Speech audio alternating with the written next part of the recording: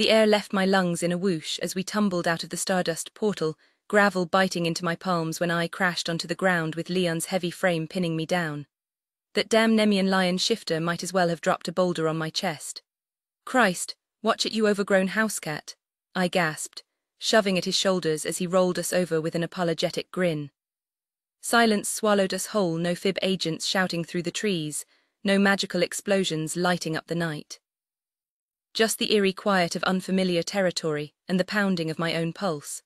Then a voice like grinding boulders shattered the calm. "Identify yourselves." Leon sprang up, dragging me with him as if we were kids caught sneaking in after curfew. "Relax, old man, unless you wanna explain to Mom why there's claw marks in her new porch boards again." Moonlight revealed a sprawling ranch-style house with wraparound decks, nothing like the Gothic castles most powerful shifters favored.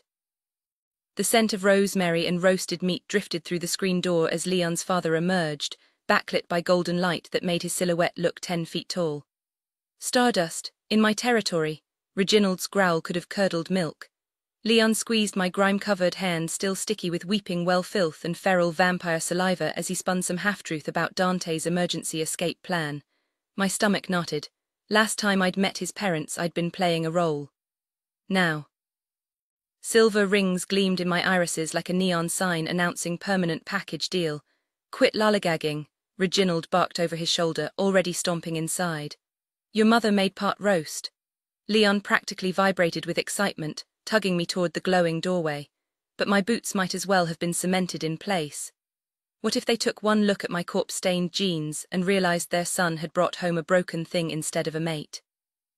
The porch light flickered as if sensing my hesitation, casting long shadows that looked like reaching claws. Then Leon's thumb brushed the fresh bite mark on my wrist, gentle, possessive. "Relax, killer," he murmured, lips quirking. "They're gonna love you almost as much as I do." The unspoken, even if they don't, hung between us, warm as the dinner waiting inside. My mom never accepted me, so why would Leon's family? He reached the front door before noticing I hadn't moved. Pausing, he turned back with a frown, his hand outstretched. "What's the hold-up?" he asked, stepping closer. I chewed my lip, imagining the scene, us stumbling in, battered and filthy, announcing our divine moment like it was just another Tuesday.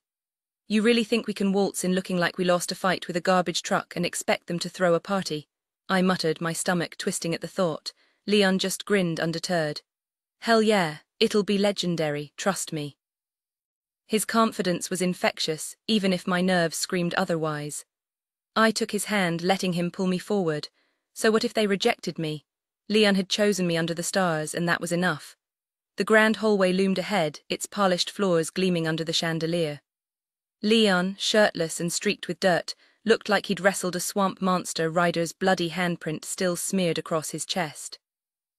My sneakers squeaked as I kicked them off, trying to spare the pristine tiles, but Leon dragged me along like a kid with a new toy, leaving muddy footprints in his wake.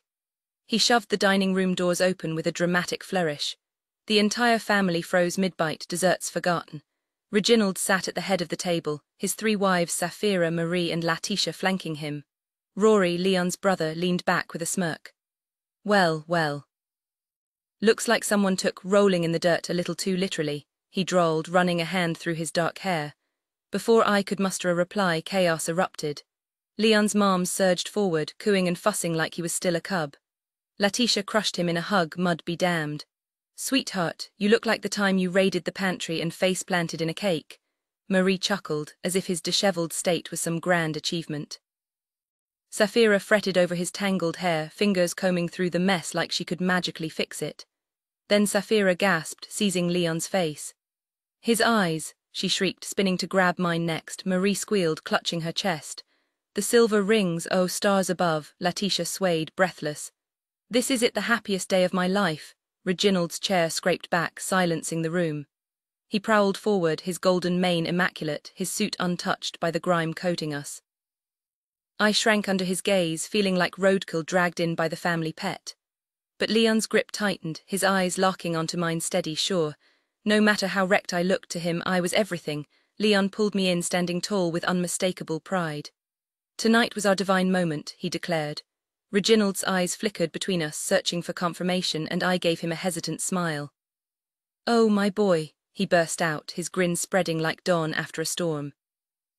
A deep, rumbling purr rose from his chest as he wrapped both of us in a bear hug so tight it could have cracked ribs and definitely smeared dirt all over his expensive suit.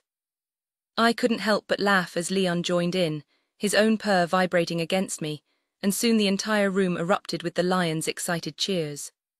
Then Rory crashed into the mix, his arms encircling us, turning the embrace into a full-on lion pile.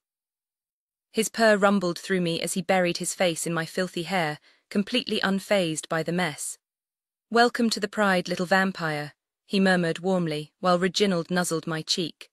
Normally, being squeezed and nuzzled by near strangers would have made me bolt for the door, but instead it felt like coming home. Like I'd finally found the belonging I'd been craving. The loneliness that had haunted me for so long just dissolved. The clatter of plates snapped me back to reality as the guys finally released me. Reginald steered me toward the table, where Letitia, Marie and Safira had arranged a plate piled high with desserts. Rory wasted no time adding a massive slice of cheesecake to the heap, scraping the dish clean like every crumb mattered. I shot Leon a bewildered look, since when did lions share food? The last time Dante tried swiping a single fry from him, Leon had nearly taken his hand off. Yet here they were, offering me their plates like it was nothing. Reginald handed me his fork last, his golden eyes brimming with warmth. "I don't get it," I admitted, searching Leon's face for answers. "They're sharing with you," he said, grinning. "That means you're family now." Safira yanked out a chair, and Leon's hands settled on my shoulders as I stabbed into the cheesecake. The whole pride crowded around, watching like I was performing some grand spectacle.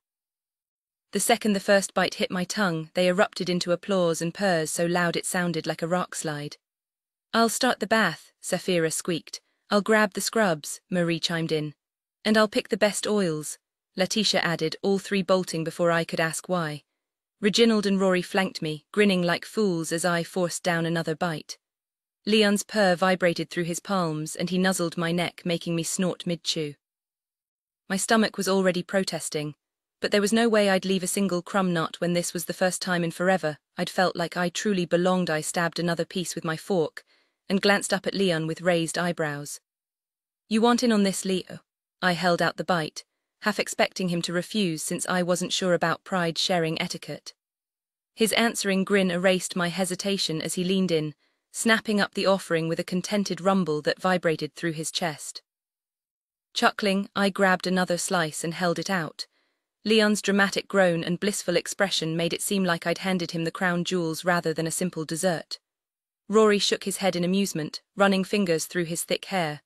"Damn proud of you, little bro," he said, warmth coloring his words. "You deserve every bit of this happiness." Reginald's heavy hand landed on Leon's shoulder with unmistakable pride. "She's exactly what you needed, Leonidas, someone to shake you up and drag that potential out of you. Never seen you this alive." Okay, dial back the sap before I combust," I joked, though my cheeks heated under their affectionate scrutiny. The three lions had me practically cornered, Reginald and Rory bracketing my chair while Leon loomed close enough that his breath stirred my hair. Not threatening, just intensely present. Rory's golden eyes flicked hungrily to my still-loaded plate. You all want some?" The words barely left my mouth before chaos erupted. They descended on the cake like a pack of starved hyenas, snarling and elbowing each other. I barely escaped the chair as they demolished the dessert, Leon and Rory emerging victorious with fistfuls of frosting, while Reginald polished off the plate with exaggerated relish. Leon advanced on me with cheesecake smeared across his jaw like war paint, and I burst out laughing. "We'll convert you eventually," Rory teased, licking icing from his knuckles. I bared my fangs playfully. "Vampire for life, but I'll take honorary lion status." Rory waggled his eyebrows. "No interest in being a proper lioness." "Not a chance," Leon answered for me, pride lacing his voice. "She'd never bow to anyone. Truth, mated or not, I wasn't about to start fetching his slippers." Leon pulled me against his chest, and the familiar spice of his scent made my fangs throb. "Any magic left to spare?" I asked, though I knew he was drained. The hollow ache in my ribs demanded to be filled before I did something reckless. To my shock, Rory extended his wrist. "Go on," I blinked. This was the same alpha who could bench press a truck and radiated dominance like a furnace. "You're serious? Pride takes care of its own," he said simply. Reginald set down the lick-clean plate with finality. "Your family now, Elise," he declared, voice resonating with authority. What's ours is yours. The moment Rory spoke those words, promising me everything I could ever want, need, or desire, something inside me softened. A real smile tugged at my lips as he moved closer, his wrist still extended in invitation. "Thank you," I whispered, glancing between the three massive lions who were welcoming me into their family as if I'd always belonged there. Maybe I had. The stars had chosen me for Leon, fate had woven our paths together, declaring us a perfect match. And I couldn't ignore the deep ache in my chest at the thought of finally belonging somewhere, of being wanted, needed, maybe even loved. Leon nudged me gently toward Rory, and with a sigh I stopped resisting. I grabbed his hand, sinking my fangs into his wrist. Relief flooded me as his blood and magic surged over my tongue, soothing the relentless hunger inside me. His power was undeniable, just like Leon's, but it lacked that intoxicating warmth, that golden fire I craved. Still, it was enough. Once the gnawing beast within me was satisfied, I withdrew, healing the bite with a flick of my fingers. "Thank you," I said, flashing him a grin as my own magic reignited, stitching my wounds closed. "The bath's ready," Saphira's voice echoed from down the hall. "Heaven," I groaned, suddenly hyper-aware of the grime clinging to my skin. The idea of washing it all away had me nearly purring like one of them. Marie slipped into the room moments later, her golden eyes locking onto me as she padded closer. "Come on," she urged, offering her hand. Leon gave me an encouraging nod, so I followed her out, trailing down a maze of tiled corridors lined with countless doors. What could possibly be behind all of them? Stolen artifacts, hidden fortunes, the FBI's most wanted list. The sound of running water grew louder as we entered a steamy chamber dominated by a massive wooden tub.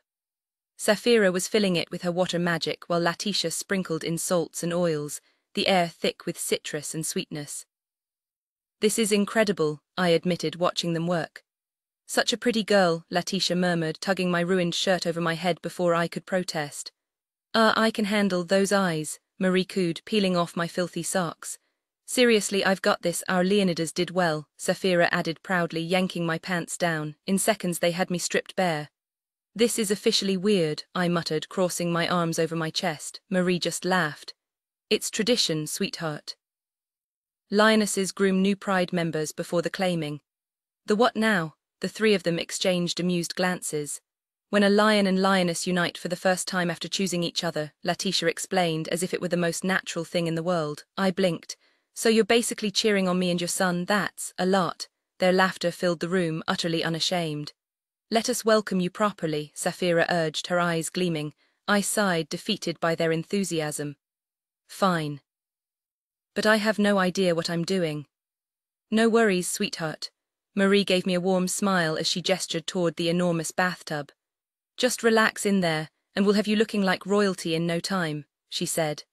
I nodded, though climbing into the tub was a bit awkward, with three lionesses eyeing me, especially since the thing was so massive it required actual steps to get inside.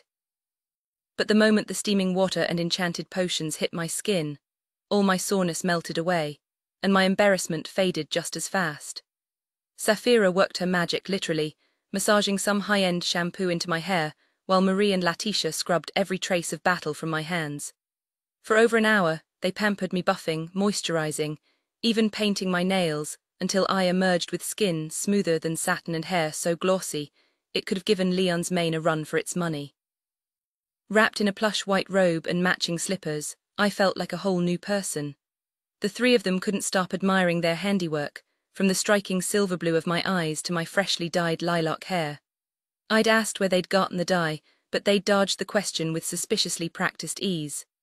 They led me down the hall to a lavish bedroom, its centerpiece a bed big enough for a small army, decked out in gold and ivory. As they fussed over me, adjusting my hair and straightening my robe, I couldn't help but laugh. This was more attention than I'd got in my entire life. Then a knock interrupted the moment, and the lionesses scattered just as Leon, Reginald, and Rory strode in. Leon looked unfairly good, his golden hair gleaming, his crisp white shirt and grey slacks making him look like he'd stepped out of a magazine. The three of them lined up, watching me expectantly, and I shot Leon a confused look. "A little help here," I muttered. Letitia leaned in, her voice a whisper. "The lions will use their charisma, you must choose your mate." "Choose," I blinked. "You mean between them," she nodded. "If Leon is truly yours, no other sway will tempt you. Consider it a test proof of your bond." I crossed my arms. Okay, weird flex, but fine. Rory went first, his charisma rolling over me like a warm tide. Suddenly I noticed things the way his muscles strained against his shirt, the smouldering intensity in his eyes. Reginald's was even stronger, his presence commanding, his golden hair practically glowing, but the harder they pushed, the more I wanted to laugh. Their power crashed against me like ocean waves against steel, because none of it mattered. My eyes locked onto Leon, who wasn't even trying, just smirking like he already knew the outcome. And he was right. There wasn't a force in the world that could have made me look away from him in a sudden burst of movement. I threw myself at him, my arms locking around his neck as my fingers tangled in those sun-kissed waves. "My lion," I murmured against his skin, the words rough with ownership as I stared into those striking silver-ringed eyes. Every lingering doubt about this bond dissolved in that moment. Whatever cosmic forces had brought us together, they'd gotten one thing undeniably right. He was mine, and I was his. The truth of it pulsed through me, from the way his arms crushed me against him to the electric current where our bodies met.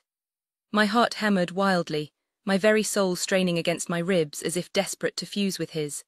Leon's answering purr vibrated against my lips as he bent to capture my mouth, the sound drowned out by the sudden applause from the lionesses surrounding us. I broke away laughing, cheeks burning as I took in their eager expressions. For one horrifying second, I thought they might actually intend to stay like this, claiming business was some kind of spectator sport. But then, as if sensing my panic, they began filing out, each pausing to brush against us affectionately. The sheer delight on Leon's face made me bite back a grin. When the door finally clicked shut, the air between us shifted. This was the first true privacy we'd had since leaving the iron wood. "You okay?" Leon's voice was low, fingertips tracing my jawline. I almost lied. Almost let him sweep me up without the weight of everything unsaid, but he deserved more than half-truths. "I don't know," I admitted, throat tight. "It's overwhelming, and the way the other kings looked at us." A traitorous tear escaped, and Leon caught it with his thumb. "I never wanted you to feel trapped," he whispered, guilt shadowing his face. "If the stars hadn't," I silenced him with a fierce kiss. "Stop," I growled. "You think I'd let celestial fate bully me into anything?" "Leo, I chose you long before the stars got involved. You've always been mine." The raw vulnerability in his eyes shattered me. "I'm sorry I made you doubt that. Sorry I hid parts of myself, but I'm done with walls. Ask me anything, take everything, stars or no stars, I'm yours." His next kiss was desperate, hands cradling my face like I might vanish. "I was an idiot," he rasped against my lips. "Thinking your secrets meant you loved me less, that I was just background noise in your life." "Yep," I agreed, nipping his lower lip. "But I was worse for keeping you at arm's length."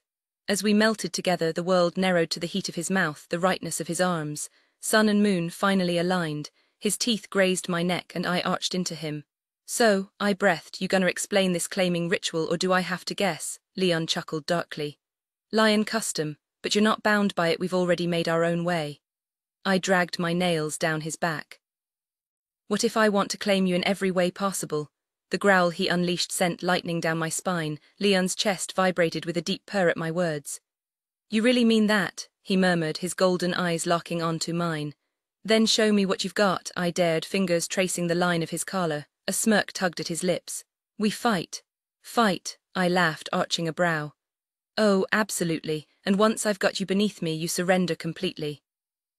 "Didn't take you for the possessive type, Leo," I teased, flicking open the top button of his shirt. He leaned in, voice rough. "Every lion is. A true mate doesn't just claim, he conquers." "Conquers," I echoed, tilting my chin up. "Sounds archaic." "Maybe," he admitted, though his gaze burned with hunger, "but tradition has its perks." A thrill shot through me as he crowded closer, his presence overwhelming. "And what if I'm the one conquering you?" I challenged, stepping back just as he advanced. Leon's grin turned feral. "You're strong, little hellion, but you're no match for a lion." "We'll see."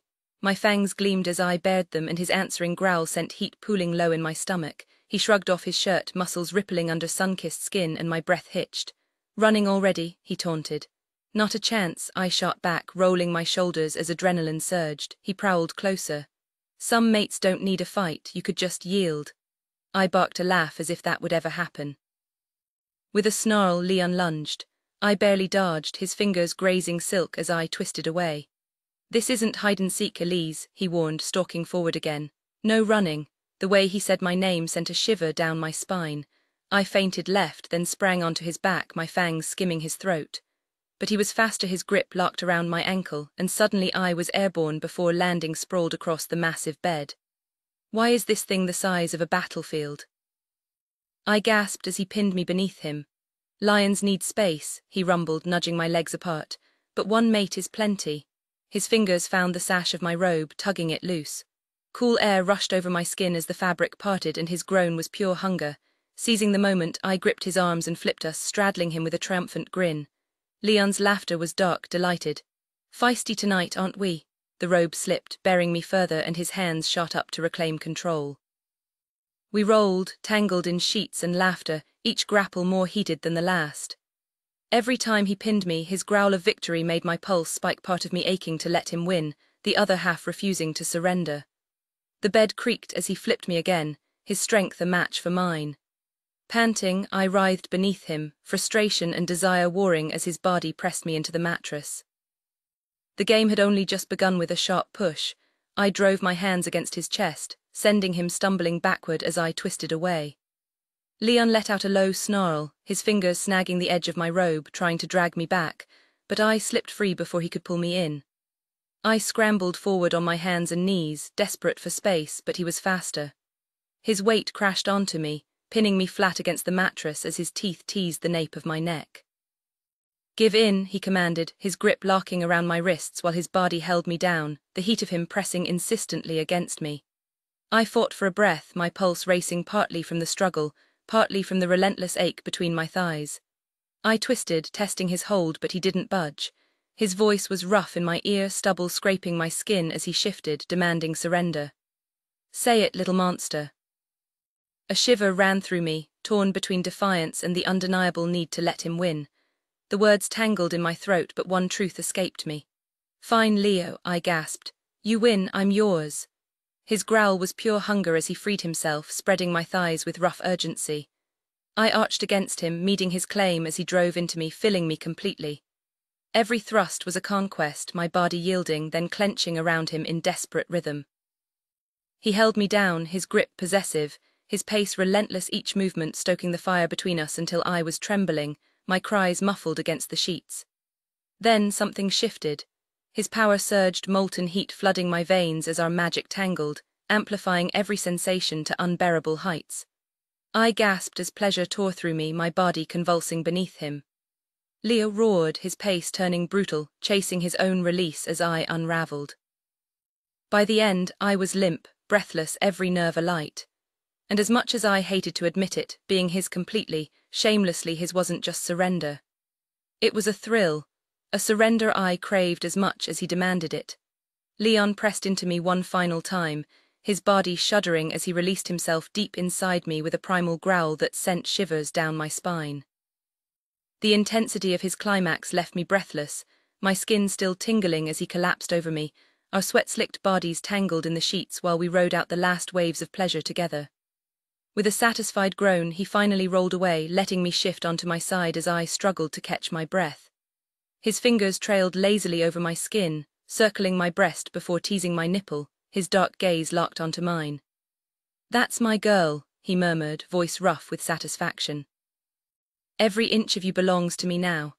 I smiled, resting my palm against his jaw as I admired the striking contrast of his silver-ringed golden eyes. "Good," I whispered, tracing the sharp line of his stubble, "because I'm not planning on going anywhere." Sunlight spilled across the bed when I woke, the warmth of it dancing over my bare skin as a gentle breeze drifted through the open patio doors. Leon's arms were still wrapped around me, his body pressed close and very much awake, if the firmness against my back was any indication. Despite his deep, even breathing, there was no mistaking his readiness. A dull ache lingered between my thighs, my lips still swollen, my skin marked by the scrape of his stubble. Every bruise and scratch was a testament to the night we'd shared, one so wild I'd lost track of how many times we'd lost ourselves in each other. I'd always craved him, but now. The mate bond had cranked my hunger up to something downright insatiable. Or maybe we'd just been holding back all this time, finally free to indulge without interruption. Either way, I wasn't complaining. "Leo," I nudged him, twisting in his arms only for his grip to tighten in response. "We've slept half the day away," I pointed out, nodding toward the clock on the nightstand. 2 in the afternoon. My stomach growled in protest. He let out a low, contented hum, lips curving into a smirk, but his eyes stayed shut. I shoved at his chest, calling his name again, but waking him was like trying to rouse a damn boulder. Frustrated, I glanced around the room, taking in the billowing white curtains and the peaceful quiet outside. No city noise, no distractions, just the distant chirping of birds. It was perfect. Then reality hit. I had no clothes here. Just a flimsy silk robe and absolutely nothing underneath. And after the sounds we'd made last night, no way was I facing his family like this without turning scarlet. With a determined wriggle, I finally freed myself from Leon's grasp, pausing to admire the sight of him sprawled across the sheet's golden skin, tousled hair, the very picture of satisfied exhaustion. My pulse kicked up just looking at him, and then my stomach growled again. Loudly. So much for a peaceful morning. The sight of Leon's powerful frame, those broad shoulders and defined muscles, sent a fresh wave of longing through me, even after the way he'd unraveled me all night. My fingers traced the ridges of his abdomen, drifting lower until I reached the evidence of his desire, remembering every wicked thing he'd done with it. He'd been relentless, taking control until I was too breathless to argue, and now, watching him sleep so peacefully, I couldn't resist turning the tables. A slow smirk curved my lips as I dragged my nails lightly down his torso, earning a sleepy groan. His skin prickled under my touch, but he didn't stir, not yet. "Rise and shine, Leo," I murmured, my hands gliding over his thighs. His body responded before his mind did, his cock twitching in approval. When gentle strokes still didn't wake him, I decided to escalate, dipping my head to tease him with my tongue, swirling around the tip before taking him deep. This time his reaction was immediate. A rough growl rumbled in his chest as his hips jerked, his fingers tangling in my hair. I didn't let up, working him with my lips and tongue until his grip tightened, his body tensing before he finally snapped awake with a curse. "Holy hell," he rasped, silver eyes blazing as he yanked me up for a searing kiss. "You're a menace." Before he could retaliate, a sharp knock shattered the moment. "Lovebirds, Elise has company," Rory called through the door. Leon cursed again, pulling away as confusion flickered across my face. "Who even knows I'm here?" I muttered. Then it hit me, my kings, one of them had come. My pulse leapt at the thought, a mix of nerves and excitement surging through me. I scrambled from the bed, snatching my robe off the floor while Leon tugged on his pants, looking unfairly good even half-dressed. "All my stuff still at the academy," I groaned, realizing I'd left everything behind in my rush. Leon just smirked, catching my wrist to pull me close. "We'll figure it out," he murmured, his thumb brushing my jaw. "But first, let's see who's brave enough to interrupt us." I didn't have much to my name, but what little I owned Gareth's ashes, his sketches, his journal meant everything. Each piece had been hard-earned through my time working for the Kiplings. "I have to grab my bag today," I muttered, anxiety creeping in. "Before they start clearing out rooms for summer." Leon waved me off like it was nothing. "I'll have someone handle it. Until then, raid my mom's closet. It's basically a free-for-all in there. The lionesses share everything, so they'll expect you to too." He ignored my grimace at his casual mention of sending a Mindy, already halfway out the door. Rory smirked, leaning against the doorframe. "Couldn't bother with a silencing spell, huh?" Leon shot back. "You could have cast one if you didn't want to eavesdrop, jackass." "Dad had to block off the whole wing and tell the staff to steer clear until you two resurfaced," Rory laughed, tossing me a neatly folded stack of clothes. "Mom said you're welcome to anything in the closet, but since you're in a rush, she picked this out for you." I didn't ask which mom, just took the bundle with a grateful smile. Leon shut the door behind him, leaving me to change. In a blur of vamp speed, I slipped into the long floral dress, twisted my lilac hair into a messy bun and caught my reflection. The fabric was gorgeous, soft, expensive, and completely not me. Still, it beat the flimsy robe. When I stepped back into the hall, the sight of Leon and Rory laughing together hit me like a punch to the chest. They rarely got along this well, and for a second it eased the ache of missing Gareth before twisting it deeper. "So, which one is it?" I asked, slipping between them. Rory gave me a puzzled look. I didn't need him to answer, it had to be Dante. Ryder wouldn't show up here, not like this. He'd slink in as a basilisk if he wanted to see me. And Gabriel, too raw, too soon, but Dante, he'd listen, he'd risk his own heart for the truth. Rory's grin turned teasing as his eyes raked over the dress. "You on a first-name basis with the cops now, little vamp?" I froze. "Cops? You know how it goes, he said, mimicking an official tone. Just a few questions about an incident you might have been involved in. My throat tightened. The fib wasn't exactly on my list of favorite people. Leon squeezed my hand, his voice steady. Relax, we've got you.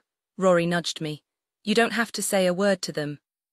But we all knew how this would go. It was simpler to play along and get them off my back now rather than let their suspicions linger any longer. Leon gave me a gentle pull, forcing me to move forward as my thoughts raced through every questionable and outright illegal thing I'd been tangled up in for the past half-year. Had I slipped up somewhere, left some trace behind? We stepped into a sprawling conservatory where Reginald lounged in an oversized chair, flipping through a newspaper like he hadn't a care in the world, despite the two agents seated across from him. Small talk clearly wasn't his forte, especially with law enforcement. The officers sat stiffly, their dark blue uniforms adorned with badges and insignias marking their ranks, a manticore and a centaur, thank goodness. At least I wouldn't have to worry about a siren or cyclops digging around in my thoughts. Ah, Miss Callisto, the first agent said, rising to his feet and extending a hand. He looked to be around Reginald's age, streaks of silver edging his black hair. His sharp brown eyes studied me as I hesitantly offered my hand. Yes, he stopped mid-sentence, his gaze locking onto mine before flickering down to the silver encircling my irises. Apologies, I didn't realize you were mated, it's not in your records. His eyes darted to Leon, who immediately draped an arm around my shoulders, pulling me close with a low, possessive rumble. It just happened, I explained. Of course, the paperwork will be filed promptly, Reginald added smoothly, setting his newspaper aside. But last night they had more pressing matters sealing the bond the Lion way. I trust you understand. The second agent coughed awkwardly, his eyes darting between me and Leon, who was still shirtless and bearing the unmistakable marks of our recent activities. Scratches, bites, and that tousled mane of his left little to the imagination.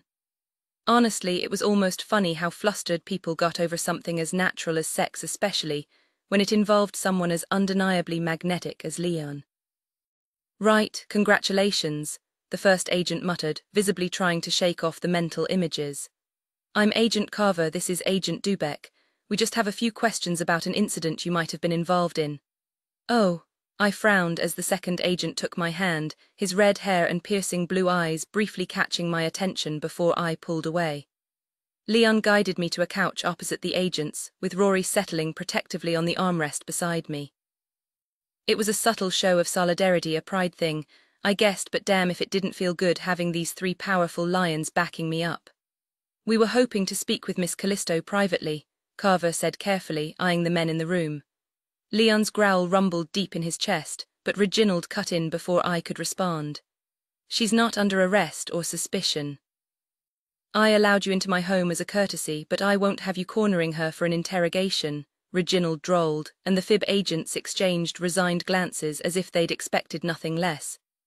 You said the mating happened last night, Carver pressed, while Dubeck pulled out a tablet and started typing. That's not a crime, Rory interjected sharply. Stick to the questions you came here to ask. Her personal life isn't your business.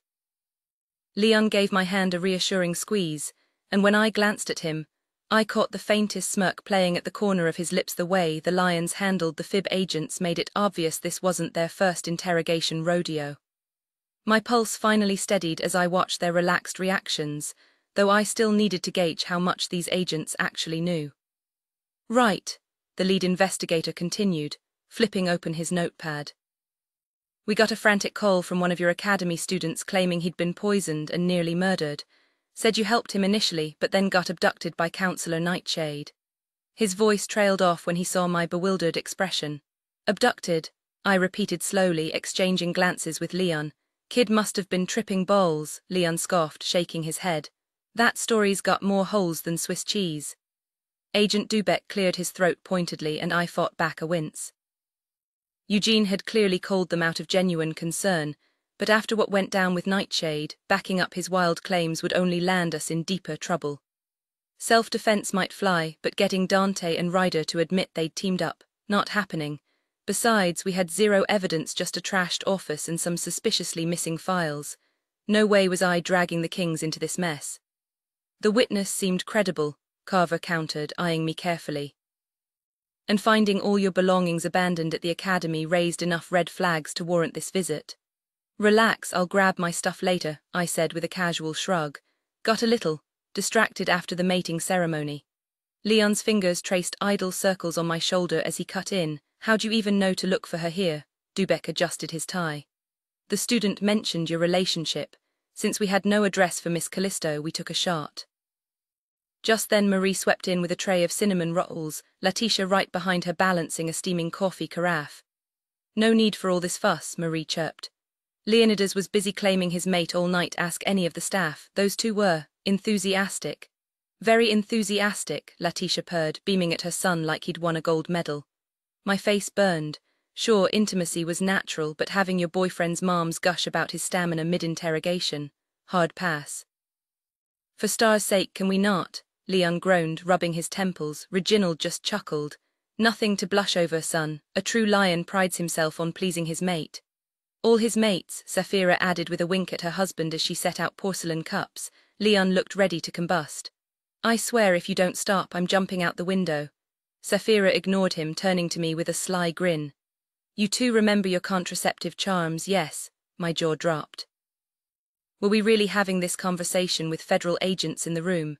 Reginald clapped Leon's back. If not, I'd wager we'll have a new cub by spring. Kill me now, Leon muttered, face buried in his hands. Even Rory looked pained, his nose scrunched in second-hand embarrassment. I was torn between laughter and wishing the floor would open up beneath me. Agent Carver, wisely avoiding eye contact, tapped his tablet. So to confirm, you were occupied all night. Most of the morning too, Letitia supplied helpfully, ruffling Leon's hair. He groaned louder as I choked out, Yep, definitely here with Leon. Marie passed around coffee, mercifully shifting focus, though the agent's flushed ears suggested they'd heard more than they bargained for. Sapphira made no move to share her meal with the fib agents, who shifted awkwardly while the lions carried on as usual. Reginald lounged in his chair with Sapphira curled in his lap, feeding him bites by hand. Fine, Cutter muttered, locking his tablet with a resigned sigh. We'll chalk this up to another blazer hallucination. Apologies for the wasted trip. Zodiac shot me a pointed look. Don't forget to file your mate paperwork before the deadline. I gave a lazy nod as Letitia passed plates to the guys flanking me. Appreciate the visit, I called, flashing them a mock salute as Marie ushered them out. Rory snorted, reclining with a pastry in hand. Lionesses might serve themselves, but I wasn't about to play the obedient little mate. The second his focus drifted, I snatched a treat off his plate with vampiric speed, stuffing it into my mouth just as he let out an indignant growl. He lunged, but Leon intercepted him with a warning snarl, and suddenly I was wedged between the two wrestling brothers. Laughing, I twisted free, darting around them to swipe pastries from both their plates before perching triumphantly on the coffee table, licking crumbs from my fingers. Careful, Reginald rumbled, watching me with amused approval. We might, let a lion slip into the pride instead of a lioness. Next thing you know, she'll be claiming the throne. The basement reeked of iron and terror, my serpentine body gliding through blood-slick shadows as I circled the trembling man bound to the chair. Venom pooled on my tongue, sharp and acrid, every sense electrified by the symphony of his fear. Pain radiated off him in waves, and I savored it, let it fuel the hollow ache inside me. Scarlet loomed over the Oscura traitor, Felix's newest lapdog, a coward who turned on his own. Her ice blade glinted as she toyed with it. Last chance, she murmured. The man's gaze darted to me, and a strangled whimper escaped him as I coiled tighter, my massive frame blocking the exit. Scarlet stepped back, pausing at the door. Ryder prefers his meals, drawn out, the door clicked shut. The man's scream tore through the room as I constricted, my scales pressing him into the chair. Please, I don't know where Mariella is, he sobbed, urine soaking his pants. I lowered my head, inhaling his terror, my tongue flicking out to taste his despair. Felix sees her, he babbled. Every Sunday he goes to her, venom dripped from my fangs, searing into his shoulder. His shrieks were music. We'd bled him dry long before this, stripped him of magic, of hope. Now he was just prey, a mouse in the jaws of a snake, and nothing, not his pleas, not his lies, would spare him. The man trembled as he spoke, his voice cracking with terror. He sometimes brings his beta along, Salvator Oscura. I let the name sink in, my grip tightening around his chair until the wood groaned under the pressure. His legs were trapped, his face twisted in agony as I leaned closer. A sickening snap echoed through the room, followed by his desperate screams. "That's everything, I swear on the stars," he sobbed. In his mind, I became something else, a figure drenched in blood, lips curled in disgust. My voice slithered into his thoughts like a blade. "Then you're useless to me."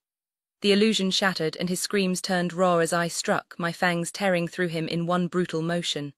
Silence followed. No more pain to feed on, just another corpse left in pieces for Felix to discover. I didn't bother consuming him. Pathetic, sniveling men weren't worth the effort. Shifting back into my fey form, I strode naked to the door, yanking my clothes on without bothering to wipe off the blood. The rusty nail buzzed with Brotherhood members, their laughter grating against my mood. A few glanced up, surprised. Usually, I took my time with kills. But tonight, I couldn't care less. Scarlet lounged behind the bar, her fingers tracing the scorpion tattoo on her cheek, the twin to her brother's, lost in some pointless gang war. That mark was her reminder, her fuel. She'd gutted the woman who killed him, but it wouldn't be enough until every Oscura in the city was in pieces. I hadn't slept since leaving Aurora Academy. 2 days of simmering rage, and this job had barely dulled the edge. My magic pulsed with stolen agony, most of it my own. Elise had hollowed me out, left me with nothing but fury and hunger. "Salvator Oscura's next," I told Scarlet, my voice flat. "Felix is beta, he visits Mariella with him sometimes." She nodded, already calculating. "I'll track his movements, get some rest." I almost laughed. Rest, like that was possible. My room was as cold and empty as I felt perfect. I collapsed onto the bed, staring at the ceiling, willing myself to sink into numbness. Pain and lust were the only things that made sense anymore. They'd kept me alive since Mariella, since the world learned to fear what I'd become. A weapon, a monster, broken long before my father died, shattered by an Oscura's magic, carved open and left to bleed. I was a damn fool to believe Elise had pulled me into the light after all this time. For a moment, I let myself think she was some cosmic reward for the hell I'd been through, something pure and mine to hold on to. But hope is a cruel joke. My atlas vibrated against my leg, and I yanked it out, half expecting Scarlet's name. Instead, it was her, the girl with lilac hair who haunted my dreams, now marked with silver rings around her eyes like some celestial brand. The sight of her name made my gut twist, fury boiling under my skin. The call died, then rang again. I nearly smashed the damn thing against the wall, but some twisted impulse made me answer on the third try. "Ryder." Her voice was honey and smoke, still enough to make my blood run hot. "What do you want?" I snapped. "Just to talk. I need to know you're okay." A bitter laugh tore from me. "I'm not some kid crying in the dark." You didn't have to," I cut in. "I hear it in your voice, that pity. Save it. I don't have a heart, so don't flatter yourself thinking you broke it." "Stop pretending you're made of stone," she shot back. "What we had was one night with an audience." Not exactly my idea of romance, Elise, but hey, I got what I wanted, a taste of you, and honestly, overrated. The lie burned worse than the whiskey I'd downed earlier. "Go to hell," she hissed. "Already there, sweetheart." My grip tightened on the atlas. "Drop the act, you didn't ask for this, fine, but the stars picked him, not me, so run along to your golden boy, Nala. I was never part of your story anyway." I ended the call and powered the damn thing off. Let her crawl back to Leon or jump off a cliff for all I cared. She'd been nothing but a temporary fix, a way to pass the time. And I'd had her screaming my name, so what else was there? The bar noise bled through the walls, laughter grating against my nerves. A flick of my wrist silenced it all, leaving only the dull pound of my own pulse. Killing usually made me feel something, but tonight, that Oscura died too fast, and I walked away just as hollow as before. Deny it all I wanted, but losing Elise was carving me open, a blade dragging through my ribs. 1,000 invisible knives twisted under my skin, but no one would ever see, especially not her. I refused to let her know she could hurt me like this, the kind of pain I swore I'd never feel, emotional fucking agony. The razor blade was in my hand before I realized, my thumb splitting open. The sting was sharp, bright, but it didn't touch the void in my chest. Or the truth I couldn't outrun, I was alone. Always would be the nights were the hardest, when the silence wrapped around me like a suffocating blanket, and all I could do was ache for her. I despised myself for never measuring up, for never being worthy of the stars' favor. The bitterness festered, twisting into something ugly. I lashed out at her, at myself, at the world, desperate for the pain to fade.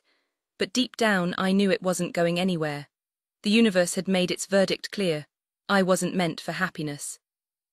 Maybe Mariella was my penance, the price for every terrible choice I'd ever make. And the punishment wasn't over. I curled into the rocking chair on the balcony, the book in my lap forgotten as I stared at the endless stretch of hills beyond. The breeze tugged at the white curtains, swirling them around me like ghostly fingers, shielding me from everything but my own thoughts. Leon was away on a job, Rory off doing whatever Rory did, leaving me alone with the sunshine, and this damn silver bikini Leon's moms had insisted on buying. I'd fought them at first, but their wounded expressions had worn me down. Now my closet overflowed with clothes I'd never wear, a ridiculous extravagance Ryder would have mocked mercilessly. Then again, he might have changed his tune if he saw me in some of it. But he wasn't answering my calls. Neither was Gabriel. Not a word, not a text, just silence. Dante had at least replied short messages saying he still cared but needed space. A whole damn month of space. And I'd given it to him, even though every day without them carved another hollow place inside me. Leon's family had embraced me completely. I fit here, slipping into their rhythms like I'd always belonged. Rory and Leon were closer than ever, thanks in part to my meddling. The nights with Leon were fire and devotion, his touch erasing every doubt except when it didn't. In the quiet moments when the house stilled and the adrenaline faded, the emptiness returned. I missed them, all of them. The men who had pieced me back together after my brother's death, who had made me feel whole before fate tore us apart. The book hit the floor as I grabbed my atlas, Dante's last message burning in my mind. A month was long enough. The bond should have erased this longing, should V made Leon enough. But my heart didn't work that way. It bled for the kings I'd lost, and no amount of stars or destiny could stitch it back together. My fingers trembled as I scrolled through my call log, each unanswered name staring back at me like an accusation except for Dante's.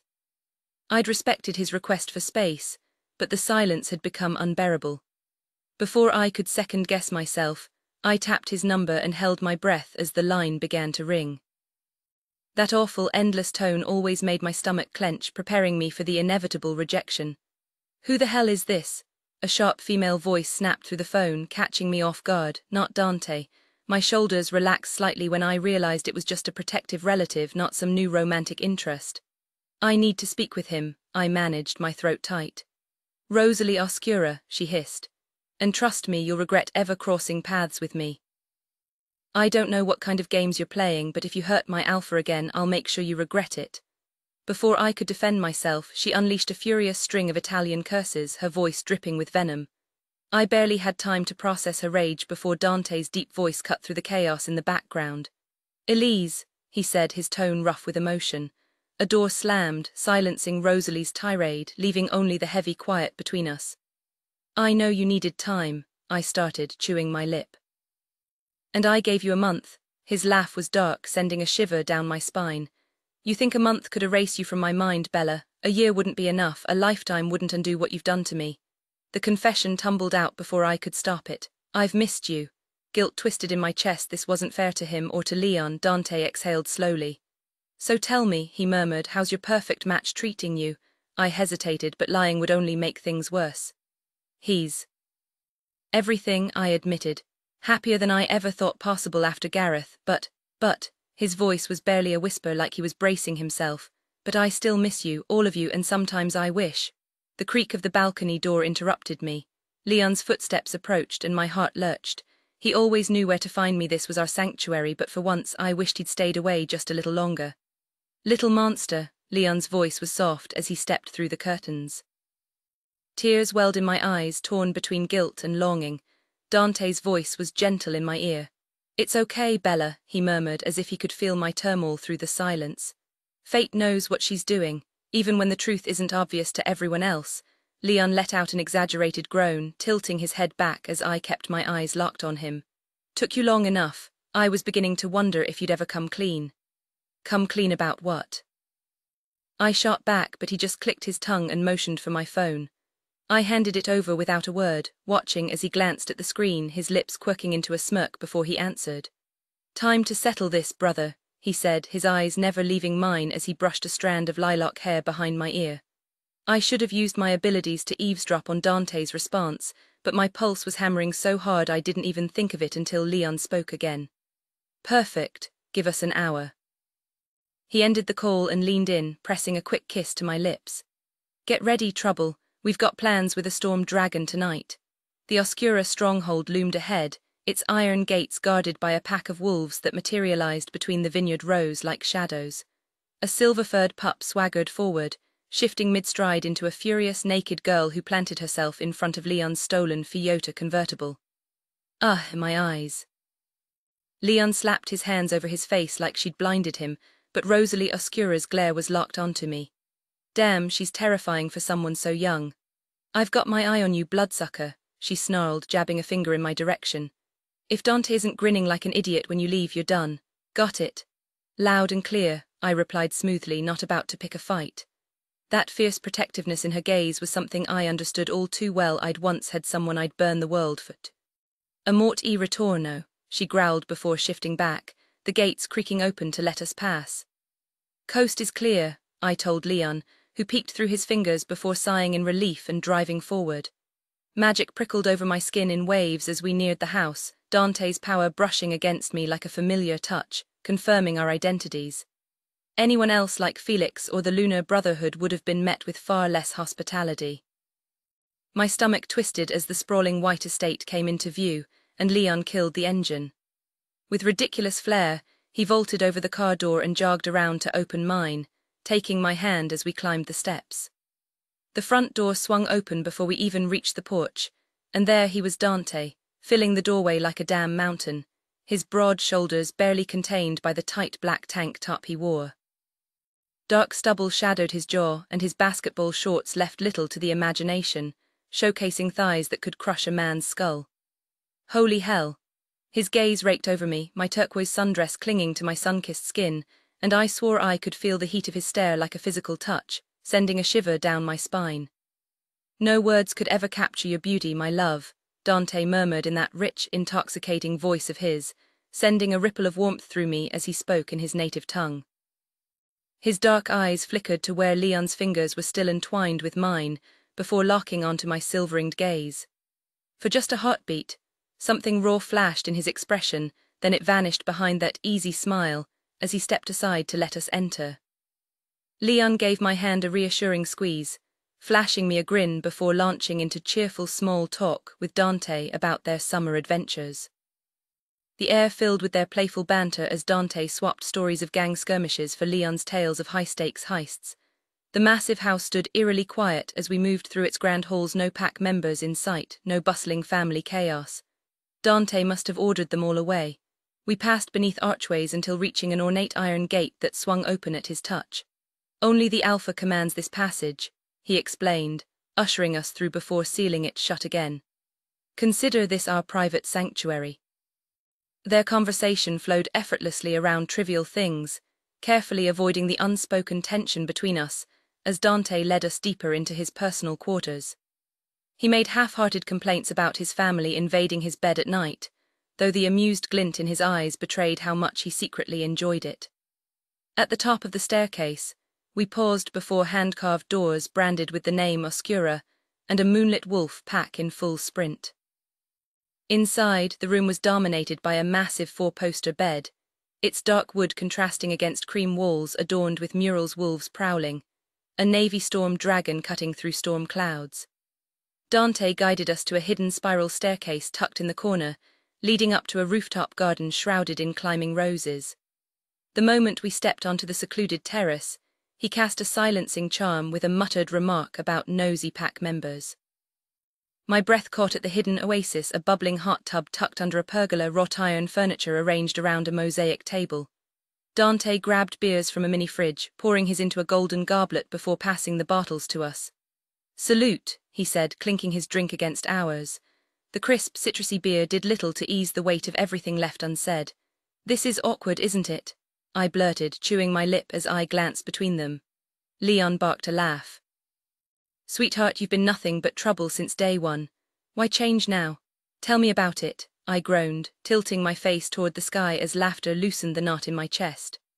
Above us, the sun blazed in a cloudless blue expanse, a stark contrast to the storm brewing between us all. Before anyone could respond, Dante's atlas buzzed loudly on the table where he'd carelessly thrown it. We all froze, staring at the device like it had just dropped a bombshell in the middle of our meal.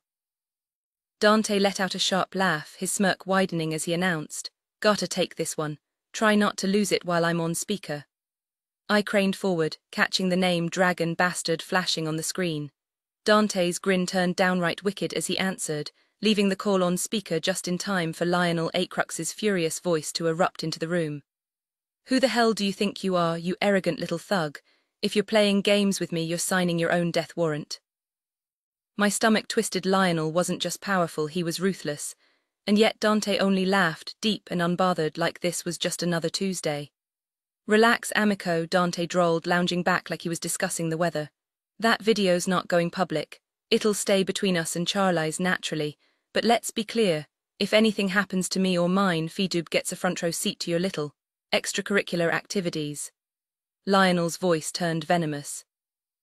"If even a second of that footage leaks, save the threats, Papa Dragon," Dante cut in, grinning like he'd already won.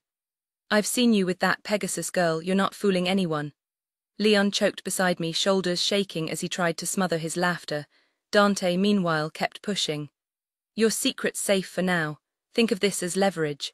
And no, I'm not transferring to your Golden Boy Academy, no matter how many souls you think would kill for a spot." "You'd really throw away Zodiac Academy for that backwater dump you call home?" Lionel spat. Dante's smirk never wavered. "Here's the thing, you can't buy loyalty, not mine anyway. I'm not some shiny toy for you to collect." He paused, letting the tension simmer before adding, "But hey, I'll play nice. Show up at your parties, sip your champagne, pretend I give a damn, that's the deal." Lionel's voice dropped to a dangerous whisper. "You think that's all I want from you?" Dante's eyes gleamed. "For now, yeah. And trust me, that's all you're getting." The air crackled with defiance, and for the first time, I realized Dante wasn't just reckless. He was calculated. And damn if that wasn't the hottest thing I'd ever seen. "Once you've cooled off, taken care of that little obsession of yours, and stopped acting like a raging bull, maybe we can talk about where this arrangement is headed. Until then, I'm heading back to Aurora Academy, and the world will stay blissfully unaware that you got tangled up with a Pegasus girl, horn and all." "Fine," Lionel spat, his voice sharp enough to make my eyebrows shoot up into my hairline. "Go waste your time with that mediocre education and the mangy pack you call family. But don't fool yourself into thinking I'll let this go. You belong to me, Storm Dragon, and when the time comes, I'll take exactly what we agreed on." The call cut out, leaving me staring at the blank screen of my atlas while Dante and Leon lost it beside me. "Holy hell, Dante, that was insane," Leon wheezed between laughs. "That was ridiculously hot," I admitted, my skin burning as Dante shot me a look that matched the heat in my words. "Now show me that video and explain how the hell you pulled it off," Leon demanded. Dante smirked, pulling up the footage on his device. "Meet Charlize, one of the best at the black hole. She's an incubus, can mimic any order member flawlessly as long as she's touched someone obsessed with them. All it takes is one brush of skin, and she becomes their ultimate fantasy. I got her into Lionel's hotel, she bumped into him in the elevator, got a read on his desires, and by that night, she was waiting at the bar looking like his personal dream come true. And surprise, surprise, the arrogant bastard didn't hesitate to cheat on his wife." The video played out exactly as Dante described. Lionel lost in the moment, only to open his eyes and find himself tangled with a Pegasus girl, complete with a gleaming pink horn. His scream of horror was priceless, especially when Charlize shifted again, sprouting black wings and bolting out the window before he could react. Leon was doubled over laughing, and Dante's triumphant roar sent a crackle of energy through the air. "We're celebrating," Leon declared, tearing off his shirt and pointing at the hot tub. "No deep talks, just the three of us right here in Alestria where you belong." Dante stood, but his grin faltered when he spotted the golden medallion around Leon's neck. "That's mine," he growled. Leon just scoffed. "Too bad, you gave it to me when I died. Dead men don't return gifts, jackass." The tension dissolved the second Dante's gaze landed on me, his attention snagging on my silver bikini as I tossed my dress aside. The hunger in his eyes sent a thrill through me, and when Leon swept me up with a wicked laugh, carrying me toward the bubbling water, I didn't resist. He eased into the bubbling water, and I couldn't help but smirk as he steadied me on his lap, waiting for Dante to join us. The moment the king of the Oscura clan settled into the seat across from us, he lounged back, arms draped over the edges of the chair, his dark gaze sharp with anticipation like he was front row at a performance he'd been waiting for. Leon's fingers traced the curve of my cheek, tucking a strand of lilac hair behind my ear before trailing down my neck, drawing a sharp breath from me at the contact. "Still think she's the most stunning girl in Celeria, Dante," Leon murmured, his voice thick with challenge. I chewed my lip as Dante's gaze swept over me, slow and deliberate, before he gave a single nod. Leon's hand slid to my hips, pulling me flush against him until I could feel the heat of his body beneath mine, the vibration of his purr resonating through my bones. "Prove it," he dared, voice rough, and before I could react he was lifting me, water sluicing between us as he guided me onto Dante's lap instead. My palms landed on Dante's shoulders, his body rigid beneath me, his pulse thundering where our skin met. Leon retreated to his seat, but his stare burned into my back, leaving no doubt this wasn't just desire, it was a question, a test. "Little monster," Leon's voice curled around me, low and teasing. "I know how much you've missed him." Dante and I stayed frozen, caught between instinct and doubt. This wasn't supposed to happen. I'd scoured every book, every legend about Elysian mates, bonded pairs was supposed to be enough. The idea of wanting another was unthinkable, even for Faye who thrived on multiple connections. Yet here I was, torn between the man who owned my soul and the one who still haunted it. Leon's growl cut through the steam. "Show him." My hesitation clung to me like the humid air. This could shatter everything. But then Leon moved, closing the distance between them, his lips meeting Dante's in a slow, deliberate kiss that sent heat coiling low in my stomach. Dante didn't pull away, his fingers tightening on the chair as he kissed him back. When Leon's hand fisted in my hair, dragging me forward, there was no room for doubt. The three of us collided, a tangle of lips and need, the water around us forgotten.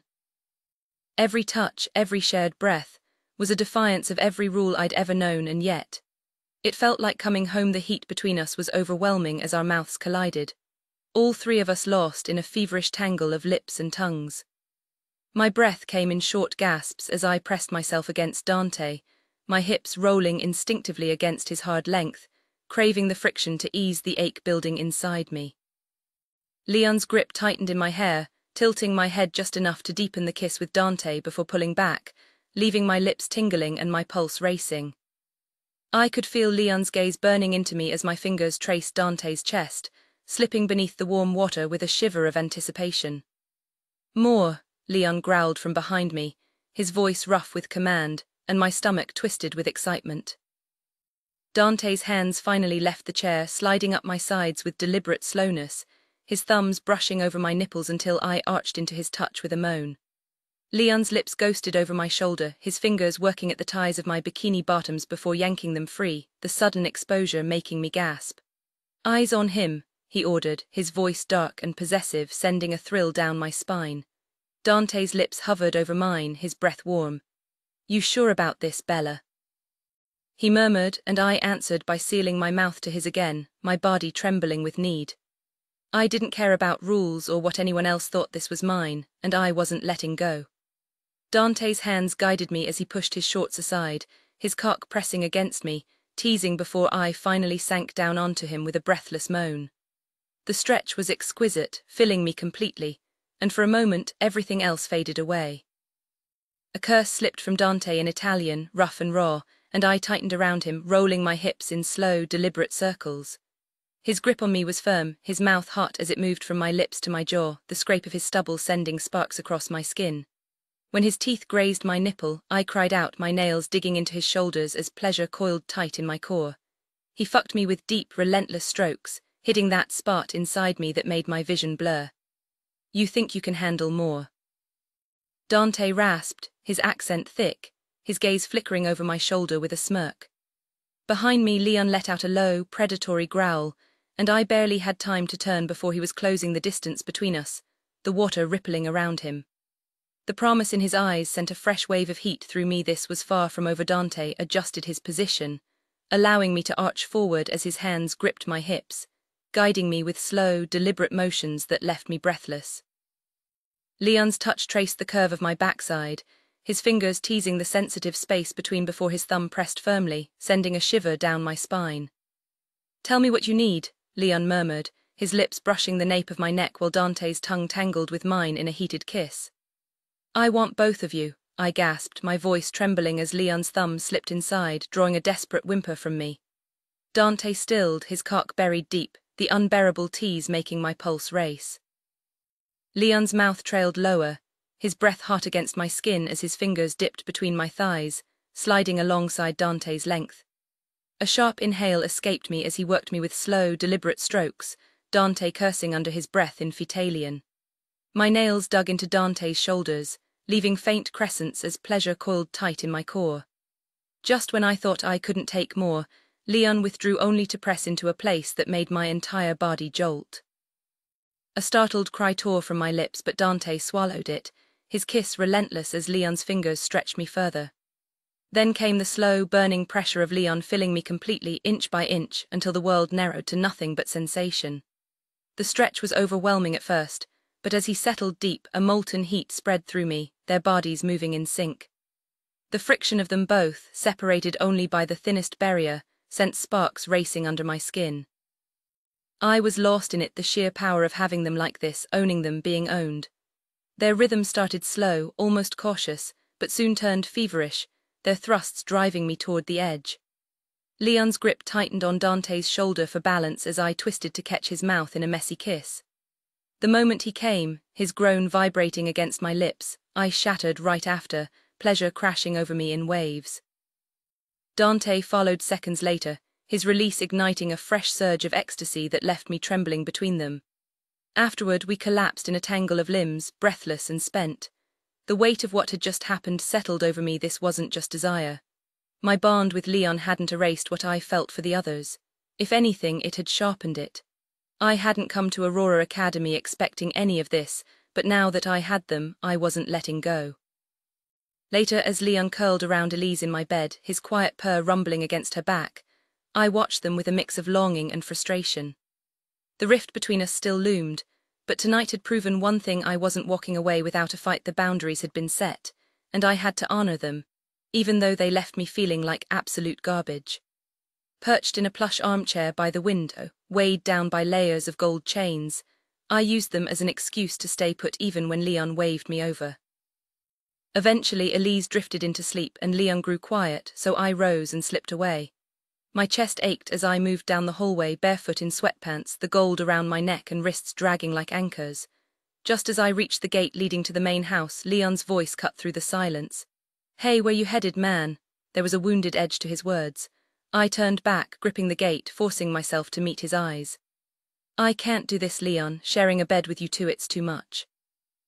You're her partner now, this whole thing, it doesn't sit right with me." Leon exhaled sharply, shaking his head.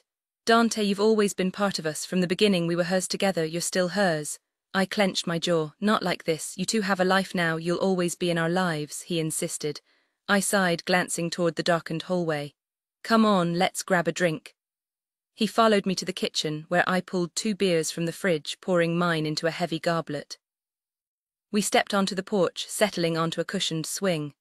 Fireflies flickered over the vineyard and the warm night air brushed against my skin. I clinked my glass against his bottle. "Mama used to say, respect the stars," I murmured. "And I do. I've made peace with it, brother. It still stings, but I'm glad it's you. You'll love her the way she deserves." Leon leaned into me, shoulder to shoulder. "But we miss you, that's gotta mean something." I took a slow sip. Maybe this was always going to be too hard for me. No matter how much time passes, I'll never stop loving her, and today, taking even a little piece of her, it feels wrong. "She's yours," his grip tightened on the bottle. "You don't owe anyone guilt. I never asked for this. I always wanted you with us." "I know," I said quietly, but fate had other plans. The silence that followed wasn't awkward, just heavy. This wouldn't break us, but it would change things. Could I really spend my life watching them together while pretending I was fine? The idea of moving on felt impossible. If Elise wasn't meant to be mine, how could anyone else compare? She had my heart shattered, but still hers. "She'll always want you," Leon said softly. "Today proved that." I swallowed hard. "Not the way she wants you." The words tasted bitter. I couldn't settle for scraps of her affection. I'd had all of her once before the stars bound her to Leon. Back then, even when she desired others, it never felt like she loved me less, but maybe this was inevitable. "At least it wasn't Ryder," I muttered, forcing a smirk. Leon snorted. "That bastard wouldn't know how to share if his life depended on it." I chuckled, though the memory of that one reckless night with Ryder twisted in my gut. Even now, I couldn't erase the image of Elise unraveling in his arms, equal parts thrilling and terrifying. Damn it, focus. Whatever happens, I said, bumping his shoulder, you're my brother, always. Leon sighed, resting his head against mine. Same here, man, always. The night pressed in with unspoken questions, but neither of us dared voice them. Above, the stars shimmered like silent promises, and I clung to the hope that someday they'd guide me to a place where this ache didn't feel so raw. For now, though, the pain was a storm I had to weather. Staying close to them would only tear the wound wider. A sudden movement snapped me from my thoughts. Elise stood before us, drowning in one of my old shirts, the fabric slipping off one shoulder. The sight sent a jolt through me, a dangerous mix of longing and frustration. "What's going on?" she asked, her gaze flickering between us. "Nothing, sweetheart," I murmured, catching her hand and pressing a kiss to her knuckles. Some truths were better left for daylight, not the heavy shadows of tonight. Before I could pull away, Leon tugged her down onto the bench beside us. She tumbled into my lap with a laugh, curling against me while Leon traced idle patterns along her sun-kissed legs. "I missed you," she whispered, and I brushed my thumb over her lips, savoring the words like stolen honey. "I missed you like the sun misses the stars when it drowns beneath the horizon," I murmured.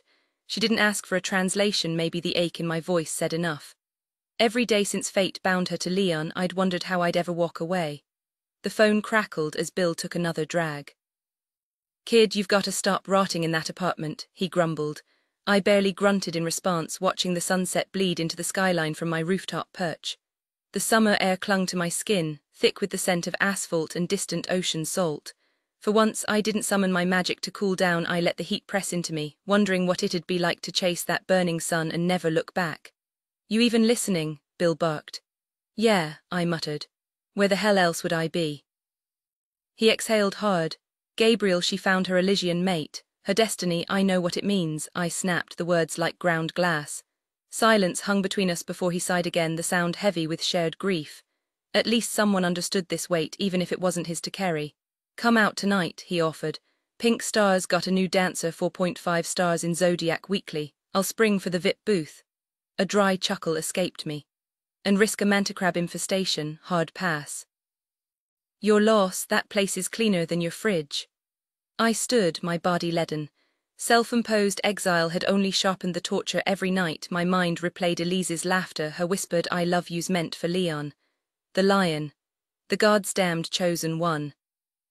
The stars had carved their path, leaving me in the shadows, choking on the echoes of what I'd lost. There were moments when I could have sworn Elise whispered my name, only to snap back to reality and realize it was just my desperate imagination playing tricks on me. Pure agony. "I'm staying in," I muttered, turning toward the skylight behind me as Bill let out an exasperated sigh.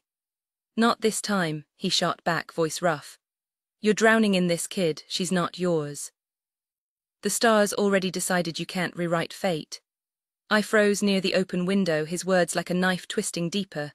Below me, my apartment waited, dark and suffocating. Another night of staring at the ceiling while the universe taunted me with visions of her tangled up with someone else, whispering his name, begging for more. The images burned behind my eyelids. With a sharp jerk, I slammed the skylight shut, teeth clenched. "You're right," I forced out. Bill perked up. "Wait, really?" "Yeah." "Meet me at Serpent's." "Serpent's, you trying to get your ass kicked tonight?" "Maybe I need to." A pause, then Bill exhaled. "Fine, anything to drag you out of that pit, just don't make me carry your broken body home." "On my way." I stuffed my atlas into my pocket and stood, facing the neon-drenched streets of lunar territory. Shadows clung to the alleys, hungry. Tonight they might get what they wanted. Anything was better than another vision tearing me apart. The stars had a sick sense of humor, finally granting me the sight, only to flood my mind with Elise and her real mate. Maybe the glimpses I'd seen before were lies. Maybe we both had destined partners, just not each other. The thought made me sick. Elise was hell, she was everything. But if she was never mine to begin with, why did letting go feel like ripping out my own heart? I sprinted forward and launched off the roof, wind screaming past me as I plummeted. For a split second, I saw myself splattered on the pavement, then my wings snapped open, defiance roaring in my veins. I soared over the city grid toward Serpent's, landing in a grimy back alley where bass throbbed through the walls. The bouncers gave me a once-over, lingering on my lack of a shirt, but in a place like this, clothes were optional. One scanned my face, then jerked his thumb toward the door. Inside, chaos. Serpents wasn't just a bar, it was a bloodsport wrapped in neon and bad decisions. Whispers said they buried losers in the walls. The ring was a raised platform, encircled by a crimson barrier, currently holding two fire elementals trying to burn each other alive. Near the edge, a tattooed girl in a crop top watched, her ink nothing like mine. And there in the corner, Bill waited with a beer, eyeing me like I was already halfway to disaster. Perfect, the arena pulsed with chaotic energy as the fighters clashed, a whirlwind of colors and motion. The girl, nary a moonbeam, moved with predatory grace, her body slick with sweat under the flickering lights. Her opponent was a mountain of a man, bare-chested and wielding flames that coiled around his arms like serpents. He lashed out, but she dodged with inhuman speed, not quite vampire, but close enough to mark her as one of my kind. Another harpy. The brute had to be a minotaur, though part of me wondered if he might have been a dragon if those weren't practically extinct. I pushed through the crowd to the bar, slamming down cash for a beer and a shot of tequila. The tequila burned my throat, a welcome distraction as the fight reached its brutal climax. Neria unleashed a torrent of fire, searing half the guy's face off before medics rushed in to keep him from bleeding out on the stage. The announcer's voice boomed overhead, declaring her victory and calling for challengers. The leaderboard glowed across the room, gold and silver letters tracking the night's matches. Air had already been claimed, earth or water was next, and since I had both in my arsenal, a heavy hand landed on my shoulder. Bill, he yanked me into a clumsy half-hug, his eyes brimming with sympathy I didn't want. Cut it out, I snapped over the pounding music. I didn't come here for a therapy session. He smirked, unfazed. Noted, my jaw clenched as her name flickered through my mind, Elise. The stars tugged at me, whispering visions of her, of Leon, of things I couldn't have. I squeezed my eyes shut, fighting it, until Bill's sharp slap snapped me back. Thanks, I muttered, rubbing my cheek. He was the only one who knew how deep this curse ran, how the visions of Elise and Leon haunted me, how sometimes I lost myself in them, imagining my hands on her skin instead of his. And the worst part, it almost felt like the stars approved. Bill tossed a handful of auras onto the bar, signaling for another round. Drink up, he ordered, shoving a fresh beer into my grip. The announcer's voice cut through the noise again, calling for water elementals brave enough to step into the ring. Before Bill could protest, I was already moving, shoving past bodies, my teeth bared at anyone too slow to get out of my way. At the ring's entrance, a guy with a mullet and arms like tree trunks waited his turn. I scrawled my name on the sign-up sheet, and the force field parted with a flick of the commentator's hand. Welcome Gabriel Knox and Ivan Nightjar. The barrier sealed behind us. Rules are simple: water only. No one leaves unless they're carried out. The alcohol in my veins ignited into something sharper, something alive. For the first time in months, I didn't feel like a ghost. Winning Elise was impossible, but this was raw instinct. A fight, a purpose, even if it left me broken on the ground. I didn't care. I just needed to feel something. I needed any distraction to keep thoughts of her from consuming me, any way to silence the relentless images in my mind. The bar erupted as the countdown began, 3, 2, 1, fight, and Ivan summoned his signature ice daggers, predictable as ever. I countered with a torrent of water, slamming it into him to obscure his vision while I crafted a spiraling ice staircase along the ring's edge. Sprinting up the steps, I kept the water churning around him, trapping him in a whirlpool as the crowd's roar blurred into white noise. Magic surged through me, electric and desperate, like a starving beast finally unleashed. Ivan barely regained his footing before I launched myself from the staircase, my body sheathed in jagged ice. The impact drove him into the ground, and I hammered my frozen fists into every vulnerable spot I could find. He thrashed, landing weak blows against my ice-armored ribs, but his efforts were useless. With a furious yell, he blasted me backward with a jet of water, and before I could react, the entire ring flooded. The water swallowed me whole, and Ivan was on me in seconds, his arm crushing my throat as the world dulled to a suffocating haze. My lungs screamed, my pulse roared. I was running out of time. Twisting violently, I rammed us both into the force field. His grip faltered, and I tore free, clawing my way to the surface just long enough to gulp air before he yanked me under again. This time I froze the water beneath us, turning the ring's floor into solid ice. Silence. Then cheers erupted as the force field dropped, water cascading into the bar. Ivan lay half buried in the ice, blood streaking his face, barely conscious. The announcer called my victory, and as healers rushed to him, I stumbled out of the ring, dripping and triumphant until the hollow ache for Elise returned, sharp as ever. Earth Elementals up next. The announcement barely registered before Ryder Draconis shoved past me, smirking as he entered the ring opposite some poor, trembling guy. Typical. This lunar run dive was probably his turf. I shook off the water with a flick of magic and moved to the bar, my arm grazing someone's as I reached for a beer. Then fingers closed around my wrist. Neria Moonbeam, her dark lashes fluttering as she tilted her head up. "Someone's got a storm inside them," she murmured, her tongue tracing her lower lip. My gaze lingered there a second too long. She was undeniably attractive, the kind of woman I would have taken home without a second thought in the past. But now all I could think about was Elise. Why her, when she was out there with someone else, when her heart belonged to another? I grabbed 2 beers from the bar, sliding one toward her, and she accepted it with a slow, knowing grin. "You planning to say anything or just stare?" she teased, tilting her head. "Not much for conversation tonight," I muttered, taking a long swig of my drink, the alcohol barely dulling the storm inside me. I stepped closer to Neria, the scent of her perfume thick in the air. "You wanna find somewhere more private?" The words came out hollow, but maybe this was exactly what I needed, a distraction, a way to shake Elise from my mind. Just one night with someone else and maybe I'd wake up free of her hold. Neria took my hand, and I drained the rest of my beer before letting her lead me through a dimly lit hallway. Bill was probably wondering where I'd disappeared to, but this wouldn't take long. Just something fast, something meaningless, proof that other women existed, that I didn't have to obsess over Elise. She pulled me into the men's bathroom of all places, and I grimaced at the thought. Not exactly romantic, but whatever. She pressed against the wall by the sinks, fingers hooking into my belt to tug me closer. When she rose onto her toes to kiss me, I turned my face away, letting her lips graze the edge of my jaw instead. "No kissing," I grumbled. This wasn't about affection, just a desperate attempt to numb the pain Elise left behind. Neria laughed low and amused before sinking to her knees. My reflection in the mirror caught my eye, the darkness swirling in my gaze, the raw hurt I couldn't shake. But I pushed it down, focusing on the moment, except my body wasn't cooperating. Frustration coiled in my gut as she glanced up, waiting. "Just keep going," I snapped, but even as she obeyed, I knew this wasn't working. My heart wasn't in it, and neither was the rest of me. Then, without warning, the world shattered.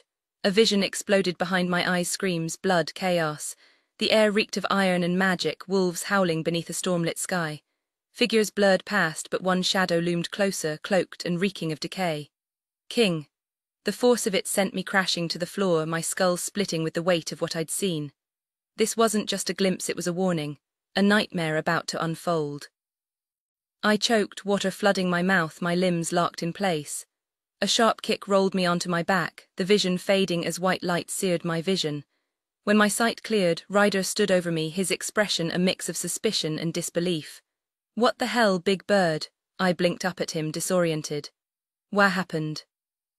The words slurred together, my mind still half lost in the horror I'd just witnessed. I found myself sprawled in a shallow pool of water, the entire room soaked as the lingering buzz of magic in my fingers confirmed I was the one who'd caused the mess. "Some girl bolted past me screaming when I walked in," Ryder remarked with a shrug. "You were convulsing on the floor, practically drowning in your own magic. Now you're just lying there looking like an idiot with your pants half undone." I scrambled to check myself, only to find my belt loose but my dignity intact mostly. "Dick move," I muttered, rubbing my temples. I had a vision. The realization hit me a second later. Ryder had actually pulled me out of it. Since when did he play the hero? He wandered off to use the bathroom while I hauled myself up, using my water magic to dry off and drain the flooded floor.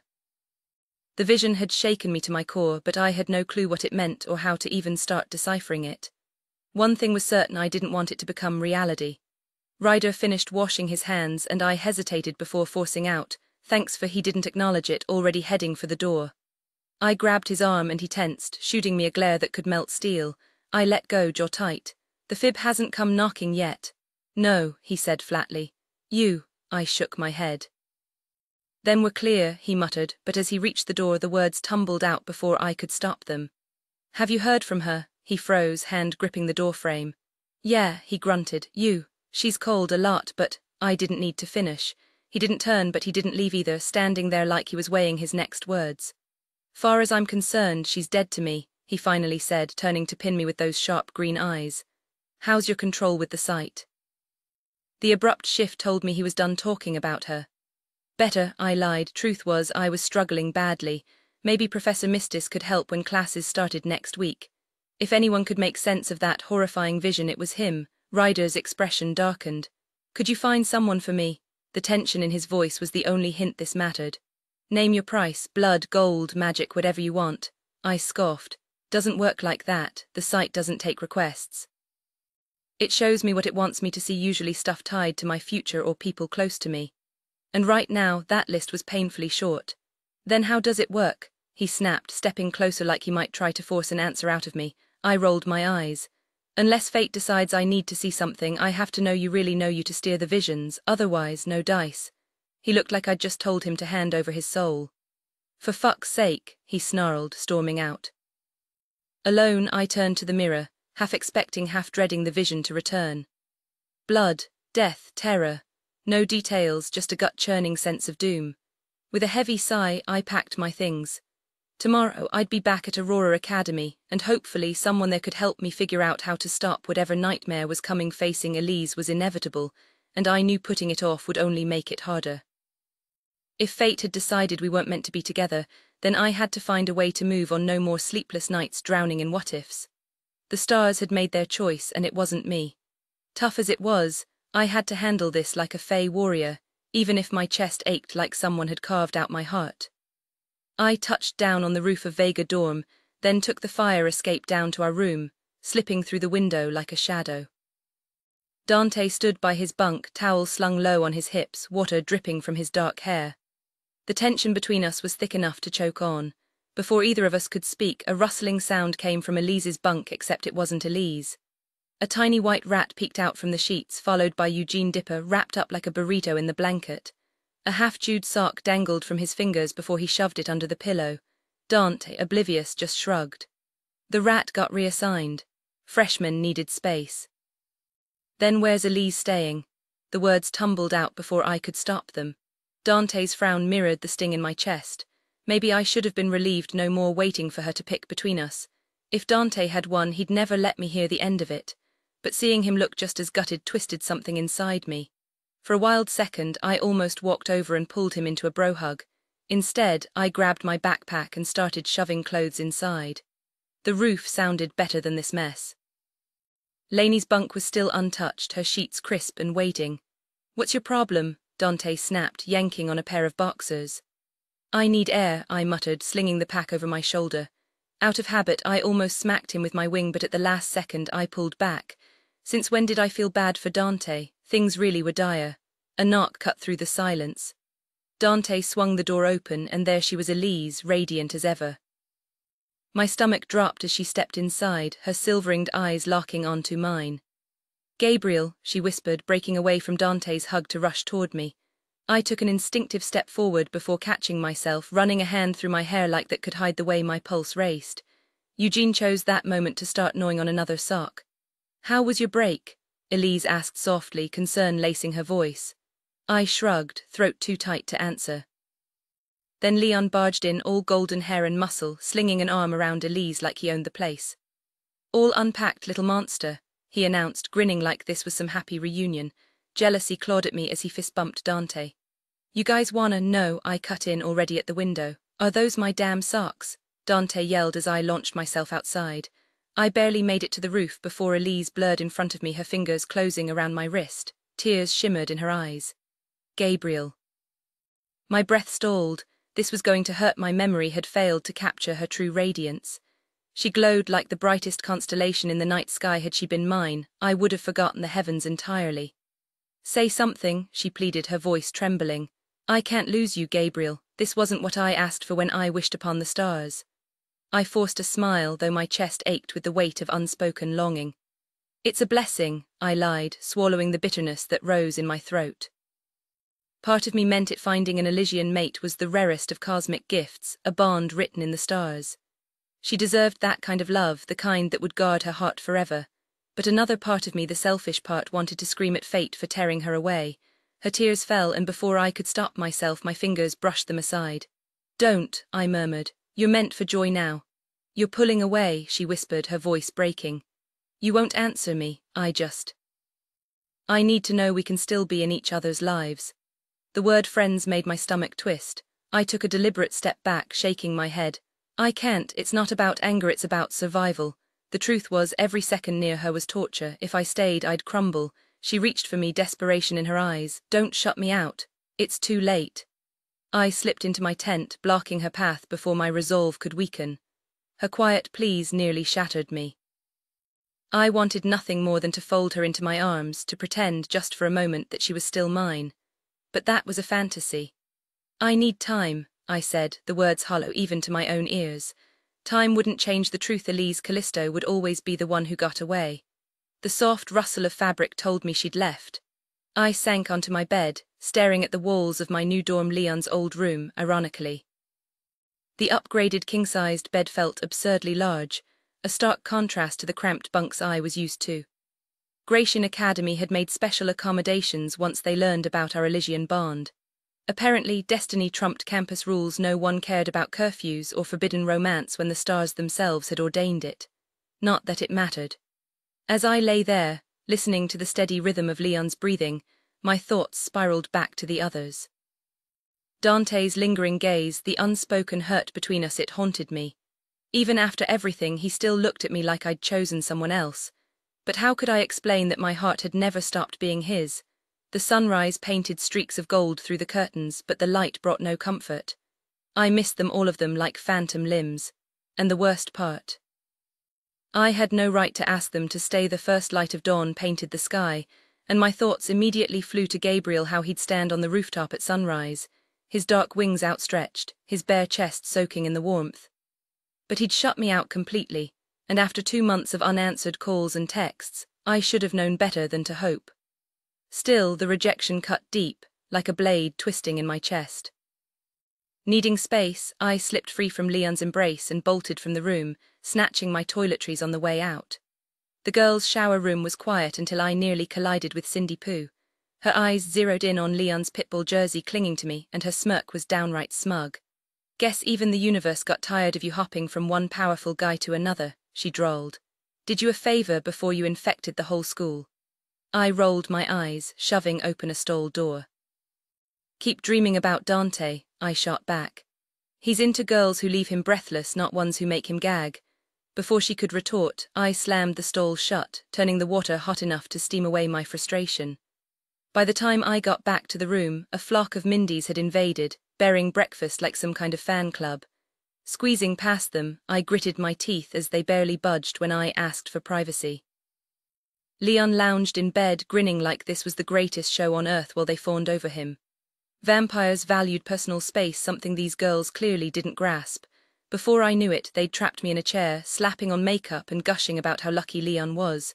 One even tried to feed me like some pampered pet. "Done," I snapped, shoving free. Leon's protest died on his lips as I grabbed my bag. "This isn't my scene." I didn't wait for a reply. Fresh air, real air, not suffocating perfume, was all I wanted. The new cafeteria, gleaming from its summer makeover, seemed like the perfect escape. The building looked eerily similar to the one I'd nearly destroyed, except the walls were freshly painted and free of the usual graffiti. I hadn't checked the schedule, but the moment I stepped inside, it was obvious the Lunar Brotherhood's dining hour was in full swing. My eyes locked onto Ryder, sitting alone while his followers occupied the tables to his right, arranged by rank like subjects beneath their ruler. The second our gazes met, I braced for the familiar pull of his hypnosis, lowering my mental defenses on instinct. But nothing came. His stare was cold, detached, like I was just another face in the crowd. 3 agonizing seconds passed before he looked away, dismissing me completely. The crowd behind me shoved forward, forcing me into the food line despite the knot in my stomach.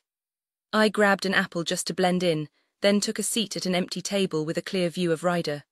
My fingers trembled as I pulled out my atlas, scrolling mindlessly through Payback to mask the way my eyes kept flicking back to him. Anger simmered beneath the hurt. How dare he act like I meant nothing?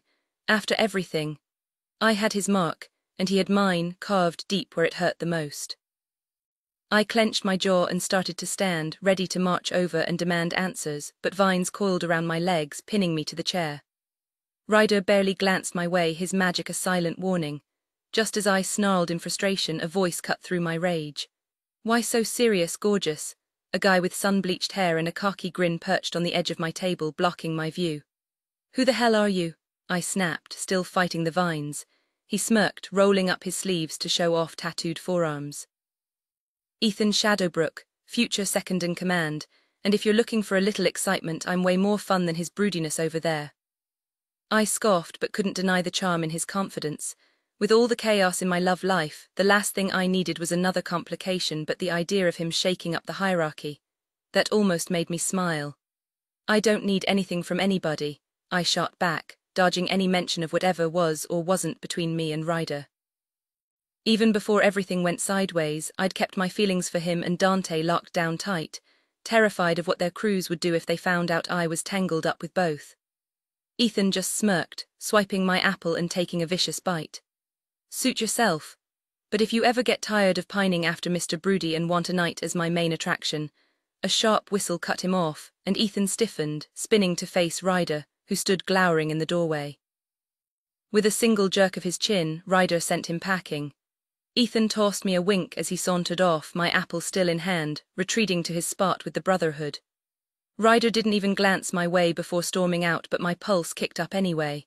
Because that was the kind of petty, possessive move that screamed jealousy, and if he was jealous, he still cared. A smirk tugged at my lips as I snapped the vines binding me to my chair and headed to potions conveniently, the one class where Ryder couldn't avoid me. I timed it perfectly, slipping in just as Professor Titan was shuffling papers. The lab assignments hadn't changed, which meant 2 glorious hours with Ryder assuming I could get him to stop pretending I didn't exist. But when I spotted our usual workstation, my stomach dropped. Some girl was perched on the desk, skirt hiked up, giggling at something Bryce said while Ryder sat there stone-faced.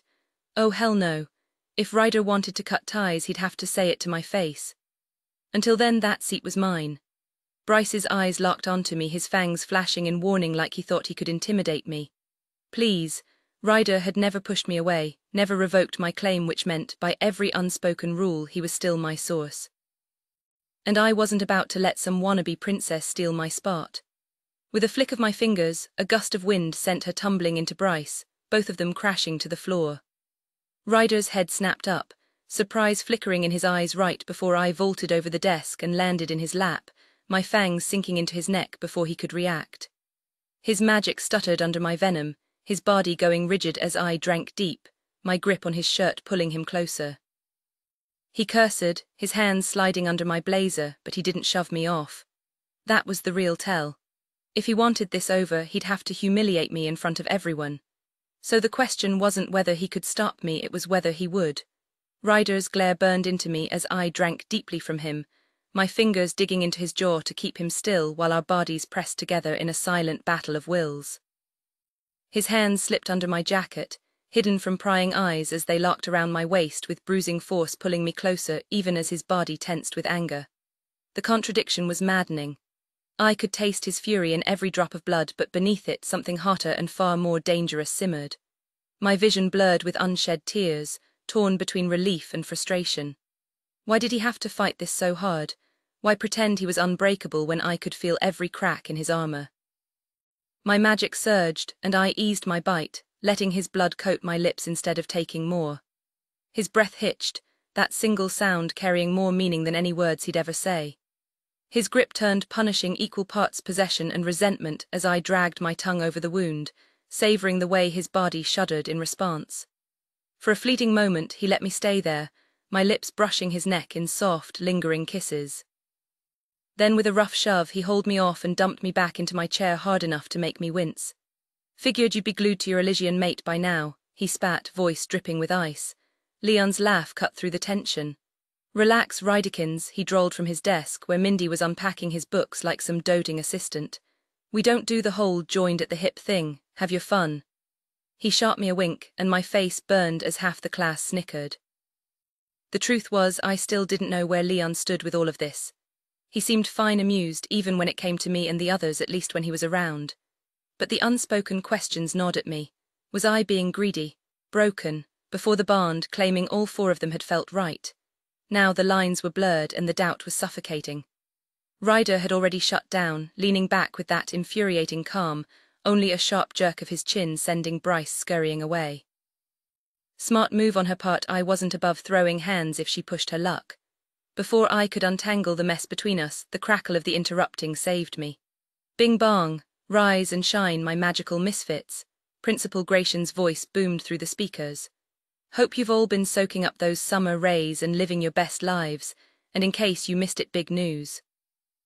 Our very own Leon Knight and Elise Callisto have officially sealed the deal as Elysian mates. The room erupted in polite applause as the announcement concluded, though Eugene took it a step further, jumping to his feet with over-enthusiastic clapping that drew amused glances. The Mindies turned to Leon, who stifled a laugh before subtly shaking his head, signaling them to keep quiet. His smirk in my direction told me he'd reined them in for my sake because honestly, being the center of attention made my skin crawl. Professor Titan cleared his throat, joining the half-hearted applause while Eugene, realizing he was the joke, sank back into his seat, cheeks burning. Ryder's knuckles whitened around the edge of his desk, the word pain glaring at me as he kept his focus rigidly forward. Then Gratian's voice crackled back through the speakers. Big news, folks. Miss Nightshade has moved on, so say hello to our new counselor, Mr. Pluto. Expect mandatory sessions scheduled by next week. Peace out, party people. I groaned, exchanging a glance with Ryder, who exhaled sharply. So much for dodging those pointless therapy sessions. Guess we're not escaping that torture after all, I muttered. Ryder stayed silent, jaw clenched as Titan launched into today's potion lecture. I twirled a strand of lilac hair, leaning closer. So you're just gonna pretend I'm invisible now? Nothing. I rolled my eyes, popping cherry gum between my teeth before blowing an obnoxiously loud bubble right next to his ear. Still no reaction. Fine. If he wanted to play stubborn, I'd up the ante. Funny how you're suddenly all about rules when you had no problem breaking every single one that night in my hotel room. Ryder spun toward me with a venomous hiss, his gaze locking onto mine. Hypnosis slammed into me like a wave, and this time I didn't resist. The classroom dissolved, replaced by a sunlit hilltop, tall grass brushing my legs. No dark fantasies, no twisted games, just open sky and wind tangling my hair. It was peaceful. Do you have any idea what would happen if anyone found out about that night? Ryder snarled, but his usual edge faltered. I glanced down. No skimpy outfit, just jeans and a tank top. Even he was dressed normally, like we'd accidentally coordinated. The realization stung more than I expected. I miss you, I admitted, the words raw. His frown deepened, my emotions laid bare through his power. Thought you got everything you wanted, he shot back, bitterness lacing his voice. What's Simba failing at, or is he just not enough? It's not about him, I said, searching his eyes for any flicker of truth, because right then knowing what he felt mattered more than breathing. There was never really an us to begin with, Ryder snapped, and the sting of his words sent a sharp ache radiating through my chest. I stepped forward, closing the distance between us until I had to tilt my head back to meet his gaze. His body tensed as I moved even closer, my lips hovering just inches from his. I meant every word I said to you, I whispered, the truth of it both terrifying and undeniable. Admitting it made it real, and if it was real, the pain could cut deeper than any knife. Before I met my kings, the only love I'd ever truly known was for Gareth, but this was something else entirely, just as intense, just as capable of destroying me. If this love wasn't enough, if they walked away or were taken from me, I knew the scars would never heal. Ryder's eyes locked onto mine, his jaw clenched as he fought to keep his emotions in check. But I wasn't buying it. I love you, Ryder, I said, my voice steady, my lips grazing his. A low sound escaped his throat as he shut his eyes for a brief moment, almost giving in, but he didn't close the final gap. You don't even know me, he muttered darkly. And if you did, you'd realize there's nothing here worth loving. The vision shattered, and suddenly reality snapped back into place, our faces still dangerously close, as if we'd moved without meaning to. Ryder jerked away, shoving through the crowd of students gathering potion ingredients like nothing had happened. No one seemed to notice except Bryce. His glare burned into me from across the room, fangs bared in silent warning before he stormed off. I sank back into my seat, my pulse hammering, while Ryder avoided me for the rest of class, vanishing the second the bell rang. 9 months before the Solarid meteor shower, just get evidence on the snake, they told me. Follow him, document whatever you can, video, audio, photos, anything. As if it were that simple. Never mind that if Ryder caught even a hint of what I was doing, I'd be dead before I could blink. Sneaking around was a nightmare. Pegasi weren't exactly built for stealth, hooves weren't subtle. And sure, I wasn't in my winged form right now, but it felt like my inner order was fighting to break free, screaming to make as much noise as possible. Weeks of this. Weeks of tailing Ryder, hoping for something solid, only to catch him in petty scraps, students beaten bloody, but swearing it was just a normal fight. Once, I saw him swipe potion ingredients right under Professor Titan's nose, and the professor played dumb when I called him out. Not that it mattered. The fib wanted real crime, something that would put Ryder away for good. A few stolen herbs wouldn't cut it. Dante's so-called help turned out to be useless in the end. Sure, the guy acted all friendly, flashing grins, and nudging his crew to bail me out whenever I got too close to Ryder and risked blowing my cover. But when it came to actually gathering dirt on his rival, suddenly, he and his pack had zero interest in playing informant. Typical gang loyalty, happy to let me take the fall if it meant Ryder went down, but not a single one of them would lift a finger to make it happen. And since Ryder had it out for the Oscuras worse than anyone else on campus, convincing one of them to testify was a lost cause. Bottom line, I was screwed. Agent Asshole's patience was wearing thin. 3 more trips to the precinct in 7 weeks, each one just another round of Professor King looming over me, tightening the screws. Like I needed the reminder. They had me cornered and we all knew it. If Ryder ever found out I was the one who recorded him with King, I'd be dead before sunset. But no matter how hard I tried, I couldn't deliver what they wanted. My shoe squeaked against the polished floor as I turned the corner, pulse spiking when I spotted Ryder still walking ahead, oblivious. The silencing charm around me meant he couldn't hear a thing, but that didn't stop my heart from trying to punch through my ribs every time I made a sound. He took a sharp right toward the back exit, and I frowned. After tailing him through Altair halls, winding through endless corridors, now he was just leaving. Weird, maybe weird enough to mean he was up to something. If I could catch it on camera, maybe I'd finally be free of this mess. I'd barely scraped together the cash for old Sal last month, and this whole mess was pulling me away from what really mattered. Ella. Ryder needed to go down fast. I quickened my pace, shoving through the doors into the open courtyard where 3 paths split through the grass. My stomach dropped. Empty, no sign of him. That didn't make sense, I'd been right behind him. Then I spun around. Ryder leaned against the wall like he'd been waiting, a razor blade flicking between his fingers, his dark green eyes locked onto me. Oh hell! A choked noise escaped me just as his hypnosis slammed into my mind, dragging me into a nightmare. Suddenly I was in a freezing dungeon, chains around my neck, trapped in my massive black Pegasus form. Blood streaked the floor, pooling around a rusted drain. Ryder stood shirtless, covered in gore, holding 2 things that turned my veins to ice: a hacksaw in one hand, my own shimmering horn in the other. I screamed, thrashing, but the chains held fast. With a blink, I was back in my fey form, still chained, still helpless. Ryder lunged, driving my horn straight into my chest. Agony exploded as he stabbed again and again, his eyes wild, hungry. I collapsed, my own horn buried in my heart, his laughter ringing in my ears. "Not yet, traitor," he hissed. "You don't get off that easy." The vision shattered. Sunlight hit my face, the courtyard real again.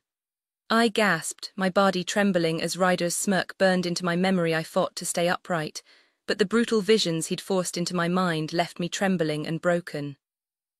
The phantom agony still pulsed through my nerves as my legs gave out, sending me crashing to my knees. Ryder Draconis loomed over me in his crisp academy uniform.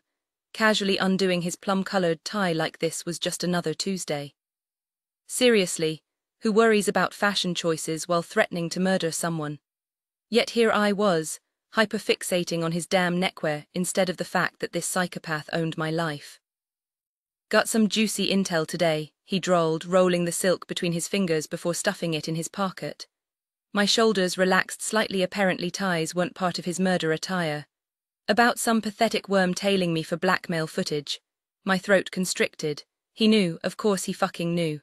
"More tapes," I croaked, muscles coiled tight as a spring. Ryder's laugh sent chills down my spine. "Tell me, was the closet stakeout for your personal spank bank, or were you taking notes on how real men perform?" Maybe your girlfriend's tired of your weak game, heard she's been eyeing Inferno lately. The taunt hit like a gut punch, but before I could respond, another vision exploded behind my eyes. Cold steel table, the glint of a cleaver, my own screams echoing as he carved me apart. It lasted mere seconds but left me gasping.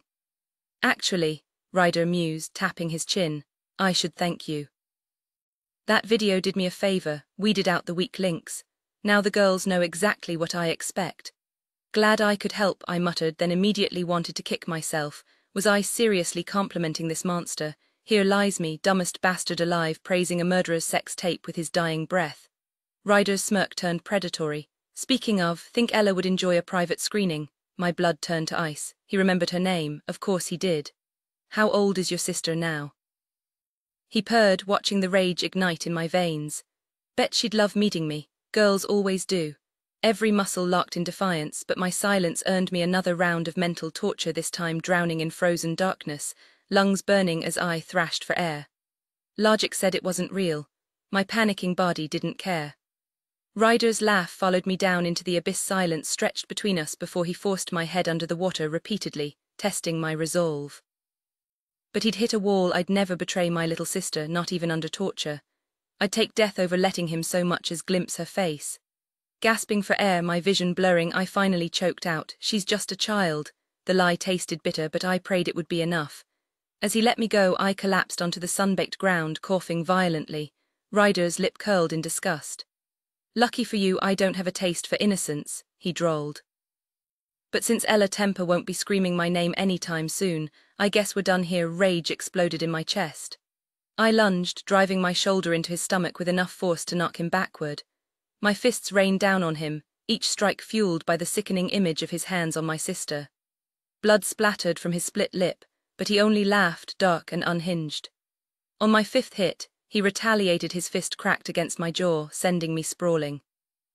Before I could recover, his fingers locked around my throat, cutting off my air as he pinned me in the dirt.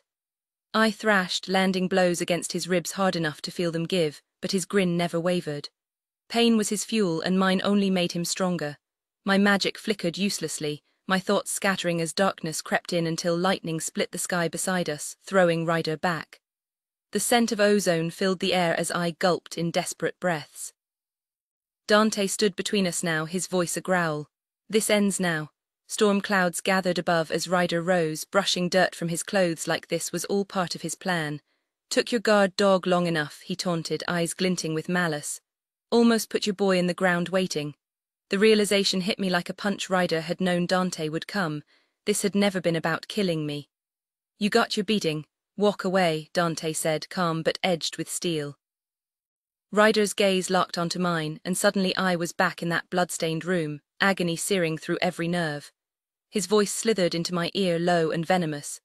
Spy on me again and I'll carve your sister into pieces. Cross my path alone and you'll wish you hadn't. Consider this mercy, most traitors don't get warnings. Remember, Temper the Brotherhood owns you now. One wrong step and they'd slice me open like a Thanksgiving turkey, leaving my remains to bake in the sun without a second thought.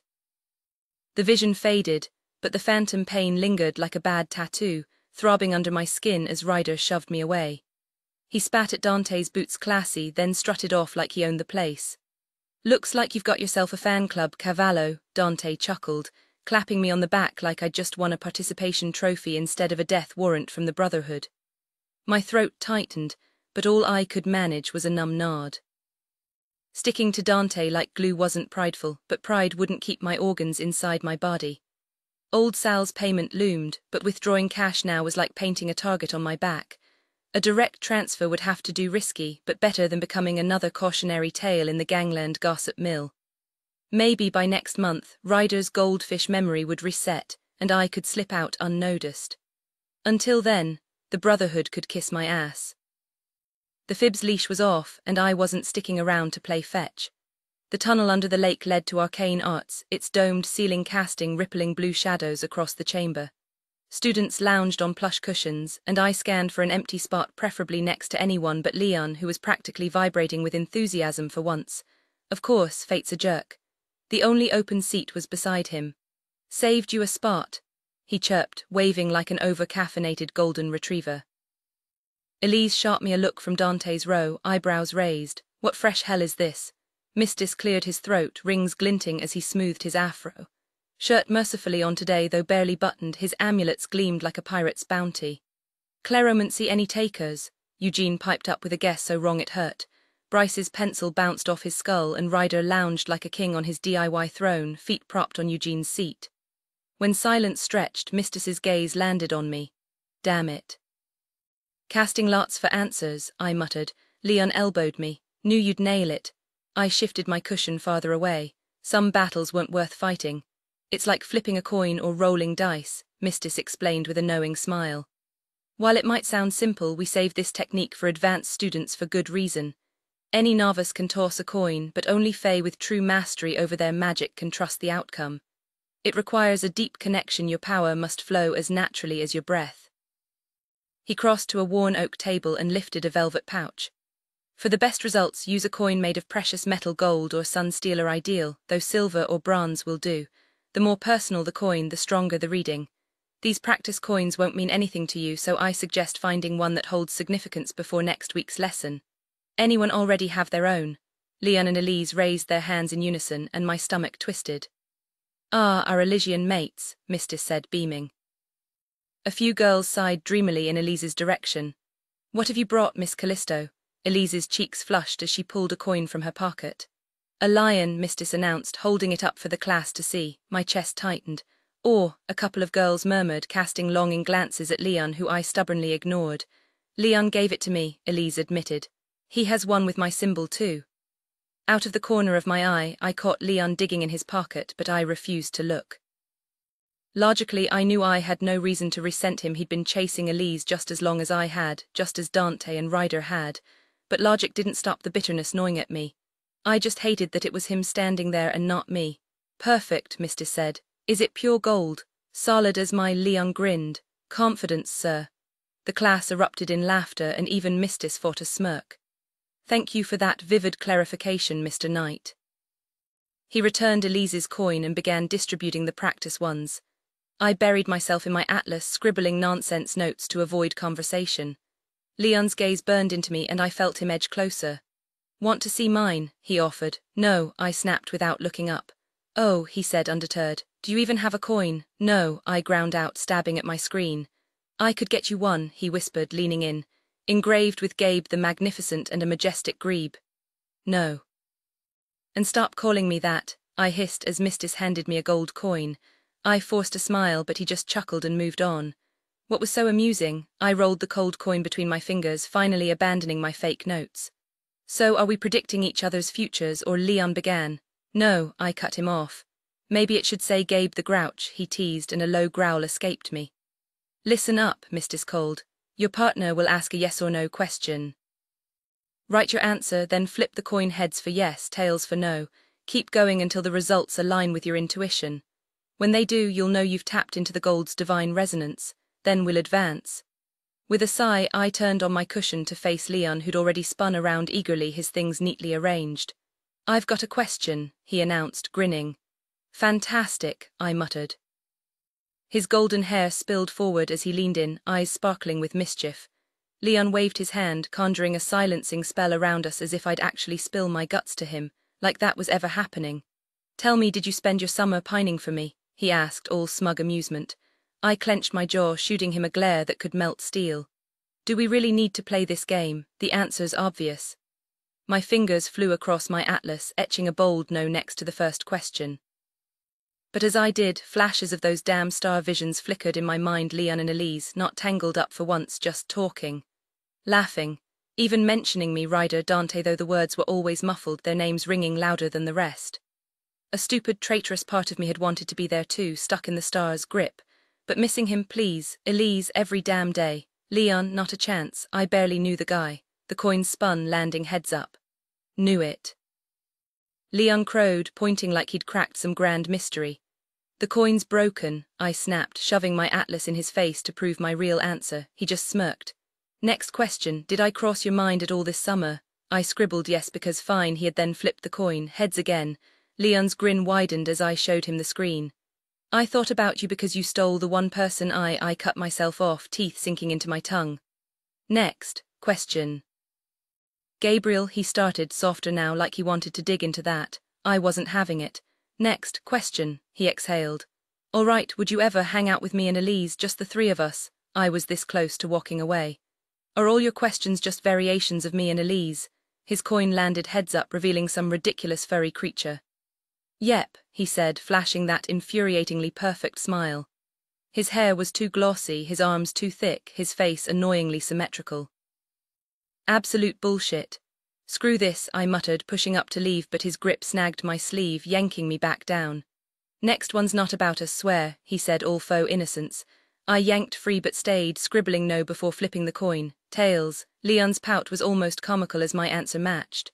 Fine, he sighed. Do you want kids someday? I blinked. What kind of question is that? A simple one, kids yes or no, Gabriel Knox. My jaw tightened. Why not ask if I preferred sunny-side-up eggs? I didn't, or if I hated the cafeteria's endless Pop-Tart buffet. I did. I wrote my answer, flipped the coin heads, his brows shot up. Better work on that attitude if you're gonna be dad material, he teased. No kid wants a grump for a father. Ever think I've got reasons to be pissed? He flipped his coin, tails. Nope, he agreed cheerfully. So are you mad at me? I didn't bother writing. The coin landed tails. No. His eyes lit up, all hopeful puppy dog nonsense. So we could be. I flipped again. Tails. No, his face fell. The silence stretched heavy until I couldn't take it anymore. My gaze darted away, landing on Elise instead. Elise's laughter filled the room as she playfully swatted Dante's arm, her joy so bright it stung. The way he looked at her like she was the only light in a world of shadows made my chest ache. I couldn't breathe, couldn't stand being trapped in this suffocating classroom with the weight of the lake pressing down on me like a physical force. Then Leon's voice cut through the tension, quiet but deliberate. Do you love her? The question didn't send me running like I expected. Instead, it settled under my skin, demanding an answer. Maybe saying it out loud would make it real enough to finally let go. I flipped the coin without looking, already knowing the outcome. Before I could react, Leon invaded my space, rubbing his face against mine like an overgrown housecat. What the hell, man? I shoved him back, but he just grinned undeterred, trying to wrestle me to the floor like some kind of deranged lion cub. Leon, I barked, slamming my palms against his chest. He blinked, dazed, as if snapping out of a trance, then flopped back onto his cushion with an apologetic shrug. Sorry, dude, instincts. Yeah, sure, I muttered, scooting away and snatching up my coin. I couldn't exactly judge. Every order had its quirks, and mine wasn't any better. As a harpy, I was wired to protect the few people I cared about, even if it meant hovering over them like a paranoid watchdog. Problem was, there were only 2 people in my life who mattered, and one of them was bound to this idiot by some cosmic joke. That left Bill, who'd probably find me lurking outside his house if danger ever came knocking. But even as I thought it, my instincts roared Elise would always be my weakness, no matter how hard I tried to cut her loose. Before I could spiral further, Mistress's voice snapped me back to reality, the lesson resuming as Leon dropped the silencing spell around us. My focus wavered, the stars tugging at my mind, and suddenly I wasn't in class anymore. King stood before me, their face shifting like smoke, familiar, then foreign, then every fae I'd ever known. The cave around us pulsed with earth magic, the walls carved into smooth arches, amber faelights casting long shadows. Welcome, loyal one, King rumbled, their voice rough as gravel. Their touch was a paradox, warm and cold, gentle and harsh as they cupped my cheek. Bow to your master. I obeyed, knees bending, and when I glanced back, a sea of hooded figures stretched into the darkness. Among them stood Carla Blackthorn, her cropped black hair and nose ring catching the light. Her smirk said she knew me better than I knew myself. Then the vision twisted again, and I was staring at a book bound in black leather, its title screaming danger, Magici Mortuorum. The words were gibberish, but the pull in my gut was undeniable.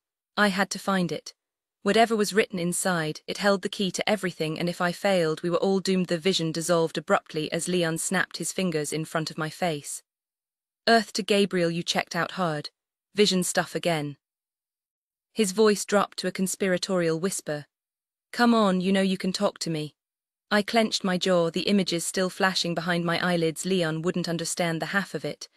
Not after what we'd survived last semester. King's ambush, the Shroud's betrayal, realizing how dangerously outmatched we were. He deserved the truth, but how could I explain seeing myself among King's black card followers, kneeling like some loyalist?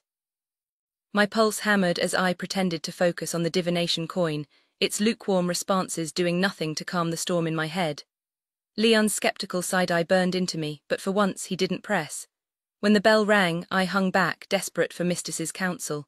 The professor waited until the room emptied, then flicked his wrist as shimmering silence enveloped us. "You look like you've been wrestling ghosts," he remarked, that all-knowing Cyclops gaze pinning me in place. No point lying to a man who could sniff out secrets like bloodhounds tracked prey. "My sight's unlocked," I blurted, "and it's a mess." The admission tasted bitter. I'd avoided him all summer, dodging the inevitable, but now the visions came in torrents. Elise's laugh one second, Leon's bloodied knuckles the next, King's smirk looming over it all. I can't filter them. They're either drowning me or vanishing before I can make sense of them. Mistis's thumbs pressed against my temples, his touch cool.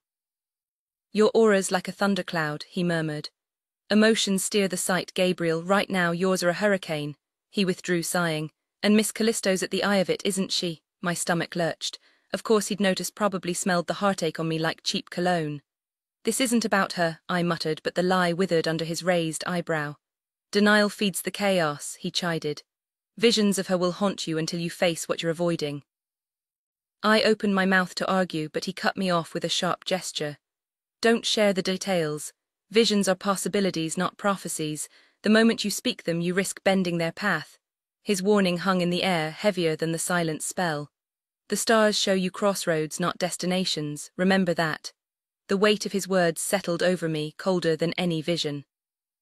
Control wasn't about stopping the flood, it was about learning to swim. Sharing that delicate possibility with another Fae could unravel everything we know, he warned, his voice low. My chest tightened at the thought. "But what if someone's life is at stake? Don't they deserve a warning?" He sighed, adjusting the folds of his robe before answering. "Speaking the future aloud reshapes destiny itself.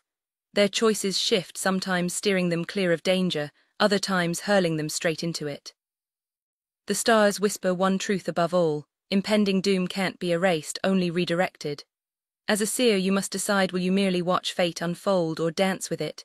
If you choose the latter, tread lightly, drop hints like breadcrumbs, share slivers of your visions, just enough to guide without upheaving the cosmos. Mastery lies in sensing the rhythm of the stars, when to speak, when to stay silent." I sank onto a cushion, frustration knotting my brows. "That's a lot." "Indeed," he replied, pouring tea neither of us would drink. "Astrology isn't just about charts, it's the language of the universe. Memorize the planets' paths, the constellations' whispers. Study how celestial tides tug at your loved ones' fates. Their birth charts, those are your compass. Mars raging in their third house, Venus cloaked in shadow. Every alignment whispers clues on how or whether to intervene." A cold draft slithered through the room as I clenched my fists. "So when I see disaster coming, the stars always leave trails," he interrupted, suddenly stern.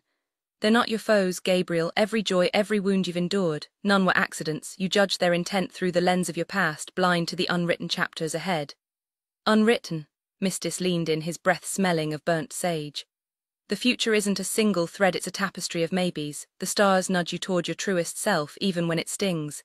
Pain polishes you. Heartbreak hollows space for bliss. Balance isn't kindness, it's necessity. Without it, the universe grinds to a halt." "Then how do I choose right?" My voice cracked, his palm pressed against my chest, warm as embers. "Listen, here, your instincts already know. Scour the vision's details, the stars hid answers in the margins, and if they showed you something," his lips curved, "maybe they're rooting for change too." As he withdrew, I exhaled shakily. "What if I hate what they show me?" His chuckle was dark velvet. "The stars don't waste visions on trivialities. If they're forcing a truth on you, ask why. They're neither cruel nor kind, just inexorable. Cross them and they'll break you. Walk with them." A glint flashed in his eyes. "They'll rewrite the sky for you." A new detail, the teacup between us trembled, though neither of us had touched it. The stars, it seemed, were listening. Mistis's reassurance settled something in me, even if the stars' motives remained frustratingly unclear. Why show me Elise and Leon together if not to twist the knife deeper? But Mistis had never steered me wrong before, so I swallowed my bitterness and tried to trust the cosmic guidance even when it felt like the universe was playing a cruel joke. After a sleepless night replaying those visions of King, one path forward crystallized. Infiltrate the black card, get close to him, and uncover the truth about that damned magic-y mortuorum book. Orion promised to dig up what he could, which left Carla as my next target. She sat 2 rows ahead in numerology, her dark purple lips pursed around the cap of her pen like she was contemplating the mysteries of the universe, or more likely another gruesome headline. "Ever think crows are just dead people with attitude?" she muttered, catching me mid-stare. I played along, leaning in. Sure, but imagine the audacity of a murderer coming back as one, poetic justice or just bad luck. Her grin was razor-sharp. "That's why they call it a murder of crows. Fitting, don't you think?" Professor Forktail's glare cut through our chatter, but not before Elise shot us a glance, quick, uneasy, before turning away. As Forktail droned on about the sacred number 11, I scrolled lunch on my atlas and slid it to Carla. She eyed me, all smoky eyeliner and suspicion, then nodded. "Mission progress." Of course, Principal Gratian's voice blared over the intercom before I could celebrate. "Acrux Courtyard's closed today, folks. Courtesy of a certain griffin we'll call our castle." Ryan groaned into his hands, who had a spectacular case of the POOPS. "One poor soul's now rocking a full-body rash, but hey, look on the bright side. At least he took a dip in style." The tan crackled off, leaving the class in stunned silence. I glanced at Eugene Dipper's empty seat. Kid couldn't catch a break, unlike whatever idiot volunteered to swim in griffin dung for clout. Priorities, people. After numerology class ended, I walked with Carla toward the cafeteria, my eyes locked on Elise as she moved through the crowd ahead of us, arm in arm with Leon. She turned back once and I pretended to be engrossed in conversation with Carla to avoid getting caught staring. "So," I asked, forcing casualness, "what do you do for fun around here?" She grinned, swinging her arms as she walked. "Oh, you know, hunting frogs down by the lake." I nodded like that sounded perfectly normal, but then she added, "They make the most satisfying screams when you peel their skin off, way better than rats." My stomach twisted. What kind of person just drops that into conversation? Carla tilted her head, studying me. "You're different, Knox, why even bother with me? Nikki says you never join the Harpies for their group flights." I shrugged. Not really a crowd person. Most people annoy me after an hour. She smirked, then leaned in like she was about to share a secret. "I know a group you'd actually like." My pulse kicked up. This was exactly what I'd been working toward, though I hadn't expected her to bite so fast. "Yeah," I pressed as we stepped out of Altair Hall. She suddenly yanked me off the path, casting a silencing spell around us. Before I could ask why, my attention snapped to Leon and Elise in the distance. He'd swept her off her feet, pinning her to the grass in a kiss that looked more like a claim than affection. I took an involuntary step forward, but Carla grabbed my arm. "What's your problem?" she demanded. I swallowed hard, tearing my gaze away. "What was I doing?" "Nothing," I muttered. Carla laughed, delighted. "You're so weird, I love it." Rising onto her toes, she whispered in my ear, "My friends would adore you." She pulled back, biting her lip. "But if I introduce you, it stays between us. Deal." The stars above seemed to hum in approval. Even if this felt reckless, I knew it was right. "Deal." Later, sprawled on Devil's Hill with Leon beside me, I tried to focus on the warmth of his fingers tracing idle patterns on my skin. The sun dipped low, painting the sky in gold, but my mind kept drifting to my upcoming meeting with Professor Titan and to Ryder, who just stalked past without so much as a glance. The silent treatment was getting old. It wasn't my fault the stars had bound me to Leon. Did Ryder think rejecting him would magically fixed everything? Please, I'd never have chosen differently. Yet here I was, heart aching as Ryder ignored me, guilt gnawing at me over Gabriel and Dante too. The research said this bond was exclusive, but what if it didn't have to be? The thought was dangerous and thrilling. Leon's hand slid higher, snapping me back to the present. "Distracted," he murmured, his voice thick with amusement. I forced a smile, pushing the others from my mind. For now, Leon sensed the tension coiling through my body and propped himself up on his elbows, scanning the area to spot the source. His sun-bronzed chest was on full display, radiating a heat that went way beyond the afternoon sunshine. "Ryder," Leon shouted, waving like the basilisk shifter could possibly miss the commotion or the fact that we were sprawled out here alone. "Get over here, man, stop lurking." Ryder froze, his glare slicing through us like a blade. A second later, Leon tensed, a sharp gasp slipping free as Ryder's hypnosis gripped him. But Leon wasn't one to stay trapped for long. He shook it off with a rough laugh, though the wild look in his eyes said whatever he'd just seen wasn't exactly pleasant. "If you're gonna show me visions of you chopping my junk off, at least get the proportions right," Leon called after him as Ryder turned to leave. "Would," V been way more impressive if you hadn't undersold it. Ryder didn't even glance back, and Leon collapsed onto the grass with an exaggerated sigh. That was messed up, I muttered, guilt flickering in my chest as I met his gaze. He just smirked. That's his love language. One of these days he'll hit me with a full-on Lion King cliff toss and then I'll know we're officially bonded for life. I snorted, my gaze drifting back to Ryder just as he reached the Vega dorms. My pulse stuttered when he paused, casting one last look our way before vanishing inside. The weight in my stomach twisted tighter. You gonna go after him? Leon asked, and I hated how the question made me feel like I was betraying something just by existing. I'd always been honest about my heart, never pretending monogamy was my thing. But now, with these silver-ringed eyes marking me, every glance felt like a crime. I love you, Leo, I whispered, pressing my lips to his before he could frown. The words still felt raw, like admitting them meant I was finally whole enough to mean them. Broken or not, every fractured piece of me belonged to my kings. His arms locked around me, pulling me against his chest as a deep, rumbling purr vibrated through him. His tongue teased mine, warmth pooling low in my stomach as my fingers tangled in his golden hair. First time you've actually said it, little monster, he growled against my mouth. I pulled back, scowling. No, it's not. Yeah, it is, you're terrible with words. The other times it was just implied. Rolling my eyes, I dug my fingers deeper into his hair, earning a groan as he arched beneath me, every inch the contented predator. Damn, that's almost as good as your mouth on me, he muttered, and I laughed despite myself. And I love you too, he added, his grip tightening on my wrist as he guided my hand to rest over his heart. Just in case I don't say it enough. Only saying that because I'm petting you, I teased. His grin was pure mischief as he held my gaze. I love you, Elise Callisto, he said, slow and deliberate, making sure the words seared straight into my soul. I pressed my lips together to keep from smiling like a fool. But Leon's smirk only widened as he guided my hand lower, his grip firm on my wrist until my fingers brushed against him. Go ahead, he murmured, mischief dancing in his eyes. Let's see if you can charm a proposal out of me. A laugh escaped me, and his grin turned downright wicked before he pulled me into a kiss so intense I could practically taste the heat of his magic simmering under his skin. For a reckless second, I considered letting him have his way right there on the school lawn, rules be damned.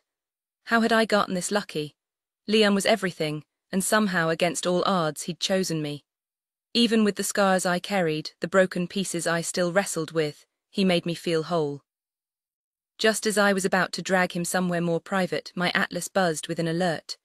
Groaning, I rolled off him, leaving us both frustratingly unsatisfied. Duty calls, I muttered, scrambling to my feet. Leon chuckled, adjusting himself with a lazy grin. Nice to know I'm not the only one suffering here, little monster. Hold that thought, I shot back, forcing myself to walk away before I gave in to temptation. Meet me in our room later. Counting the seconds, he promised, winking as I bolted across campus. I skidded into Titan's office, slamming the door behind me and dropping into the chair across from his desk with enough force to send it spinning. He startled, his book thudding onto the wood. Elise, you nearly gave me a heart attack. I thought I was being ambushed. Just a vampire in a hurry, I quipped, catching my breath. No need to sound the alarms. Titan leaned back, studying the silver rings in my eyes with amusement. I owe you thanks, by the way. For what? The Kiplings visited me at the start of term.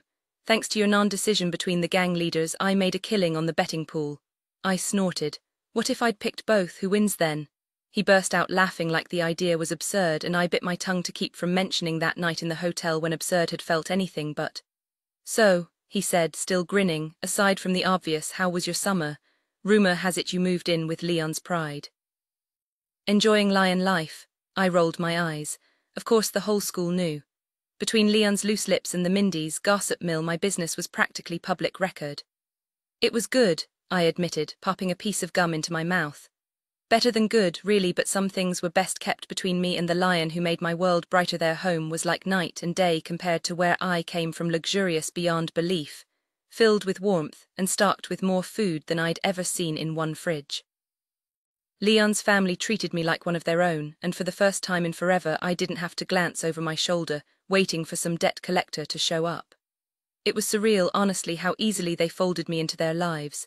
Even now I still text or call them almost daily, and that sense of belonging, it's something I never knew I needed until I had it. Titan gave me that knowing smile of his. So you and Leon happy? Have you seen him? I laughed. Any girl would be lucky. But the fact that he's also the most decent guy I know, that's just the cherry on top. Can't say I've inspected him lately, Titan mused, wrinkling his nose. But I'll trust your judgment. So, how many friends did you actually see this summer, Elise? His stare was relentless, and I slumped back in my chair with a groan. Look, Laney was off on some grand book-hunting adventure across Europe, I said, raising a hand before he could scold me. Ancient libraries, hidden scrolls, you know how she is. No way I could tag along, he nodded slowly. But you stayed in touch. Oh yeah, constant texts. She even sent me pics of some 1,000-year-old carving of a fey queen with 6 husbands each one, artistically detailed, maybe not classroom-friendly material, I added quickly. Point is, we talked. And Eugene, Titan pressed. I know you weren't thrilled about him at first, but you two seemed close by the end of term. My stomach twisted. Messaged a little. Truth was, I'd been dodging him. That night we saved him from King and took down Nightshade. I wasn't ready to look him in the eye and lie straight-faced. I needed time enough for him to forget the details, to chalk it all up to a bad dream. It made me feel like garbage, especially knowing how low he'd been before we stepped in. But Eugene wasn't like us. He still believed in right and wrong, in heroes and villains. Me, I lived in the shadows, where survival meant getting your hands dirty. Nightshade had been a predator, a monster wrapped in honeyed words. She deserved what she got. But Eugene, he needed hope more than he needed the ugly truth. So yeah, I'd keep my distance for his sake. At least until I could be the kind of friend he deserved. And next time I'd do better. Titan let out a weary breath, his gaze flickering toward the exit before locking onto me with that unmistakable adult-in-charge stare. Look, I get that Dipper isn't the first person you'd pick as a friend, he admitted, rubbing his temple. But here's the thing, he's different. Most Fae are born ready to throw down, but him, either he never had that fire or the world stomped it out of him before he could fight back. He leaned forward, voice dropping like he was sharing a secret. Someone like you, confident, respected, could change that. I'm not saying babysit him, but a little encouragement might be all it takes to wake up whatever's buried in there. A dry chuckle escaped him. And let's be real, half this school is too busy whispering about you running circles around the Kings to actually talk to you, so why not flip the script? Wait, intimidated, I snorted. By what? Titan just arched a brow, lounging back like I was supposed to magically get it. Newsflash, I didn't, but fine, I'd play along. If Eugene needed a hype man to unleash his inner badass, I could do that. Then Titan hit me with the kicker. Elise, there's only one kind of person who outmaneuvers kings. A pause, 4 kings at that. I rolled my eyes. Enlighten me. His grin was all teeth. A queen, so maybe start acting like one. The worst part, I should have been euphoric, and don't get me wrong, I was. Elise and I had christened every inch of that ridiculously oversized bed, her voice probably echoing down the hall. Oops, forgot the soundproofing again. But no matter how many positions we tried, missionary doggy, that insane harpy sprawl, nothing filled the void gnawing at my ribs. Elise finally had enough, flipping me onto my back with vamp strength, fangs glinting as she hissed, Leo, focus. I can't, I groaned, dragging an arm over my face. The emptiness clung like tar. She melted against me then, summoning a cool breeze to soothe my overheated skin. Talk to me, she murmured, tracing my jaw. I pulled her closer, inhaling her scent. Dunno, it was a lie. This ache had been growing since we mated, sharpening every time I claimed her. But how do you say I'm starving even though I'm feasting without sounding like an ungrateful bastard? Her fingers carded through my hair, coaxing a purr from my chest. My little monster always knew how to unravel me. Earlier I'd been this close to devouring her, literally toes included, just to see if it'd help. Spoiler, it didn't. Elise was the kind of indulgence I never wanted to end, savoring every moment like the last bite of an exquisite dessert. Just the thought of her sent a rush through me. Maybe it's just part of the transition, she offered, her voice tinged with optimism. The mate bond settling in, I furrowed my brow, considering it. Yeah, she replied, that hopeful lilt still there. I sat up, pulling her onto my lap, my pulse racing as I took in the sight of her, my perfect match. You're my whole world, you get that? This us, it's everything, I've never been happier. I crushed my lips to hers, arms locking around her as her warmth melted against me. Damn, I was one lucky bastard. Sure, I'd pulled off some impressive jobs in my time, but winning Elise, that was the ultimate score. And yeah, I'll admit it, cornier than a nacho platter drowning in melted cheese, but I meant every word. Note to self, ask Mindy for extra sharp cheddar later. Elise hummed against my mouth, her smile unmistakable. Me too, Leo, so damn happy. Maybe we just need to revisit the hungry basilisk maneuver, I muttered against her throat, grinning as she burst into laughter. I flipped her onto the mattress, reaching for the ties I'd used earlier. Where the hell did they disappear to? Before I could find them, a sharp knock interrupted us, followed by Mindy belting out a modified version of the Batman-themed Catman instead. Genius. I'd been assigning them different wake-up tunes daily, and this one took the cake. Screw classes, I grumbled. Let's stay in bed until I figure out why I feel off. Elise squirmed free, sitting up to cradle my face in her hands. That won't solve anything, and honestly I need a breather. Feels like a comet landed between my legs. I choked out a laugh as she slid off the bed, but the sight of her walking away those curves, that ass almost had me dragging her back. Lately I couldn't get enough of her, and if I was being real, my libido needed a damn cooldown. But ever since fate decided we were a matched set, I'd been insatiable like some mythical beast with a triple dose of lust. She grabbed her robe and disappeared toward the shower, leaving me to my thoughts. Two Mindy's materialized moments later with breakfast and our freshly pressed uniforms. Care for your horoscope, Leon? Blonde Mindy asked, practically vibrating with excitement. I nodded and she snatched up my atlas like I'd handed her a golden ticket. Back in the day, Mindy's would have lined up for the chance to scrub me down, but now, Elise had dibs on this 6-foot frame and tousled mane. Still, no harm in letting Mindy fantasize. Morning, Leo, she droned deadpan. Stars say stuff. I arched a brow. Who pissed in your cosmic coffee, Mindy? Did the apocalypse start without me? She shook her head frantically. Then put some energy into it, try again with feeling. She straightened, cleared her throat and spun in a circle for flair. Good morning, Leo, the stars have spoken. Much better. Today Jupiter's got your back, luck's on your side to face whatever's gnawing at you. Time to mend fences or build new ones. Watch out for Capricorns, they might throw you off but find the silver lining. Your charm's contagious, but tread lightly, some folks are riding planetary mood swings harder than a roller coaster. I applauded as she twirled again, then shooed them out, staring at the ceiling. Demons, huh? Guess the universe had a sense of humor. The crisp, buttery crunch of perfectly toasted bread snapped me back to reality as I devoured my breakfast. Today was the day, no more avoiding my problems. The stars had aligned, and I was determined to tackle whatever was gnawing at me before sunset. Well, minus a quick power nap and maybe a lazy afternoon break, but other than that, I'd be the sharpest, most unstoppable version of myself. Of course, Professor Rayburn's surprise astrology quiz had scrambled my brain like eggs, leaving me no closer to solving my mystery. And let's not forget the chaos of potions class, hard to ponder life's big questions when you're dodging explosions. Now, strolling across campus with Elise, I scrolled through the comments on my latest post. Leon Knight's dramatic rant caught my eye apparently. His prank involving swapped ingredients and a rogue fire crystal had turned Eugene Dipper into a human torch, singeing off everything from his eyebrows to his dignity. And of course, collateral damage included Dante zapping half the room and poor Professor Titan now stuck in mandatory safety training. The replies were pure gold. Rebecca Dyers defended Leon's mischief, while Heather Cameron spun wild theories about Mrs. Cuffkin's extracurricular activities. Delilah Whiskers rallied for rodent solidarity, and Ashley Clare offered to take the blame because why not? But it was Talisha Mortenson's rumor about Eugene's secret obsession with a certain Storm Dragon's underwear that had me snorting. As we stepped onto the Empyrean fields, I debated warning Dante about his roommate's questionable laundry habits. Nah. Some surprises are best discovered firsthand. Tucking my atlas away, a sudden clarity hit me. My chest tightened as my eyes flicked between Dante, Gabriel and Ryder across the field. Elise's fingers tightened around mine, and I pulled her closer. Maybe, just maybe, I'd grown too attached to her other guys. Maybe I missed the chaos of our group. And maybe, just maybe, it was time to reassemble the squad like some kind of magical Avengers reunion.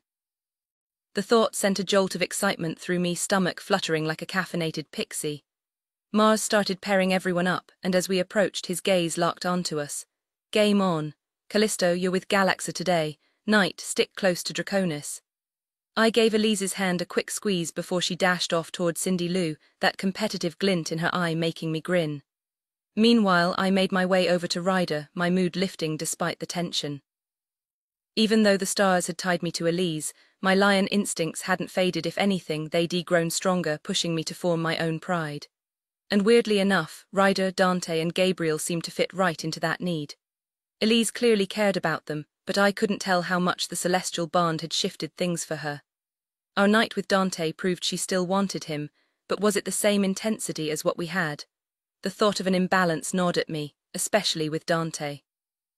He was my closest friend, and we'd agreed to share Elise from the beginning. Now seeing him struggle with her being marked as mine twisted something inside me. It just felt wrong.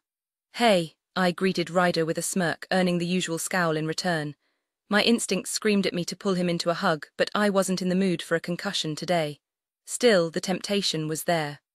Ryder played the tough guy, but I knew it was just armor for that ridiculously soft heart of his. Losing Elise had hit him just as hard as it had Gabriel and Dante. If only he'd admit it. Maybe I could push him too. Mars' voice cut through the tension, the sunlight glinting off his bald head like he was some kind of fey version of the Rock, just bigger and more intimidating. "Focus on footwork and technique today," he barked. "No flashy attacks, no power displays. Sometimes brains beat brawn, especially against strong opponents. Remember that, begin." The ground trembled beneath me as Ryder struck first, nearly sending me stumbling. "Damn, someone's feeling violent today," I teased, summoning flames to my palms as I dodged the craters forming under my feet. "I'd love to gut you and use your own intestines as a leash," he growled, flicking his fingers to split the earth wider. I sidestepped again, closing the distance between us, and he hissed, tangling my legs with vines. A quick burst of fire freed me, and I incinerated the vine creeping up behind me. "Someone's cranky. Is it my face you hate, or just knowing I'm the one taking Elise to bed every night?" I prodded, waiting for the explosion. "Come on, Ryder, drop the act." "Go to hell," he snapped, a low, dangerous rattle in his chest, a warning most Fae would run from, but not me. Poking the snake was half the fun. "Is it me you've got a problem with, or would you be this pissed at anyone mated to her?" I ducked as two thick vines shot toward me, blasting them to ash. "I don't care that she's yours," he lied, voice dripping with fury. "Maybe I'm just sick of you prancing around like you own the place when the only thing feelin' about you is how much of a coward you are." A barrage of rocks sent me crashing to the ground, and my patience snapped. Fine, if he wanted a fight, he'd get one. Nobody called me a coward and walked away unscathed. "Careful, Ryder," I warned, my smile turning sharp. "What's next?" "Gonna ask if Elise and I braid each other's hair too." His smirk was infuriating. "Honestly, looking at you, it's no surprise she's always preferred women." The words hit like a punch, and my control wavered, claws itching to break free. This wasn't just sparring anymore, it was personal. The taunt hit me like a physical blow, some low blow about hair braiding and other inappropriate things involving my girlfriend. Rage ignited in my chest as I shot to my feet, hurling a spiraling fireball straight at Ryder's smug face. He barely managed to throw up an earthen barrier, but the flames tore right through it, leaving charred dirt crumbling in their wake. The bastard actually grinned as the fireball barely missed him, then retaliated by splitting the ground beneath me. I barely had time to curse before the earth swallowed me whole, my back slamming into the pit floor hard enough to knock the wind out of me. Vines snaked around my limbs, dragging me deeper, but I incinerated them with a thought, retaliating with a fiery tornado aimed straight up at him. Ryder barely dodged in time, but Mars wasn't so lucky. The instructor appeared at the pit's edge just as my flames licked at his face, leaving his eyebrows nothing but a memory. His roar of outrage could have shaken the walls. "Knight, Draconis," he bellowed, looking like he wanted to strangle us both. Subtlety was I speaking another language, detention. "Tonight. 7 sharp, and consider yourselves benched for the rest of this lesson. Maybe practice not setting everything on fire for once." I groaned, hauling myself up just as Ryder, the traitor, sent a dirt pillar launching me out of the pit. I caught myself before face-planting, shooting him a glare he ignored entirely.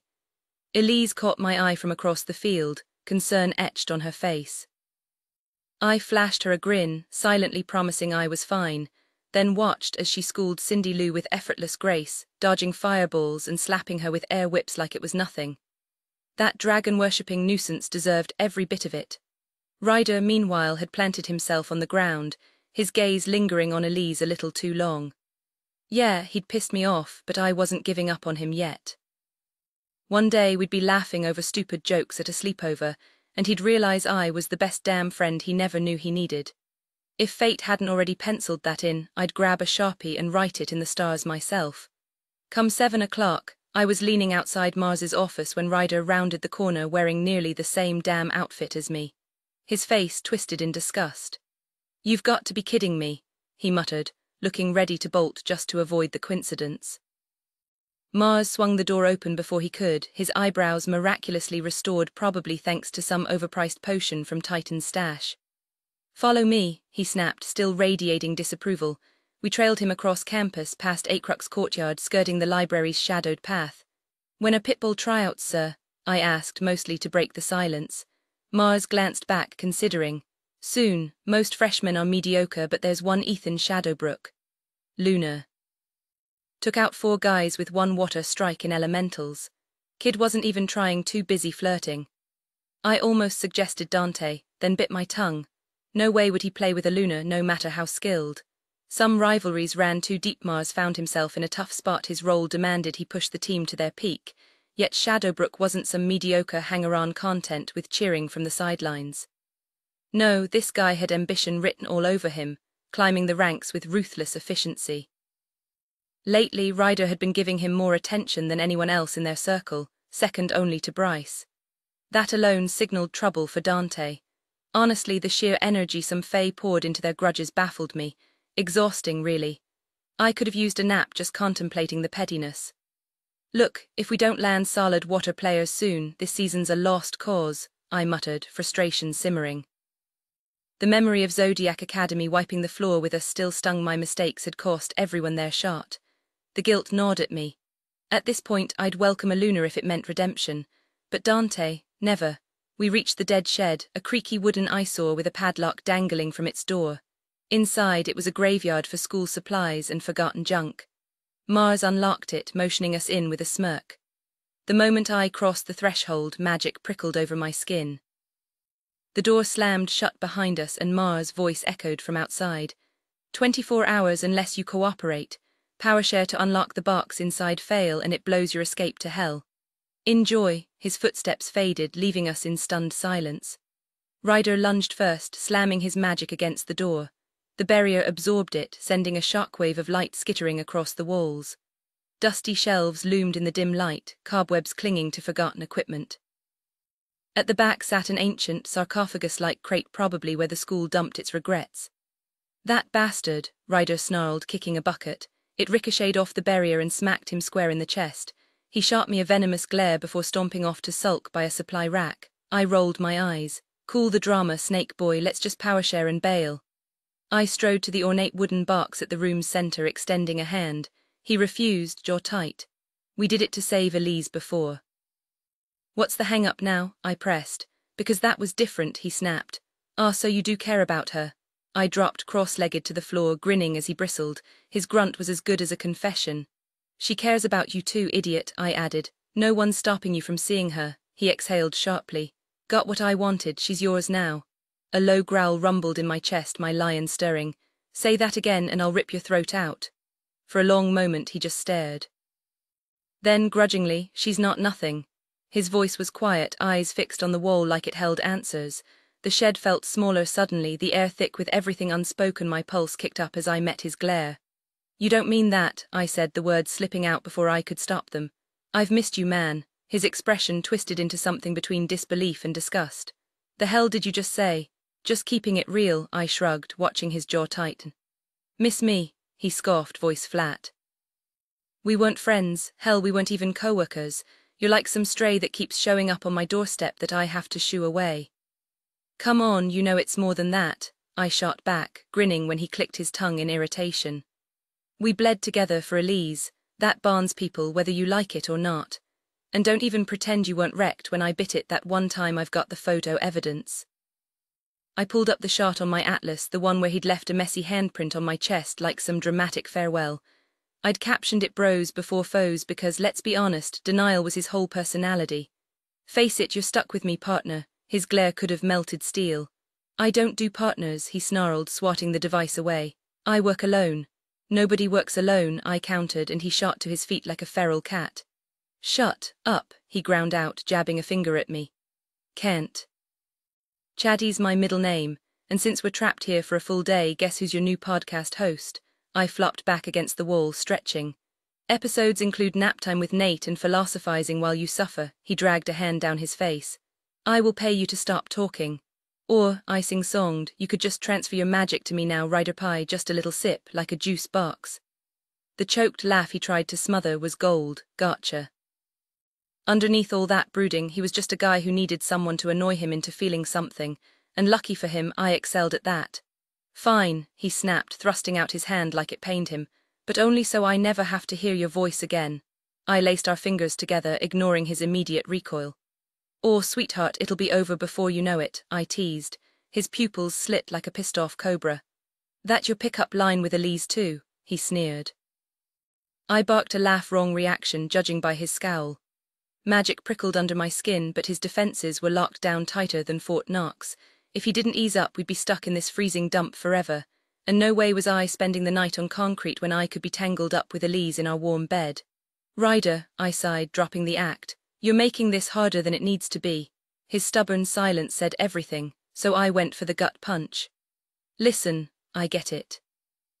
Whatever hell you're carrying over Elise, that's yours, you don't have to admit it, but I've seen you, really seen you, and it's messed up what they did to you. My grip tightened before he could pull away. She can't lose you, man, not like this. His breath hitched. Did she? He cut himself off, wrenching free. Forget it. Ryder, the raw look he shot me would have sent most people running, but I'd seen the scars, not just the ones on his skin, the kind that made trust a joke and love a liability. No wonder he fought so hard to push everyone away. The real question was, who the hell had convinced him he deserved to be alone? The ache in Ryder's soul cut through me as sharply as if it were my own. There was something raw and wounded in him, something that made me want to shield him the way I would my own mate.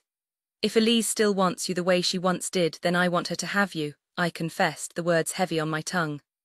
I want her happy, truly happy, and lately I don't think she is. Admitting it twisted something inside me, a gnawing guilt that I hadn't spoken up sooner. Maybe I'd been afraid she'd reject the idea outright, but the truth was I wanted this. Sharing her with Dante had felt right, no matter what anyone else thought, and now every instinct in me screamed to pull Ryder close, to protect him like some fragile, snarling cub. He stiffened as I stepped nearer, his glare sharp enough to draw blood. Why are you staring at me like that? He snapped. Before he could react, I yanked him into a crushing hug. He thrashed, but I held on tighter, grinning against his shoulder. Then came the shove hard enough to send me stumbling back. What the hell, Mufasa? He roared, baring his teeth. You loved it, I teased, his glare darkened. Try that again and I'll plant a vine so far up your okay. I held up my hands, laughing. Hugging's off the table, got it? Damn right it is. Fine, then just share your magic with me already. We'll work the rest out later. His jaw clenched. Number hugging, ever. Oh, come on, I've seen you hug Elise. Not even a flicker of amusement crossed his face, though I liked to imagine it was buried somewhere deep down. When he finally grabbed my hand, his grip was rough, but the moment our magic should have connected, nothing happened. If you just let yourself be vulnerable for once, I murmured, those barriers might actually drop. Stop talking like you're about to screw me over, he growled. I don't take from people. Then give me something real, one truth you don't want to say. The silence stretched. I could almost see him wrestling with it, trying to lower his walls without admitting he needed to. Finally his voice came out low, rough. Elise made me believe I could be more than just the Brotherhood's weapon. Before her I didn't care that I was empty. Now, his throat worked. Now I feel everything and I can't shut it off. No spell, no potion fixes that, it just hurts. The raw pain in his words hit me like a punch. Before I could speak, something shifted, our magic surged together, dark and bright, colliding in a rush that left us both gasping. I pressed my forehead to his, gripping the back of his neck. I hate seeing you like this, I muttered. For a second I thought he might actually answer. Instead he dragged me down beside him, guiding our combined power toward the lock on the box, his way of saying enough talking. And for once I listened. Ryder guided our combined magic like an artist, sweeping it across the golden latch until it finally gave way with a soft click. The moment the lid lifted, the enchanted barrier surrounding the shed collapsed in a shimmering cascade. He jerked his hand from mine, severing our connection so abruptly it left me breathless. Before I could form the words to bridge the sudden distance between us, he was already striding out the door, vanishing into the night. My chest tightened as I watched him go, an ache settling deep beneath my ribs. It was clear I needed to find Elise. No more half-truths or dodged conversations. This time everything had to be laid bare. My atlas buzzed against my thigh, Leon's message flashing across the screen. Meet me in our room in 10. There's something I need you to put in your mouth. A snort escaped me before I could stop it, earning a sharp glare from Lainey in the otherwise silent library. I tilted the screen toward her, and she clapped a hand over her mouth to stifle her own laugh. With a flick of her wrist, she cast a silencing bubble around us, her eyes darting around like we were committing some sacred crime against the Sphinx's precious book laws. Okay, full disclosure, she whispered, leaning in with the intensity of someone unraveling a cosmic mystery. I get the appeal of going down on someone. Hell, I could write a thesis on eating pussy, but explain to me in detail the logistics of deep-throating a dick. Her nose scrunched like she just smelled something foul. Like, do you just accept partial suffocation as part of the experience, breathe through your ears, and what about teeth? I feel like one wrong move and suddenly you're spitting out a chunk of someone's ego. I wheezed, doubling over as her deadpan delivery sent me into hysterics. Oh, so it's not just me, she pressed, grinning. Because in my head it's like trying to swallow a baguette sideways, and don't even get me started on your fangs. How do you keep those tucked away when you're turned on? Do you just recite multiplication tables to distract yourself? Eugene chose that exact moment to slide back into his seat, blinking as Lainey expanded the bubble to include him. What'd I miss? He asked, oblivious. Elise was just schooling me on the fine art of dick-sucking, Lainey announced, straight-faced. Eugene turned the color of a ripe tomato just as my atlas buzzed again. Leon's latest message glowed on the screen. Why am I waiting alone in our room? Come on, little monster, I need to put this inside you to get to the bottom of something we're both aching to know. I smirked, typing back. You can't just click your fingers every time you want me, Leo. I was deep into my astrology charts when Leon barged in, demanding my attention like it was some life-or-death emergency. Sorry, buddy, I said without looking up. Your urgent needs don't override celestial alignments. Leon crossed his arms, flashing that infuriating grin. Mate card, you know the rules, no takebacks. I rolled my eyes. Oh please, your dire situation is just your ego needing validation. If I dropped everything every time you whined, I'd never get anything done. He clutched his chest like I'd wounded him. You think I only want you for that, harsh little monster, but you walked right into this one. I frowned at my star charts, trying to decipher his cryptic comment. Sounds like someone needs a reminder of who's really calling the shots here, I muttered, setting my work aside. Lainey smirked from across the table. Pretty sure you've got him wrapped around your finger, and not just him. Her voice trailed off, leaving me curious until Eugene gasped loud enough to shatter glass. I turned to see him gaping at his tablet. Elise, Leon just declared open season on you. He shoved the screen toward me. There it was in bold letters, Leon Knight, hide and seek ladies. First one to drag Elise back to our room wins eternal favor. Bonus points for snacks. The comments were a nightmare. Natalie vowed to rip her own eyes out just to spot me. Lauren threatened to become the snack by drowning me in chocolate. Casey had fishing nets ready, and Miranda, she promised to deliver me even if it killed her. 300 likes in 1 minute. I barely had time to process before movement caught my eye, a swarm of Mindies charging straight for me. I bared my fangs, but they didn't flinch. You've got to be kidding me. I shot to my feet, ready to bolt, but the exit was already blocked. Then I spotted Erica, one of the few sane ones. Clear the path, I hissed, and I'll tell Leon you caught me. Her grin was instant. With a roar she shifted mid-stride, her lioness form ploughing through the others like bowling pins. I grabbed my bag, saluted my friends, and bolted past the chaos as fur and claws erupted behind me. The librarian's shrieks chased me out of Rigel Library as I sprinted up 20 flights to the Vega dorms. I kicked the door open only to find Leon sprawled across our massive bed, rose between his teeth, petals everywhere. Cute, but I wasn't falling for it. I slammed the door. Are you serious? You sixed an army on me because I said no. The rose dropped. He at least had the decency to look guilty. Here's a clue, I cut in. That's not how this works. And just to really hammer it home, Leon, you're officially on a timeout from any fun with me for the rest of the week. First off, Leon shot back, sitting up in a flurry of rose petals, his voice dripping with mock offense. Don't insult my dignity with little, we both know that's a straight-up lie. He jabbed a finger at me.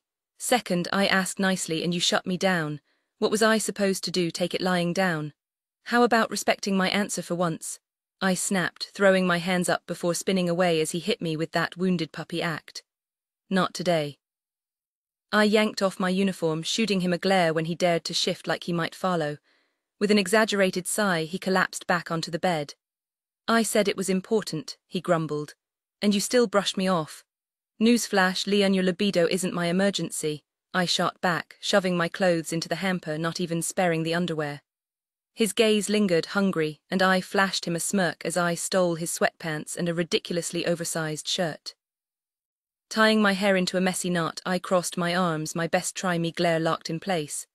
You're spoiled rotten and we both know it. Hearing no isn't exactly in your vocabulary, is it?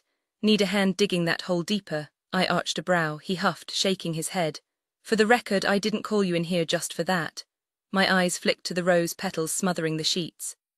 Okay, fine, he admitted with a grin, I'm always hoping. But this time I meant it's serious. Grudgingly, I dropped onto the bed beside him, summoning a gust of wind to shove the petals into a corner. They were romantic, he protested, pouting. Oh yeah, nothing says love like dead foliage stuck to my skin, I deadpanned. Leon chuckled, propping himself against the headboard. Angry Elise is kinda terrifying. Is this the vibe that gets Ryder going? 'Cause you've got that same unhinged glint he gets.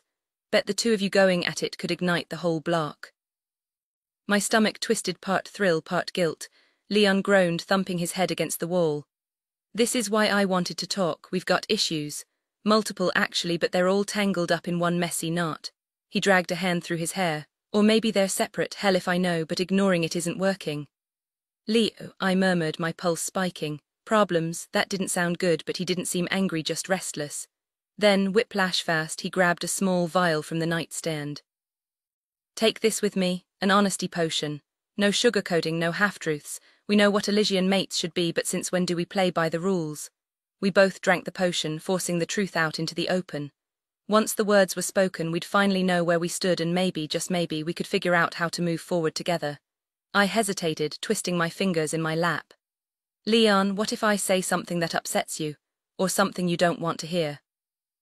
His golden eyes locked onto mine as he uncorked the bottle, leaning in until I could count the silver rings lining his irises. Little monster, the stars already decided we're perfect for each other. This will be good for us even if we don't agree at first, it'll get us where we need to be. He tipped the potion into my mouth, his grin widening as he took a swig himself before setting the bottle aside. You're still mad at me, so I'll go first, he teased, nudging my knee with his. I miss the others. The others, my breath hitched. My boys, your little lionesses. His smirk was playful, but his voice held something deeper.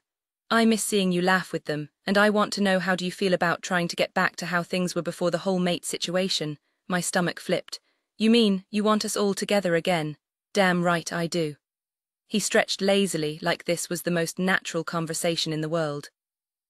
We never really made it work as a full five before, but that's where we were headed, and I liked it. I arched a brow.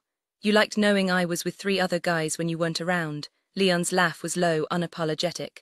Watching you with Dante last summer, hot as hell, joining in, even better, and yeah, I've had more than a few dreams about you with the others too, no complaints here. I couldn't help but grin. So is it about me or them, or both? Purely selfish, little monster.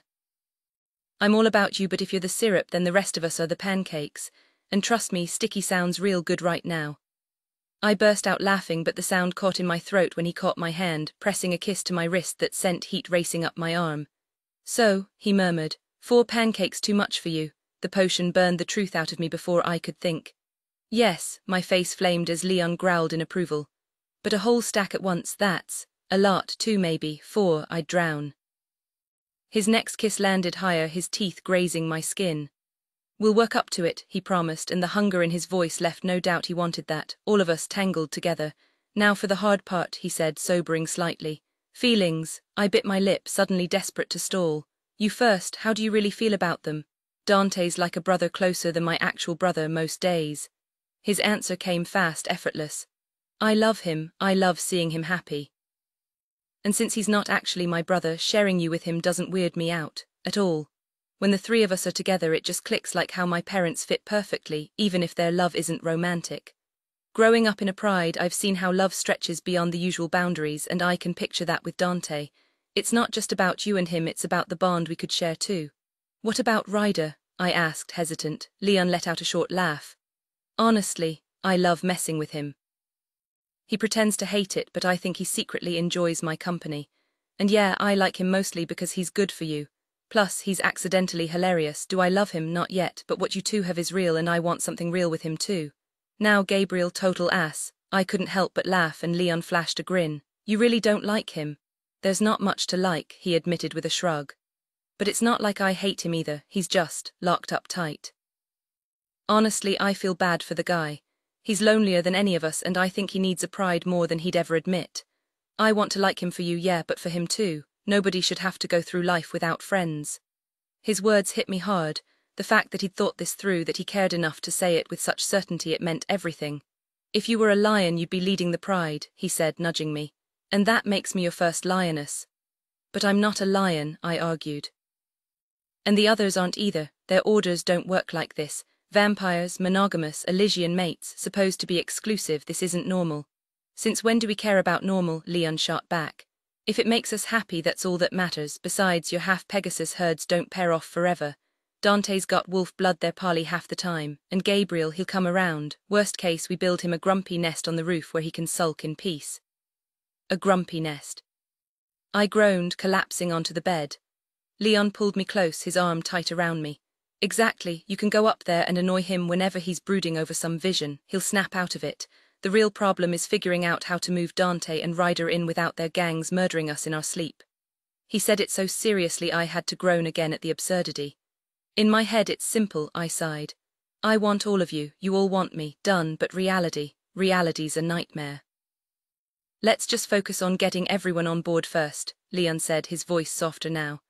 All I need to know is that you're in all of us, no holding back, because that's how I feel, and somewhere in all the chaos I think we can make this work. So what do you say, little monster, you ready to go all in? Yeah, I whispered, a tear slipping free before I even realized I was crying. I'm all in. Leon wiped the tear away without a word. He didn't need an explanation. Because as much as I felt loved by him, my heart ached for my other kings too, and more than anything I wanted to fix it. Then we're all in, he murmured, holding me tighter. Don't worry, I've got this. Leon leaned in, his lips brushing mine in a kiss that sent warmth flooding through me. I lingered against him, savoring the moment before reluctantly pulling away. I'm still pissed about the Mindy's thing, I muttered, crossing my arms. Using them against me was low, and I wasn't about to let him off easy. A wicked grin curved his lips. How many orgasms will it take for you to forgive me? Before I could answer, he flipped me onto my back, pinning me to the mattress. 5, I blurted, the stupid potion stripping away my chance to drag out his apology. Leon growled, yanking off my sweatpants with a rough tug before tossing them aside, his gaze dark with hunger. When he reached for my shirt, I gripped the fabric tight. Nope. You haven't earned boob privileges yet. He feigned offense before dropping between my thighs, lifting my legs over his shoulders. Fine. 6 orgasms, then I get what I want, he declared, his mouth already working magic before I could protest. The next morning my alarm blared far too early. I groaned, untangling myself from Leon's arms and grabbing my atlas. A notification glared back at me, counseling. Fantastic. Hopefully this new guy wasn't another Nightshade-level nightmare. Or worse, a siren. I tapped my horoscope, desperate for any hint about how today would go. Good morning, Libra. Mars is stirring up trouble, but stay true to yourself and surprises may come your way. A Capricorn might throw you off, but your Leo's got your back. Useless. Sighing, I slipped into a lightweight dress, swiped on bold red lipstick to mask my exhaustion, and gave my reflection a once-over. Despite Leon's reassurances last night, guilt still gnawed at me over Ryder and Gabriel. Just because Leon accepted them didn't mean they'd forgive me, especially with the silver rings in my eyes taunting them. I bolted across campus, skidding to a stop outside Nightshade's old office. The door was ajar, and inside Ryder stood with a man I assumed was Mr. Pluto. Neither noticed me until Ryder casually tossed him a thick stack of auras. Oops, was I not supposed to see that? I smirked. Ryder barely flinched. Keep it quiet, he grunted before turning back to Pluto. You got Nightshade's notes on me. Yeah, but I haven't reviewed. Good, don't send them to me, delete them and fake whatever paperwork you need. Same payment next month unless you screw up. His tone left no room for argument. Pluto swallowed hard. Understood, Mr. Draconis. Ryder gave a non-committal grunt and headed for the door, his shoulders tense. Watching him go, I bit my lip hard enough to taste copper. The thick wad of cash disappearing into Mr. Pluto's pocket told me everything Ryder had just paid his way out of these mandatory therapy sessions. My stomach sank as I mentally calculated the crumpled bills I'd saved from my Kipling jobs. Not even close. Unless Pluto decided I was miraculously cured, I was trapped in this nightmare. I barely had time to step aside before Ryder brushed past me, his eyes locked on the exit like I was invisible.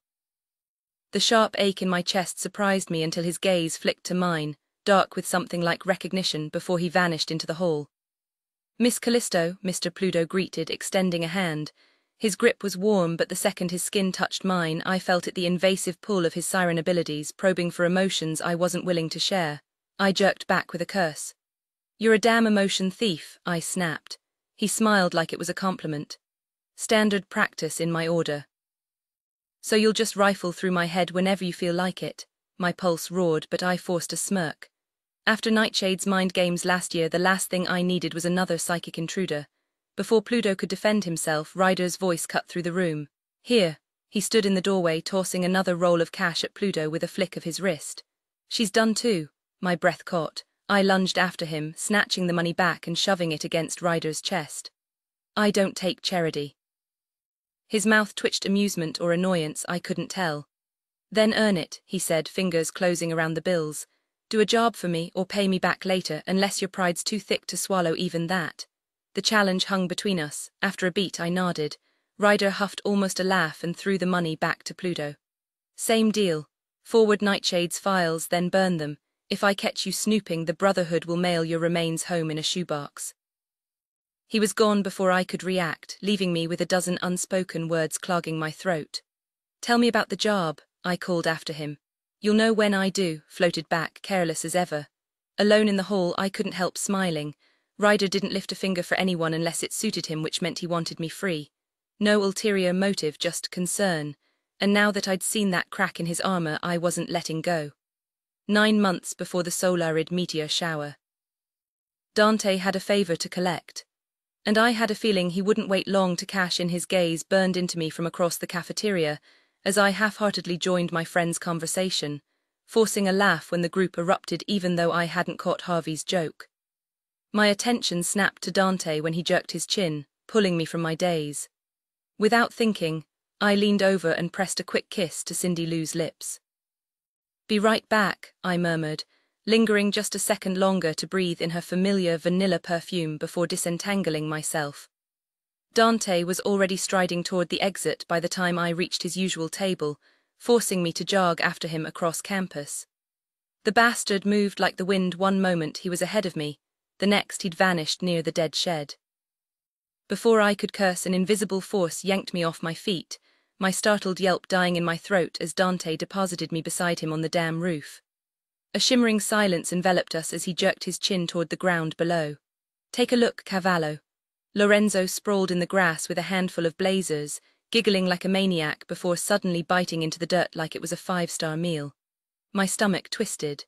Dante hauled me back by my collar, his voice sharp.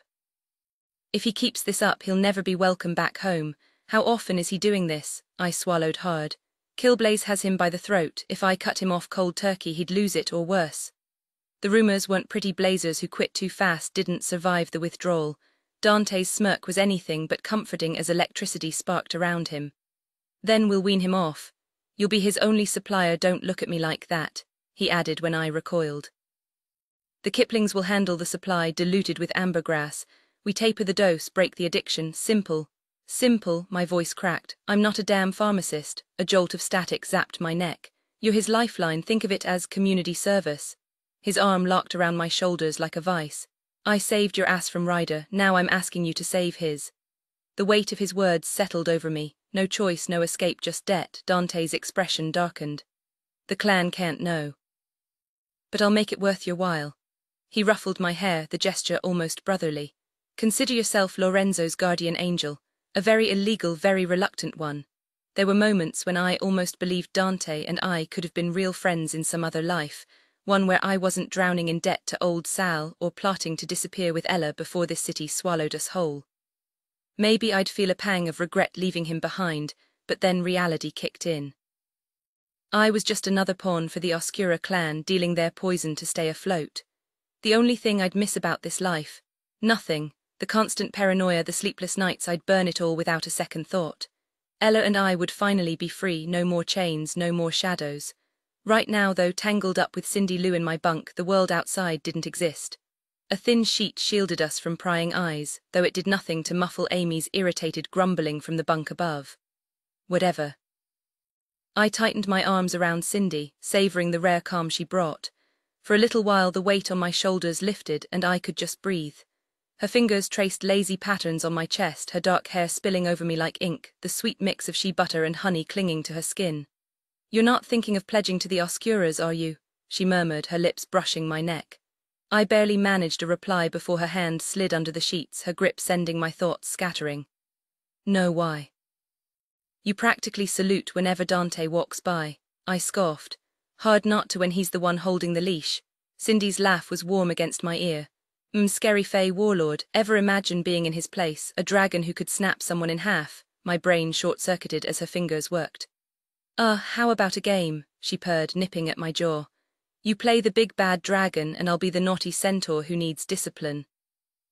I hesitated, but the way she arched under me made resistance pointless. "Fine," I muttered, rolling her onto her stomach. She let out a theatrical whimper and I fought the urge to laugh. This was ridiculous, but damn if she didn't look good. "Try a Fetalian accent," she urged, wriggling beneath me. "And pin me down." Gritting my teeth, I yanked her wrists behind her back. She yelped and I instantly loosened my grip. "Shit, you okay?" "Don't stop," she demanded, and I groaned, locking her in place again. "Now the voice," she insisted. "Stars, help me." "You're in trouble, Bella," I drawled, laying it on thick. Cindy shuddered, pressing back against me.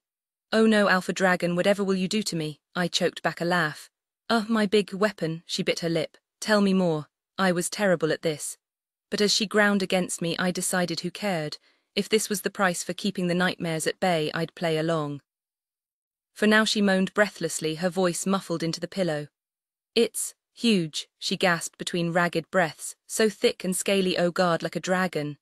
The moment hung heavy between us before crumbling into something less magical. "Yes," she cried out as I moved against her, her nails digging into my shoulders. Tangling my fingers in her hair, I pulled her closer, growling low in my throat just like she begged. Her climax hit hard, dragging me right along with her as she trembled beneath me. Panting, she whispered, "Oh, Dante," and just like that the afterglow shattered. I flipped her onto her back, studying her face. "You don't actually want him, do you?" My chest tightened, but she shook her head fast, yanking me down for a kiss. "Relax, it's just roleplay," she teased, swatting my arm. "Next time we'll do your fantasy." "My fantasy is you," I grumbled, feeling ridiculous as jealousy prickled under my skin. She laughed, slipping into her underwear. "Stop sulking, Gareth. It's supposed to be fun." "Sure," I muttered, watching her tug on her dress and vanish before I could even pull my jeans up. Typical. The room was empty. Amy had probably bylaid the second the bed started shaking. By the time I made it downstairs, stomach growling, my plans for a lazy afternoon of junk food and watching the Blueshin game on Devil's Hill were derailed by Lorenzo exploding from the bushes like a deranged squirrel. His grip was frantic, eyes wild. "I need another hit," he begged, voice cracking. "I'm crashing hard, don't let me crash, man." He collapsed, clinging to my legs until I shoved him off, throwing up a silencing charm. "You just had some yesterday," I hissed, dragging him behind a shrub before anyone spotted us. "It's gone," he wailed, laughing through tears.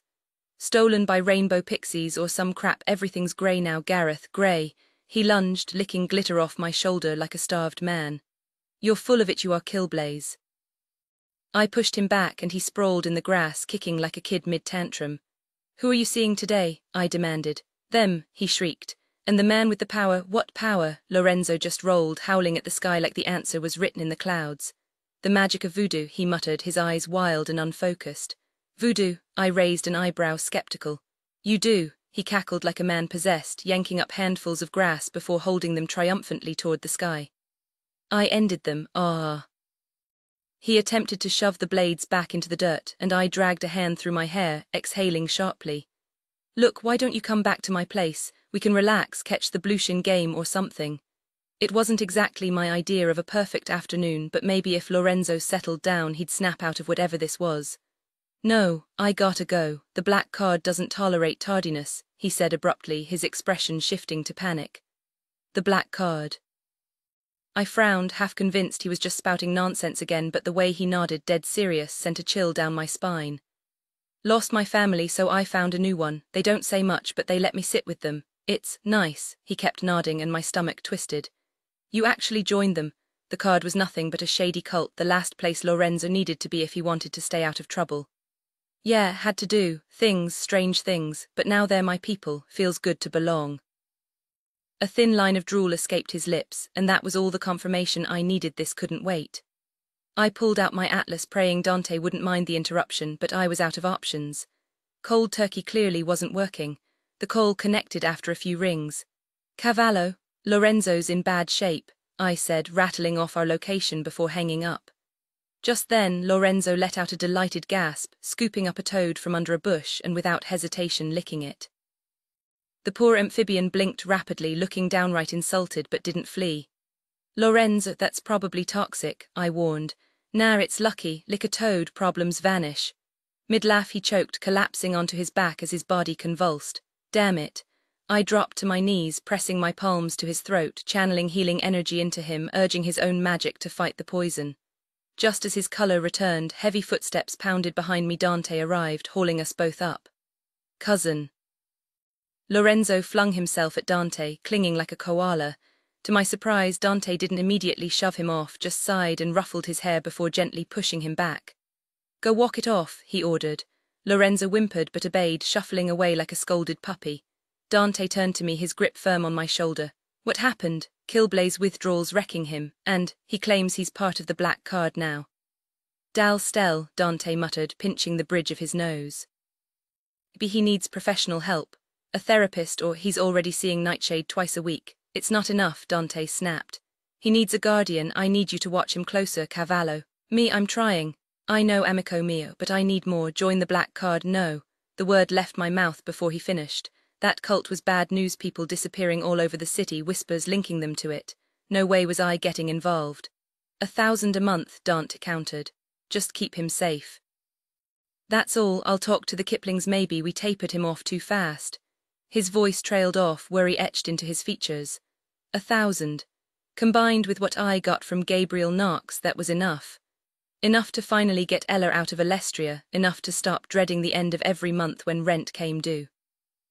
The offer hung between us, heavy as a promise and a trap. The thought crossed my mind that if I swallowed my pride and joined those eccentric cult members, maybe I'd finally get to soar into the sunset with my sister by year's end without any complications. And honestly, I'd do just about anything for that, even pledge myself to the black card. Standing under the shower's spray, I scrubbed away the grime of the day, my thoughts inevitably drifting back to Elise. She lingered in the corners of my mind like a persistent shadow, slipping in whenever my guard dropped. The girl who outshone the stars themselves. A jolt of static prickled across my skin, and I shut off the water before I accidentally fried whoever was in the neighboring stall. Not that I'd feel too guilty. Eugene had it coming after swiping half my socks since he moved in. And the jerk didn't even have the decency to take matching pairs, leaving me with a drawer full of useless singles. Pretty sure he'd moved on to my boxers too, judging by the mysterious disappearance of my favorite pair. I'd even overheard him bragging in the library about his premium nesting supplies. Little thief. Wrapping a towel around my waist, I stepped into the hallway, ignoring the lingering looks from girls dolled up for a night out. None of them held a candle to Elise. Maybe I wasn't ready to move on, despite what Leon kept telling me. Guilt gnawed at me. She was already mated, and here I was, clinging to something that was never mine to begin with. But letting go, that felt like trying to extinguish the sun. The dorm buzzed with Friday night energy, students flooding toward town for parties. My pack had been hounding me to join them at the Oscura haunt, but even flying under the moon didn't spark the same thrill it used to. Pushing into my room, I caught Eugene mid-squeak, his tiny paws scrambling to hide something beneath him. "What the hell, Eugene?" I snapped. "Hand it over." The little traitor flinched, curling tighter around his stolen treasure. A quick zap from my fingertips sent him bolting, his rat form vanishing into a pile of laundry. I yanked the fabric aside my boxers, shredded into a makeshift nest. "You've got to be kidding me." I roared as he launched himself off the bed like a furry missile, darting under Laney's bunk. Dropping to the floor, I sent a bolt of electricity after him, but the door swung open just in time for his escape. And of course, Gabriel had to walk in at that exact moment, dripping wet and looking way too amused. "Why are you wrestling the floor?" he asked, his towel grazing my head as he passed. I jabbed a finger at the wreckage on Eugene's bed. Gabriel took one look and burst out laughing. Typical, just when I thought I missed this place. That little thief. Yeah. I shoved past him toward the closet, yanking open the drawer where I kept my boxers, only to find it completely empty. My jaw clenched. He stole every last pair. When I get my hands on him, he's toast. Gabriel tossed a pair of his own at me, the fabric smacking me square in the face. I opened my mouth to protest, but he cut me off. "Relax, they're fresh out of the package." "Oh, well, thanks. Don't mention it." He dropped his towel, pulling on sweatpants while leaving his chest exposed, then grabbed a pile of clothes and headed for the window. "You don't have to leave," I blurted before I could stop myself, glancing back at him. He paused, pushing the window open just enough to shoot me a skeptical look. "And you don't have to share a room with a thief who swipes your underwear. Yet here we are." With that, his wings burst from his back and he was gone, leaving nothing but a gust of wind in his wake. I flicked my fingers, slamming the window shut with a surge of air magic, frustration boiling under my skin. I could kick Eugene out, hell, I could boot Laney too if I wanted, but Elise cared about them. They were her people. And if I was being honest, I didn't have the heart to slam the door in Eugene's face again. Sure, the kid's lack of fey instincts made me cringe sometimes, but that didn't mean he deserved to be treated like dirt. Everyone mattered. And maybe, just maybe, I was hardwired to look out for the people around me whether I liked it or not. Before I could even pull on clothes, my atlas buzzed. I threw up a silencing spell, dropping onto my bunk and yanking the sheet around me for privacy before answering. "Sweet dragon," Mama's voice trembled and my blood ran cold. I sat bolt upright, my pulse hammering. "What's wrong?" I demanded, already picturing the worst: Felix storming our home, hurting my siblings, hurting Rosa. "Need to come home. Now, Felix broke into Aunt Zeta's house an hour ago. She didn't make it. He took her 4 daughters and now her husband's under his thumb. He won't answer my calls, won't risk moving against him." "What?" The word tore out of me, fury igniting in my veins. Aunt Zeta wasn't even involved in the gang life she lived on the edges of Alestria. I'd offered her extra protection, but she'd refused. "Come home," Mama pleaded, and I was on my feet before she finished. "I'm on my way." I hung up, shoved the atlas under my pillow, and cloaked it with a concealment spell. No time for clothes. I threw open the window and leapt, free-falling for a heartbeat before my body erupted into my dragon form. A deafening roar ripped from my throat as storm clouds gathered overhead, lightning crackling in response to my rage. The whole academy would feel it soon enough. I tore across the grounds, over the city, and into the countryside, closing in on the vineyards. The magical barriers recognized me, parting as I landed with a ground-shaking thud in front of the house. Shifting back, I sprinted up the porch steps and threw the door open. My siblings swarmed me, barking and howling in excitement. Mama pushed through them, shoving sweatpants into my hands before pulling me into a fierce hug. Being home, surrounded by my pack, was a relief, but the weight of what happened to Aunt Zeta and her girls hung heavy. Distance didn't matter. Blood was blood. And I'd burn the world down to protect mine. "Oh, sweet dragon," Mama whispered, holding me tight. "It's so good to have you back. Come into the living room, I made dinner for you," Mama said, leading the way. My brothers and sisters trailed behind, their fingers brushing against my shoulders in quiet welcome. Within moments, I was seated at the table, staring at a heaping plate of food. Mama had that look, the one that meant no serious talk until I'd eaten my fill. Judging by the empty dishes around me, the rest of the family had already finished, so I dug in without hesitation, shoveling a forkful of creamy mashed potatoes into my mouth. I devoured the meal faster than usual, and before I could even set my fork down, Gabriella whisked my plate away to the kitchen. Mama reached to wipe my mouth with a napkin, but I grinned and gently nudged her hand aside. Then the room filled with tension as everyone gathered around the table.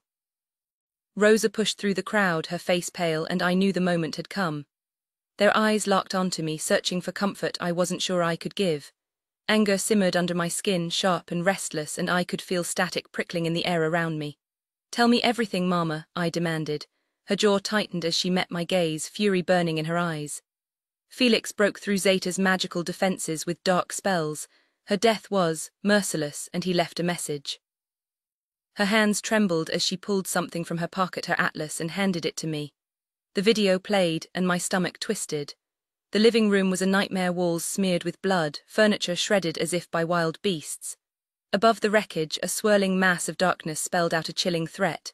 Your children are mine, obey or they die. A cold dread slithered through me, but I clenched my jaw, refusing to let my family see my fear. The message was clear: Nero, Zeta's husband, was being blackmailed into serving Felix, or his daughters would pay the price. My gaze flicked to Rosa, who was staring at Mama in shock, as if she'd just seen the horror for the first time. A strangled sound escaped Mama's throat, and Rosa bolted from the room, her footsteps pounding down the hall. The family erupted into cries, and I sprang up, weaving through them, pressing reassuring touches to their shoulders. I never wanted her to see the monster her father is, Mama called after us, voice breaking. But I won't lie to those I love. I chased after Rosa, spotting her climbing out the nearest window onto the porch. Too big to follow, I circled through the door instead, my boots thudding against the wooden planks as I caught up to her just before she could vanish into the vineyard. I grabbed her arm, spinning her to face me. Her eyes were wide, terrified. Those children were taken by the man who fathered me, I said, my grip firm as she tried to pull away. His blood is in my veins, he'll always think he controls me. Rosa shook her head fiercely. No one owns you, little wolf. Felix may share your blood, but he's never been your father. You belong here with us. If he wants you back, he'll have to go through me first. And if he really thinks he can take on the dragon born of wolves and win, why is he hiding like a coward? Why go after easier targets? Her words hit me like a punch, but guilt still gnawed at my chest. Maybe you're right, I muttered, my voice rough. But it doesn't change how this feels. What do you think he's done to them? I don't know, I admitted, tightening my hold on her. But none of this is your fault. Felix chose this path, he's sealing his own fate, and it'll destroy him in the end. The growl in my voice was low, dangerous, a promise wrapped in fury. I swear on my life, nothing will touch you or the rest of our pack. Her hands trembled, not from fear but from fury simmering beneath the surface. That fire in her eyes, pure alpha energy, burned brighter than I'd ever seen. Felix might be biding his time behind the Black Card's protection, but how long until he's strong enough to break through our defenses? If we don't act, he'll slaughter everyone. My thumb grazed her cheek, feeling the tension in her jaw. She wasn't crying, she was ready to explode. And damn if that didn't make me proud. But she was still young, still learning. Protecting her was my duty, not hers. The problem, she wasn't wrong. Every day Felix spent recruiting traitors and twisting minds, he inched closer to challenging me outright. With the Black Card backing him, his confidence would only grow. I'd spent months turning this over in my head, weighing options, but the answer had always been the same. I couldn't win alone. The realization tasted like ash. Rosa pulled away, sinking onto the porch steps, her fingers gripping the wood like she wanted to tear it apart. I joined her, the evening air thick with the hum of cicadas and the faint glow of feeflies weaving through the vines. This place was sanctuary, but beyond these borders, war was brewing, one I had to end before it consumed us all. Whatever it takes, I murmured, arm around her shoulders, and I meant it. By Sunday, I was back at Aurora Academy, dragging my feet like a coward. Avoiding this confrontation wasn't my style, but some choices don't get easier with time. I needed an ally, one that made my skin crawl just thinking about. My pack would revolt if they knew I was turning to the Lunars, but Felix wasn't just targeting us. He was hunting Oscura wolves across Alestria. Pride wouldn't save them. So I waited, circling campus in my order form, sunlight glinting off my scales as I rode the thermals. Rider Draconis lounged with his brotherhood on the lunar turf, all arrogance and sharp grins. When he finally broke away, I followed, gliding silently overhead. He crossed the Empyrean fields, stripping off his shirt with that infuriating ease. Knew he was about to shift. I dove toward the forest, claws tearing into the earth as I landed, shifting back just in time to face him. No turning back now today. I'd arrived ready, sweatpants clutched in my grip, determined not to have this conversation exposed. I yanked on the grey fabric and sprinted through the dense woods just as Ryder's fingers hovered over his belt buckle. A sharp whistle cut through the air, and he froze, his glare slicing through the trees. With a flick of his wrist, the forest obeyed, branches peeling back to reveal me standing there.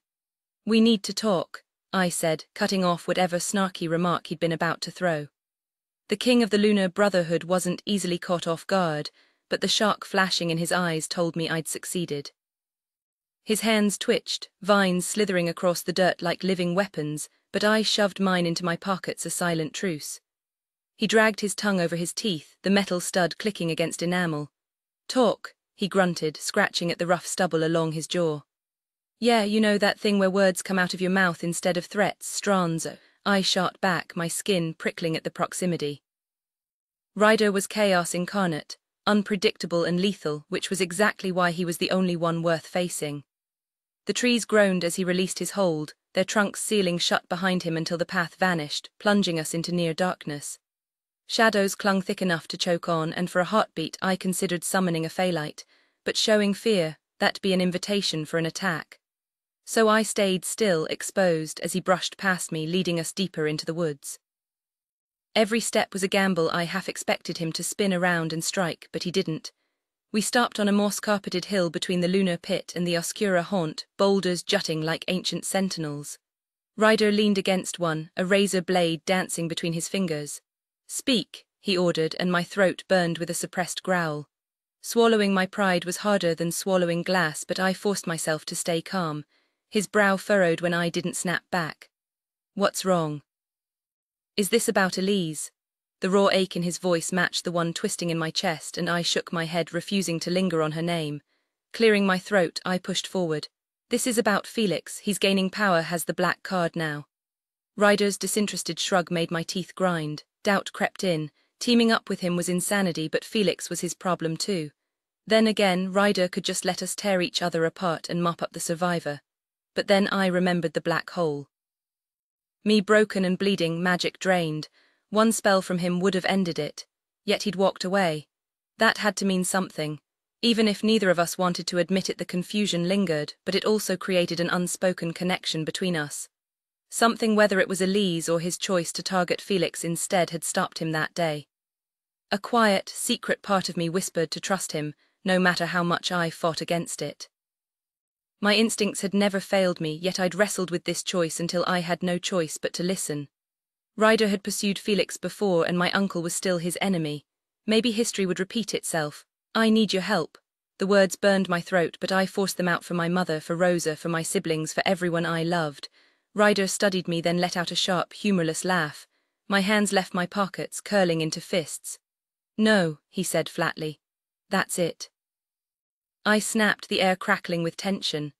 "Felix isn't just my problem, Ryder. He's a threat to all of Alestria." Ryder smirked. "Not my circus inferno, but watching you grovel is entertaining." He moved to walk past me, but I seized his arm, my grip unyielding. "He's stealing children. Who knows what he's doing to them?" His pupils thinned into reptilian slits as he processed my words. "He's a monster," I spat. "We're all monsters to someone," he countered, voice dark. "Felix is yours." "Mariella is mine. Hand her over, and I would if I knew where she was," I said, holding his gaze so he'd see the truth. He wrenched free with a low growl. "Then you've got nothing to bargain with." As he turned away, fury coiled in my chest. "Screw you, snake, hypocrite." He whirled, teeth bared, the air thickening with menace. My alpha instincts surged in response. "You were taken as a kid," I pressed, voice raw. "Wouldn't you have begged for someone to save you?" Silence stretched between us, heavy with the weight of our gang's bloody history. We were both shaped by it, bound by cycles of vengeance that blurred the line between who we were and the violence we carried. For a moment I wondered if it could ever end, or if we were doomed to keep feeding the fire. "I won't help you," he finally growled, and my last hope crumbled. Fear clawed at me. Without Ryder, Felix's pack backed by the black card and dark magic would overwhelm us. I sank to the ground, gripping my hair as panic set in. I couldn't fail my family. I'd die for them, but death wasn't enough. Alone, I wasn't strong enough to protect them. The snap of a twig made me look up. Ryder hadn't left. I glared, elbows on my knees, jaw clenched. The bastard was still here. Maybe, just maybe, there was a sliver of hope left. The fury inside me demanded action. I nearly lunged at him, ready to force him into a fight just to release the rage burning through my veins. But then Ryder dropped into a crouch, his eyes locked onto mine with an intensity that demanded surrender. Against my better judgment, I let my guard down, allowing his hypnotic pull to drag me under. His voice echoed in my mind, sharp and deliberate though his lips never moved. "I won't lift a finger for you," he whispered into my thoughts, "but if Felix makes a move against the Oscuras and I catch wind of his location, maybe I'll rally the Brotherhood. Maybe I'll make sure their attention stays fixed on him." Just like that, the connection snapped and he vanished. The illusion of him kneeling before me dissolved, leaving only the rustling trees and the heavy thud of my pulse. He'd shielded our conversation, ensuring no prying eyes or ears in these woods could betray us.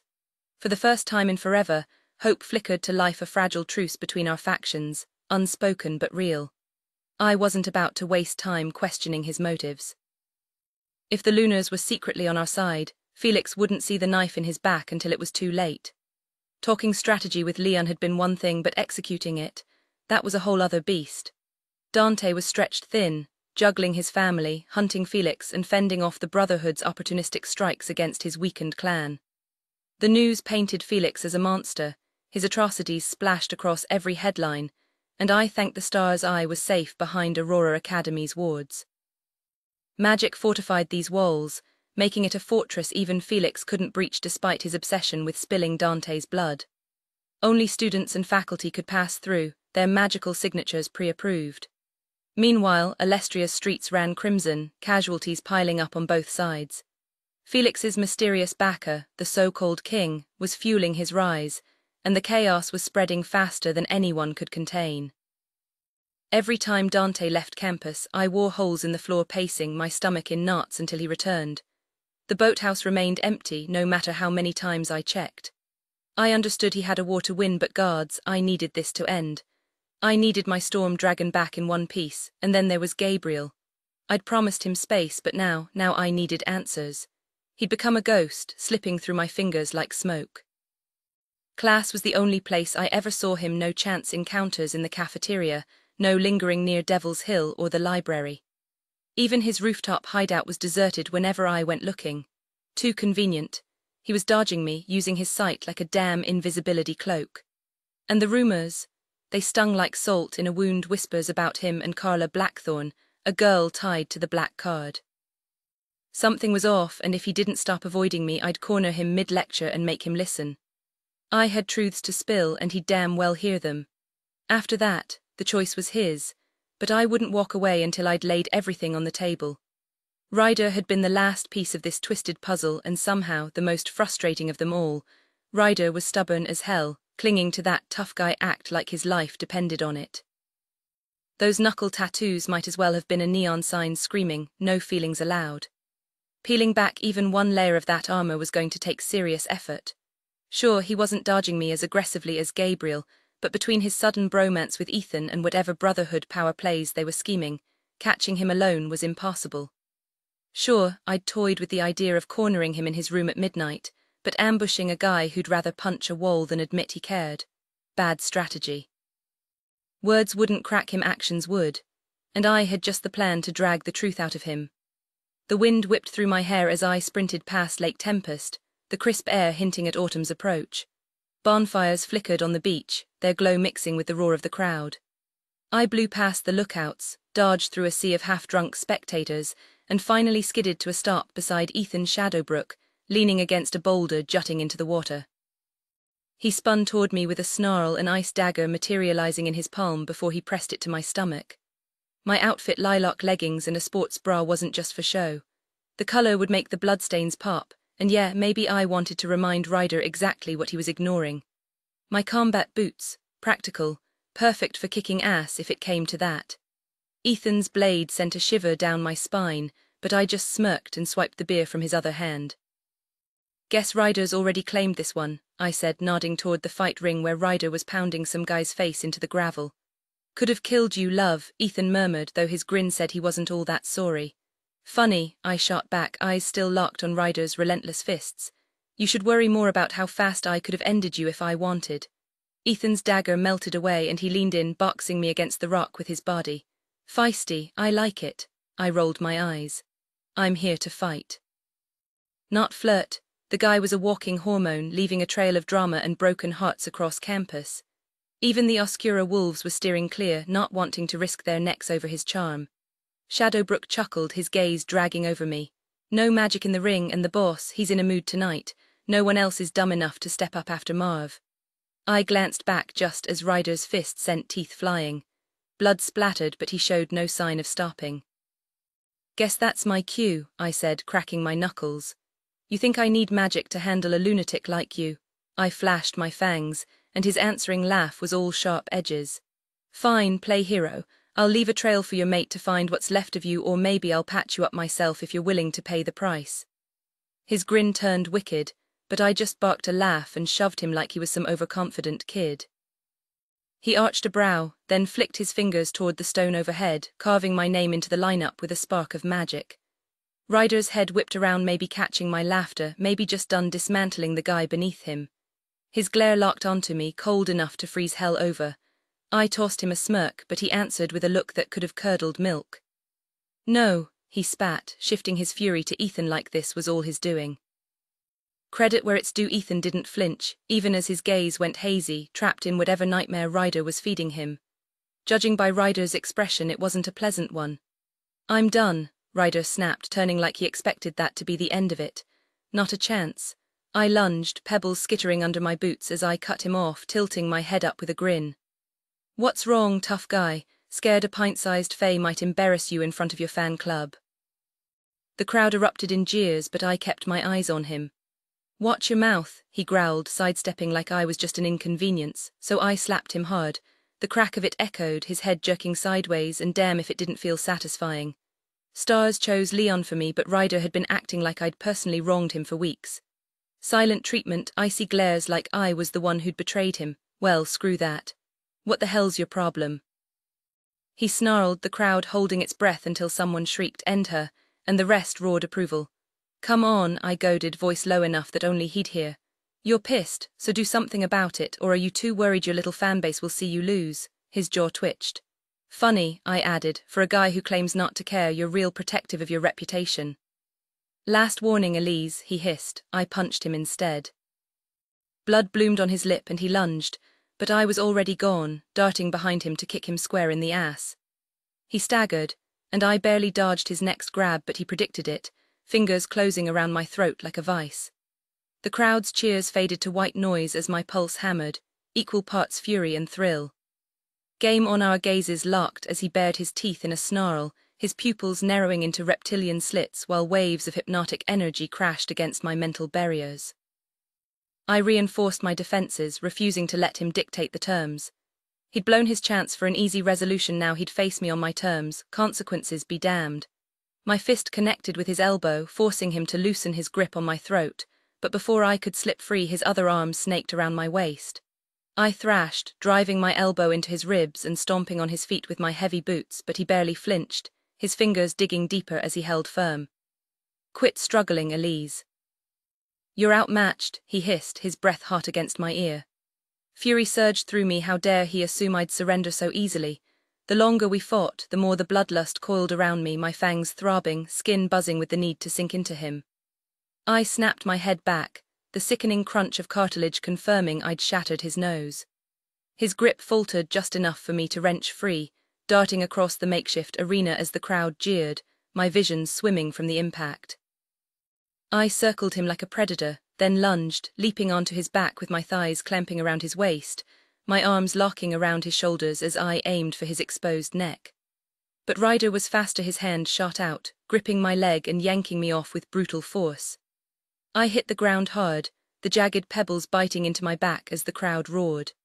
In an instant he was on me, his hand closing around my throat, his emerald eyes blazing with something feral. His weight pinned me, the stones grinding into my spine as his grip tightened. I clawed at his arm, snarling, and he snarled back, slamming his free fist into the ground beside my head. The earth trembled violently, then gave way beneath us, swallowing us whole in a heartbeat. The crowd's shocked cries vanished as darkness swallowed us, leaving only the crush of Ryder's body and the unyielding pressure of his hand around my throat as proof I wasn't alone. We plummeted, the suffocating weight of soil and rock pressing in until, without warning, it vanished. My scream tore through the void as we free fell, but I twisted midair, summoning a cushion of wind to soften our landing. We hit the ground with a jolt, not the bone-shattering impact I'd expected. What the hell was that stunt in front of my crew? Ryder growled, his grip possessive but not quite choking.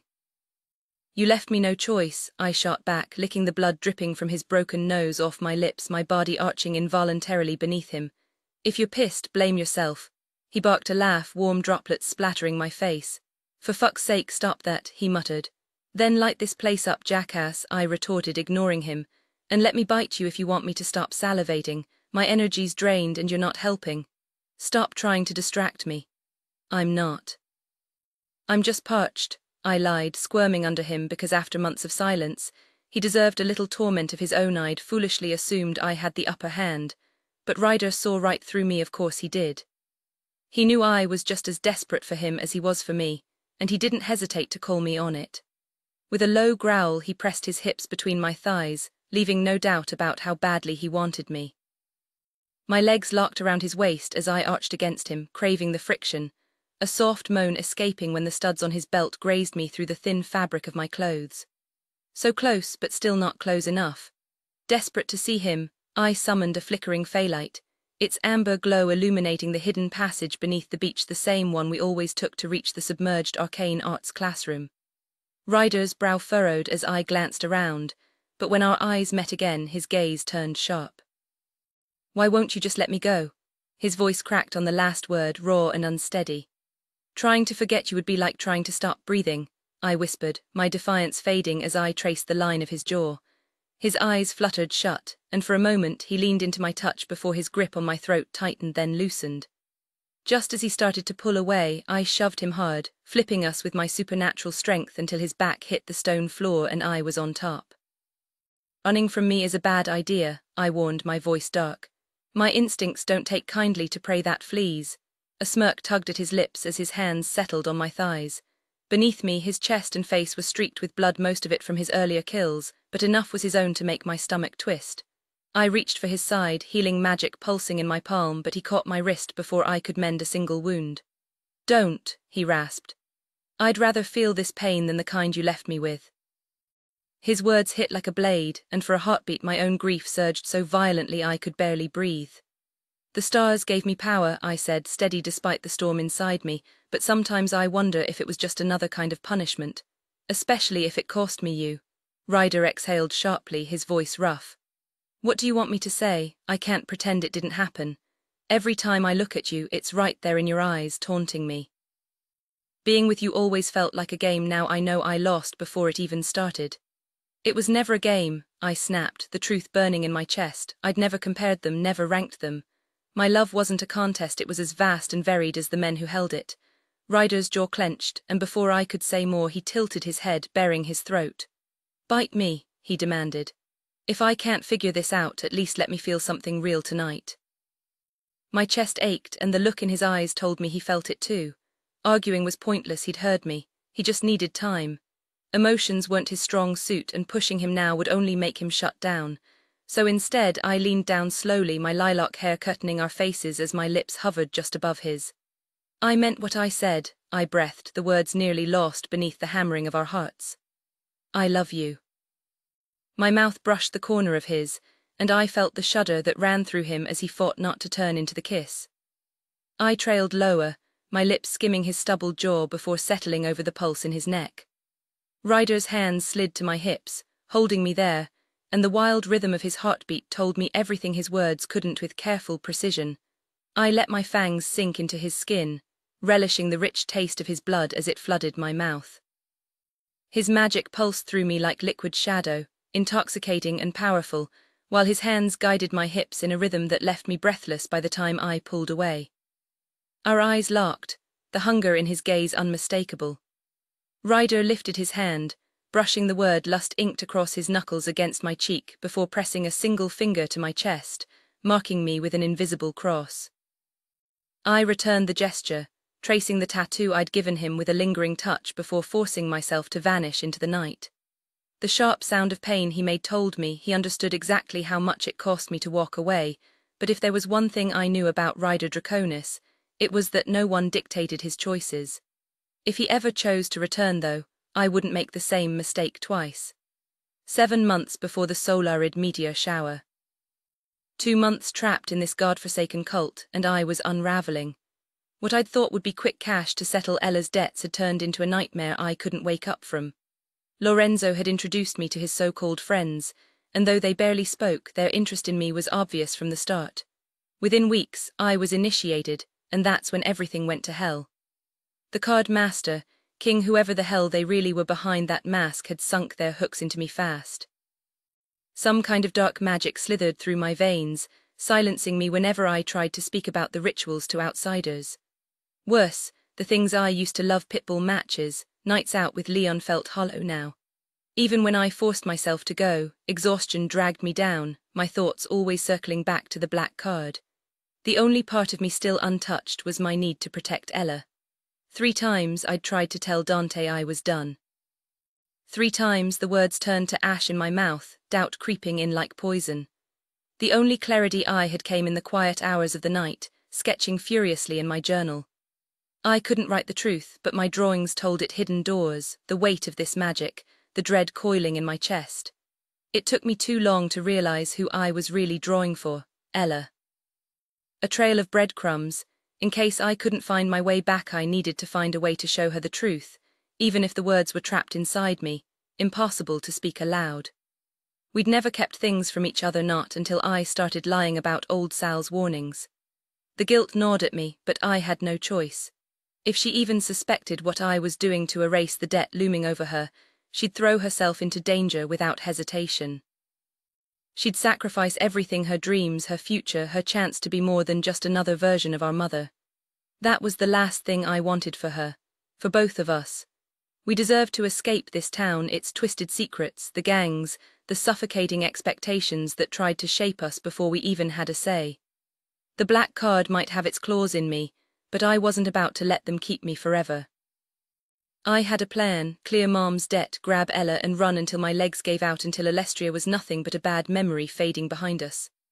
The scary part, I knew exactly how to make it happen. Sure, I was tangled in this cult's web, but that didn't mean I was blind. Every time they dragged me into their rituals, every time I woke up with chunks of my memory missing, I watched, I listened, and I learned. The black card had a hierarchy. The higher-ups moved differently, sharper, freer, less bound by the magic that weighed the rest of us down. That's where I needed to be. If I climbed high enough, they'd loosen my leash. And when the moment came, I'd vanish into the night. Tonight, I stood in the shadowed chamber beneath Altair halls, chanting words I didn't remember learning as another recruit was sworn in. Lorenzo and Adrian flanked me, with others I'd carefully befriended close behind. At first I'd just been digging for information, but somehow they'd stuck around. We ate together, sat through classes together. I got them talking when they'd rather stay silent sometimes. It almost seemed like they were grateful for the distraction.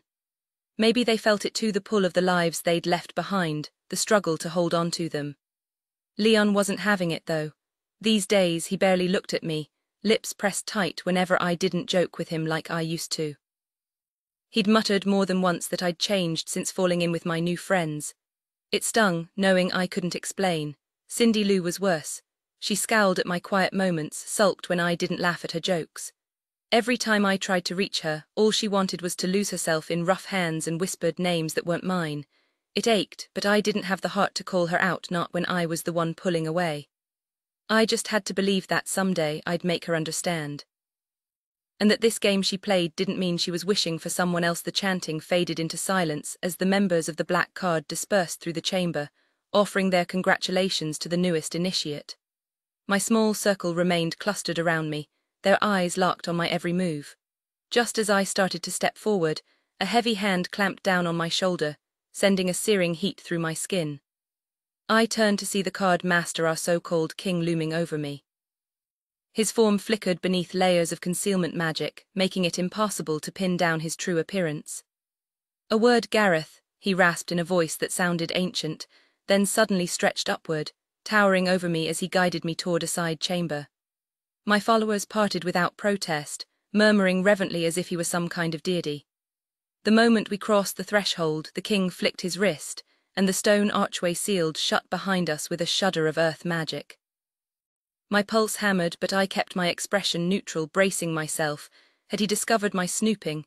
Did he know I was only here to find a way out for me, for Ella? I'm impressed, he murmured, his voice shifting into something smooth and feminine. You've gathered loyalty faster than most, and I reward talent. My throat tightened. Reward, I managed, forcing my voice steady. I'm promoting you, he declared, his tone now deep and commanding. I need someone reliable for a delicate task. Of course, I lied smoothly. Maybe this was the opening I'd been waiting for. You've noticed the gaps in your memory after each full moon, he continued.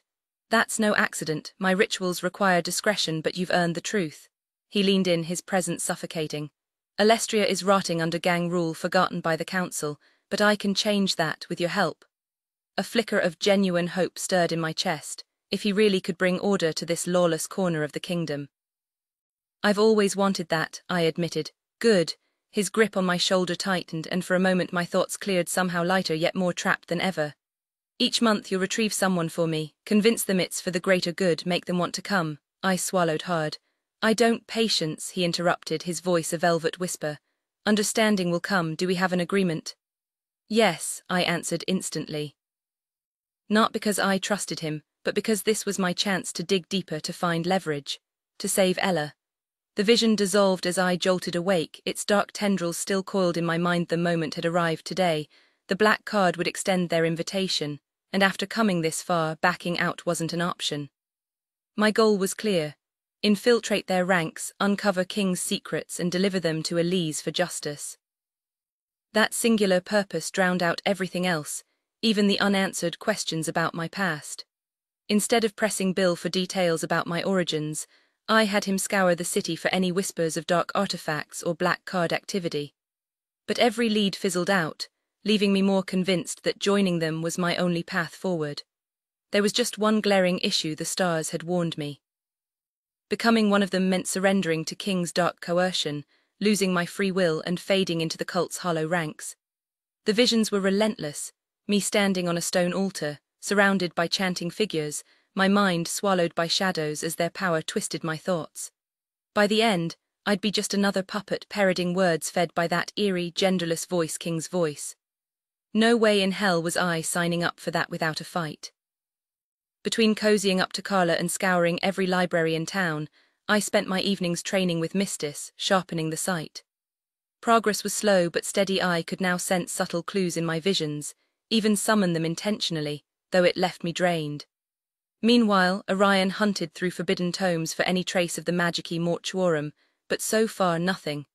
The stars kept hinting at its importance though, so I wasn't giving up. Curled in my tent, I shivered as an early autumn breeze slipped through the fabric. I'd need more heat crystals soon, along with the waterproofing spells I'd already woven into the canvas. The dorm was safer, sure, but every time I considered going back, a vision of Elise waiting there sent me scrambling. Distance was the only thing keeping my heart intact, no reminders of her lips, her rose-petal hair, the way she damn it. I shoved the thoughts aside, splashing my face with conjured water before tugging on black jeans and a wrinkled shirt. Carla's call would come soon. The black card was ready for me. If I didn't find a way to shield myself from their dark magic by then, this whole plan would implode. No way was I letting some power-hungry cult hijack my mind. But after all the time I'd sunk into gaining Carla's trust, walking away wasn't an option either. And speaking of Carla, campus gossip had us pegged as a couple, which was bad enough. Worse were the stories she'd whisper about her moonlit trips to the lake. When she'd invited me last week, a vision flashed her naked on the shore, surrounded by dead frogs in some twisted ritual. Hard pass. The sooner I cracked King's secrets, the sooner I could ditch this nightmare. I had explained to her that my evenings were booked with extra lessons from Mistis, which wasn't a lie, just to avoid another round of her relentless nagging. The next day, I made my way to the shoreline and cast a repelling charm along the sand, ensuring no critters would wander too close. But I wasn't the type to let things slide, so I also left behind a little surprise, an enchanted decoy frog concealing a feet trap. The second she reached for it, the spell would snatch a couple of her fingers clean off. A full day in the nurse's office stitching herself back together would buy me some much-needed silence from her endless complaints. Honestly, she radiated negativity like a broken storm cloud, and it made me question how much of my own life I'd wasted stewing in bitterness. Losing Elise had torn me apart, but at least I could still deliver the vengeance she'd been chasing. If I ever wanted to move past this agony and learn to release her, I had to start clinging to the light instead of the dark. The mental image of King groveling at Elise's feet, begging for mercy, sent a grim satisfaction curling through me. That was the goal, to ruin him for what he'd done to her and all the others. Maybe it'd grant her some solace, knowing one less monster lurked in the shadows. I'd have gladly obliterated every nightmare haunting her if I could, but some wounds ran too deep. No magic could turn back time and resurrect her brother. If it were possible, I'd have done it without hesitation, even if it meant never crossing paths with Elise. A world without her would have shattered me, but she'd have had her family whole again. I'd have given anything for that. Stepping out of my tent at dawn, I walked to the crumbling edge of the wall as sunlight spilled over me, seeping into my skin and replenishing my magic. Tilting my face toward the painted sky, I let the warmth remind me of the path I was meant to follow. The sun, my closest celestial anchor, thrummed through my veins, my orders bound with it unshakable. Mistis had always said to trust its guidance, no matter how strange the signs seemed. Pulling out my atlas, I skimmed my horoscope for clues to steer me through the day. Good morning, Scorpio, the stars' whisper of upheaval change swirls around you. A forgotten optimism stirs in your soul. Though grief for your Libra still weighs heavy, you're learning to carry it. Heed the cosmos, walk into their light, and there you'll find your answers. Courage, Scorpio, you're exactly where you need to be. The words settled in my chest like embers. Surrendering to fate had lifted a weight I hadn't realized I'd been dragging. Fighting the stars had only made everything harder. Now decisions came effortlessly, instinct guiding me toward a quiet acceptance, even if it wasn't the peace I'd dreamed of sharing with Elise. Maybe Leon offered her what I never could. Maybe she smiled more with him, laughed brighter. And maybe that was all right, even if my heart refused to let go. At least she was loved the way she deserved. If anything, it was another nudge to seek out the good, because how could I ever make anyone happy if I didn't remember how to be happy myself? I shoved my atlas into my pocket and was just about to leap from the rooftop, wings ready to unfurl, when a sudden vision yanked me into its grasp. A startled gasp caught in my chest as the stars dragged me into their prophecy, a hidden cave buried deep in an untouched forest, its entrance swallowed by shadows. There I stood in my current clothes, tracing my fingers along ancient silver runes carved into the damp walls. The moment I touched them, they flared to life, racing ahead like a trail of fireflies into the abyss. A bone-deep certainty told me this was where I needed to be, that the answers to my initiation waited in those depths. With the stars as my guide, I rushed forward, the tunnel twisting like a serpent's spine, the glowing runes my only light. Then a dead end. The walls pulsed with eerie silver light, revealing two skeletons entwined in an eternal embrace, their fingers locked together. A ring on one of their hands burned like a trapped ember, growing brighter until the vision shattered, and I was suddenly plummeting toward the ground. I barely snapped my wings open in time, adrenaline surging as I laughed wildly and shot back into the sky. The wind whipped around me, and for a moment I forgot everything but the thrill of flight. Then I remembered the cave. Digging into my pocket, I pulled out the stardust I'd swiped from Dante weeks ago, my emergency exit. I flung a handful into the air, focusing on the forest from my vision, and the world tore open around me. The next second my boots sank into thick moss beneath towering trees, their trunks massive as subway cars. Birds chirped overhead, undisturbed for who knew how long. Ahead, the cave yawned beneath an overhanging ledge, just as I'd seen. No hesitation. I stepped inside, my fingers brushing the wall, and just like before, the runes ignited, casting ghostly light down the tunnel. The deeper I went, the heavier the magic hung in the air, humming against my skin. Then I found them, the skeletons, just as in the vision, surrounded by forgotten treasures. The sight pulsed in my mind, urging me to take the ring. Kneeling, I carefully pried it from the skeletal finger. The moment I did, their hands clasped together again, as if refusing to be parted even in death. A pang of grief hit me. Were they lovers? How many centuries had they lain here waiting? Sliding the ring onto my finger, I blinked, and for a heartbeat, two phoenixes spiraled in the air before me. Wings aflame, the order had vanished centuries ago. Yet in that instant, I could still sense the scorching heat of their crimson and azure flames as vividly as if they danced before my eyes. The sight was breathtaking. My skin tingled where the ring rested, and I sucked in a sharp breath as fire seemed to sear through my very bloodstream. With wide eyes, I watched the band melt into the flesh of my middle finger, leaving behind an intricate tattoo, twin wings fused at their base, curling into a near-perfect circle. A surge of heat pulsed through me, alive and restless beneath my skin like an ember refusing to die. A fleeting vision flickered in my mind. This power would break King's hold over me. A laugh escaped my lips, wild and unchecked. Around me, the glowing runes on the cavern walls were fading fast, their light retreating into shadow. Panic nipped at my heels. Without their glow, I'd be lost. So I ran, darting through twisting tunnels as darkness swallowed the path behind me.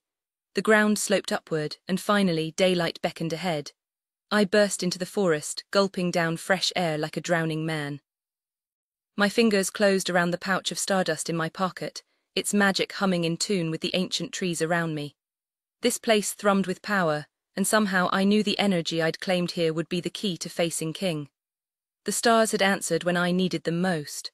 A grin tugged at my lips as I flung the stardust into the air, and in a shimmering blink, I was back at Aurora Academy, landing lightly on the rooftop of Vega dorms.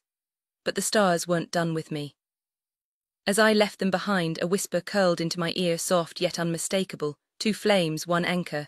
You'll find them when they need you most. The words sent a chill racing down my spine, and the ring's fire flared in response. Something monumental had just happened, I just didn't know what. My atlas buzzed in my pocket. Carla's message glared up at me. Frog murderer. Initiations now, you're in for good. My reply was instant, fueled by the fire in my veins and the stars' silent push. Whatever lay ahead, it felt right. Still, unease prickled as her next message directed me to Altair Halls.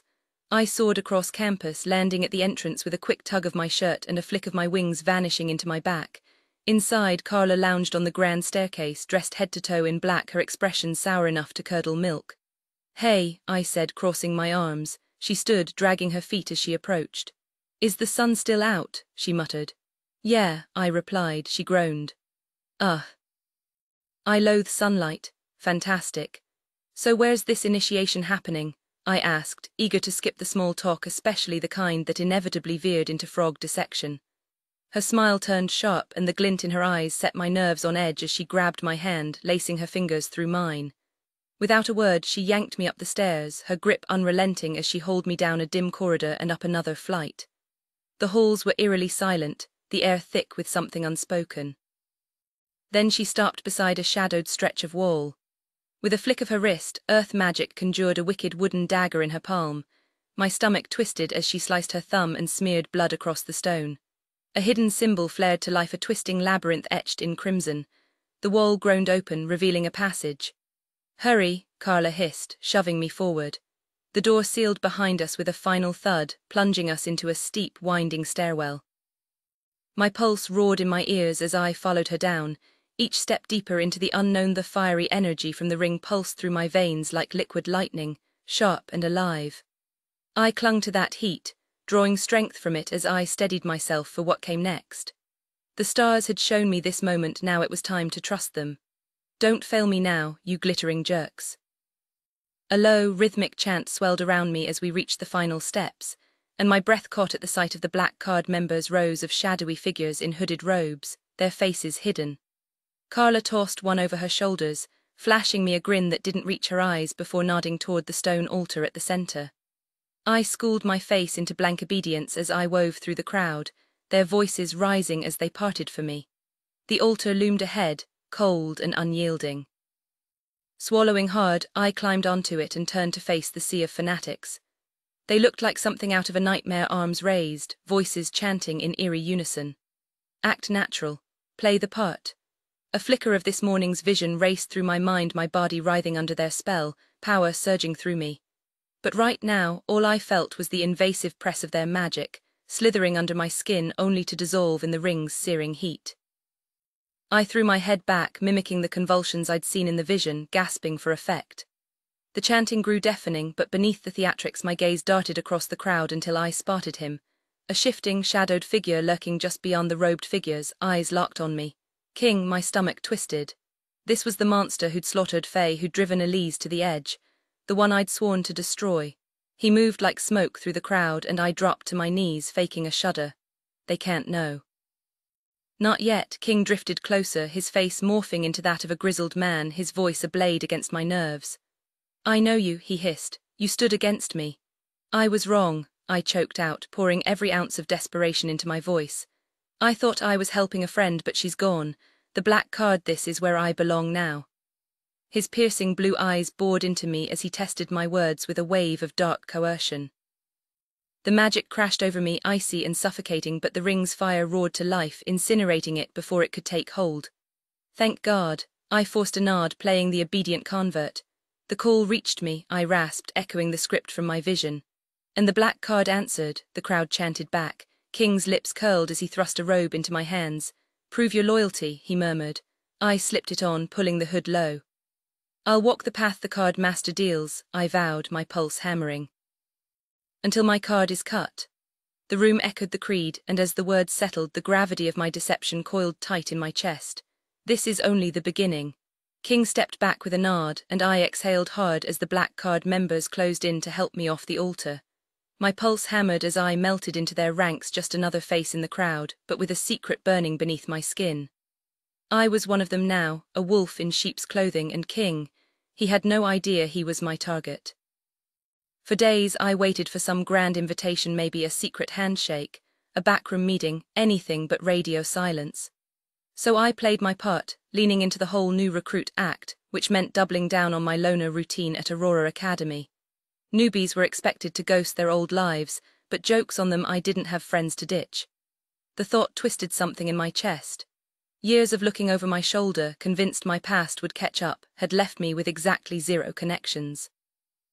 My pie was the closest thing I had to family. Maybe I'd been too paranoid. Maybe I could have risked letting someone in. I perched on the ledge of Vega dorms, legs dangling over the drop, uniform pants still on but my torso bare. The dying sun caught the ink on my skin, making the wings around my finger gleam. Whatever magic was in this thing, it was a game changer, blocking dark coercion, siren calls, even emotional manipulation. Bill called it ancient luck, but I knew better. This was power, raw and rare. Too bad the library had nothing on it. Some mysteries weren't meant to be solved. Then the stars flickered, a warning Ryder was coming. I didn't turn when his boots hit the roof. What do you want, Ryder? Damn, Big Bird, the sight come with rearview mirrors. Something like that, I muttered, staring at the horizon. He stepped onto the ledge beside me, tie loose, fresh blood staining his shirt, no fear in his eyes as he looked down. Cocky bastard. Earth magic or not, gravity didn't play favorites. Did you just come up here to watch the sunset with me? I deadpanned. No, he grunted, then spit it out. Silence. I almost considered bailing. Was he really invading my spot now? I never liked you, he said finally. I clenched my jaw. Cool story, you here to fight because I'm so in the mood. His smirk was razor sharp.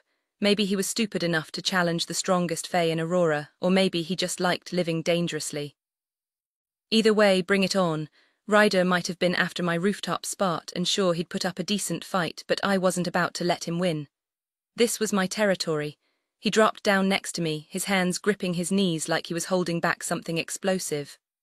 Always pegged you as some self-important loner, he muttered, glaring at the skyline. Took me forever to realize you hide up here for the same damn reason I do. I raised an eyebrow, letting the sunset bleed into my vision, pinks and oranges melting into the horizon. And what's that? Because nobody's worth letting in, he spat, bitterness twisting his words. Except her. The way he said it, all venom and raw edges, made my chest tighten. I knew that anger, that helpless fury. Yeah, well, she's gone now, I muttered, flicking a pebble off the ledge. Ryder's hands clenched into fists, knuckles white. Why are you even here? I pressed, and he let out a low, frustrated growl. Mariella, he forced out, and suddenly the pieces clicked. I tensed, ready to bolt, but his grip locked around my arm, yanking me back. His eyes, dark green and burning, met mine, and for a second I thought he might actually try to hypnotize me. If you've got something to say it straight, I snapped, shoving him off. He bared his teeth but didn't leave, fingers twitching like he was itching for a fight. Fine, he hissed. You said your visions only work on people you know, so ask whatever the hell you want. I stared at him, torn between pity and irritation. Was he seriously offering up his life story just to get a glimpse of Mariella? Before I could tell him to screw off, the stars yanked me into a vision, Ryder and me, laughing like idiots in what had to be his room. And there he was, grinning like a normal guy, not the brooding psycho I knew. The weirdest part, I actually liked him there. Felt a pull like we were supposed to be friends. The vision snapped away, leaving my heart pounding. What the hell was that? Ryder watched me, suspicious but silent, typical. He never pried where he wasn't invited. I almost walked away, but the stars weren't done with me yet. Another flash, Ryder alone, wrecked hollow. The image hit harder than I expected. Damn it. I exhaled, rubbing my temples. This was insane. You really wanna do this? I asked. Because you can't half-ass it. No tough guy act, no shallow crap. You open up or this doesn't work. He didn't answer, just stared at his hands, but the scars on his arms told me enough. Whatever the Oscura woman had done to him, it wasn't just rumors. And for some stupid reason, I couldn't walk away. Professor Mistis had once explained that deep emotional bonds were necessary to receive visions about someone else. The moment I mentioned the word bonded, Ryder visibly tensed. I braced for him to storm off, but instead he stayed rooted in place, shoulders slumping slightly. His jaw was clenched so tight I half expected him to crack a tooth. The ridiculousness of it made me snort, earning me a sharp glare. Relax, you don't have to sign over your organs, I teased, nudging him with my elbow. Just share something honest, like a normal person. He muttered something foul under his breath before snapping. I'd gladly hand over both kidneys if it meant getting out of this conversation. But fine, if this is what it takes to bring Elise to her knees, then whatever. His anger was misplaced, as if I'd forced him onto this rooftop against his will. Newsflash, this was my space, and harpies didn't take kindly to uninvited guests. He was lucky I hadn't shoved him off the ledge yet. You want real? He spat, yanking off his blazer and tearing his shirt open. A jagged X was branded over his heart, the scar tissue raised and angry.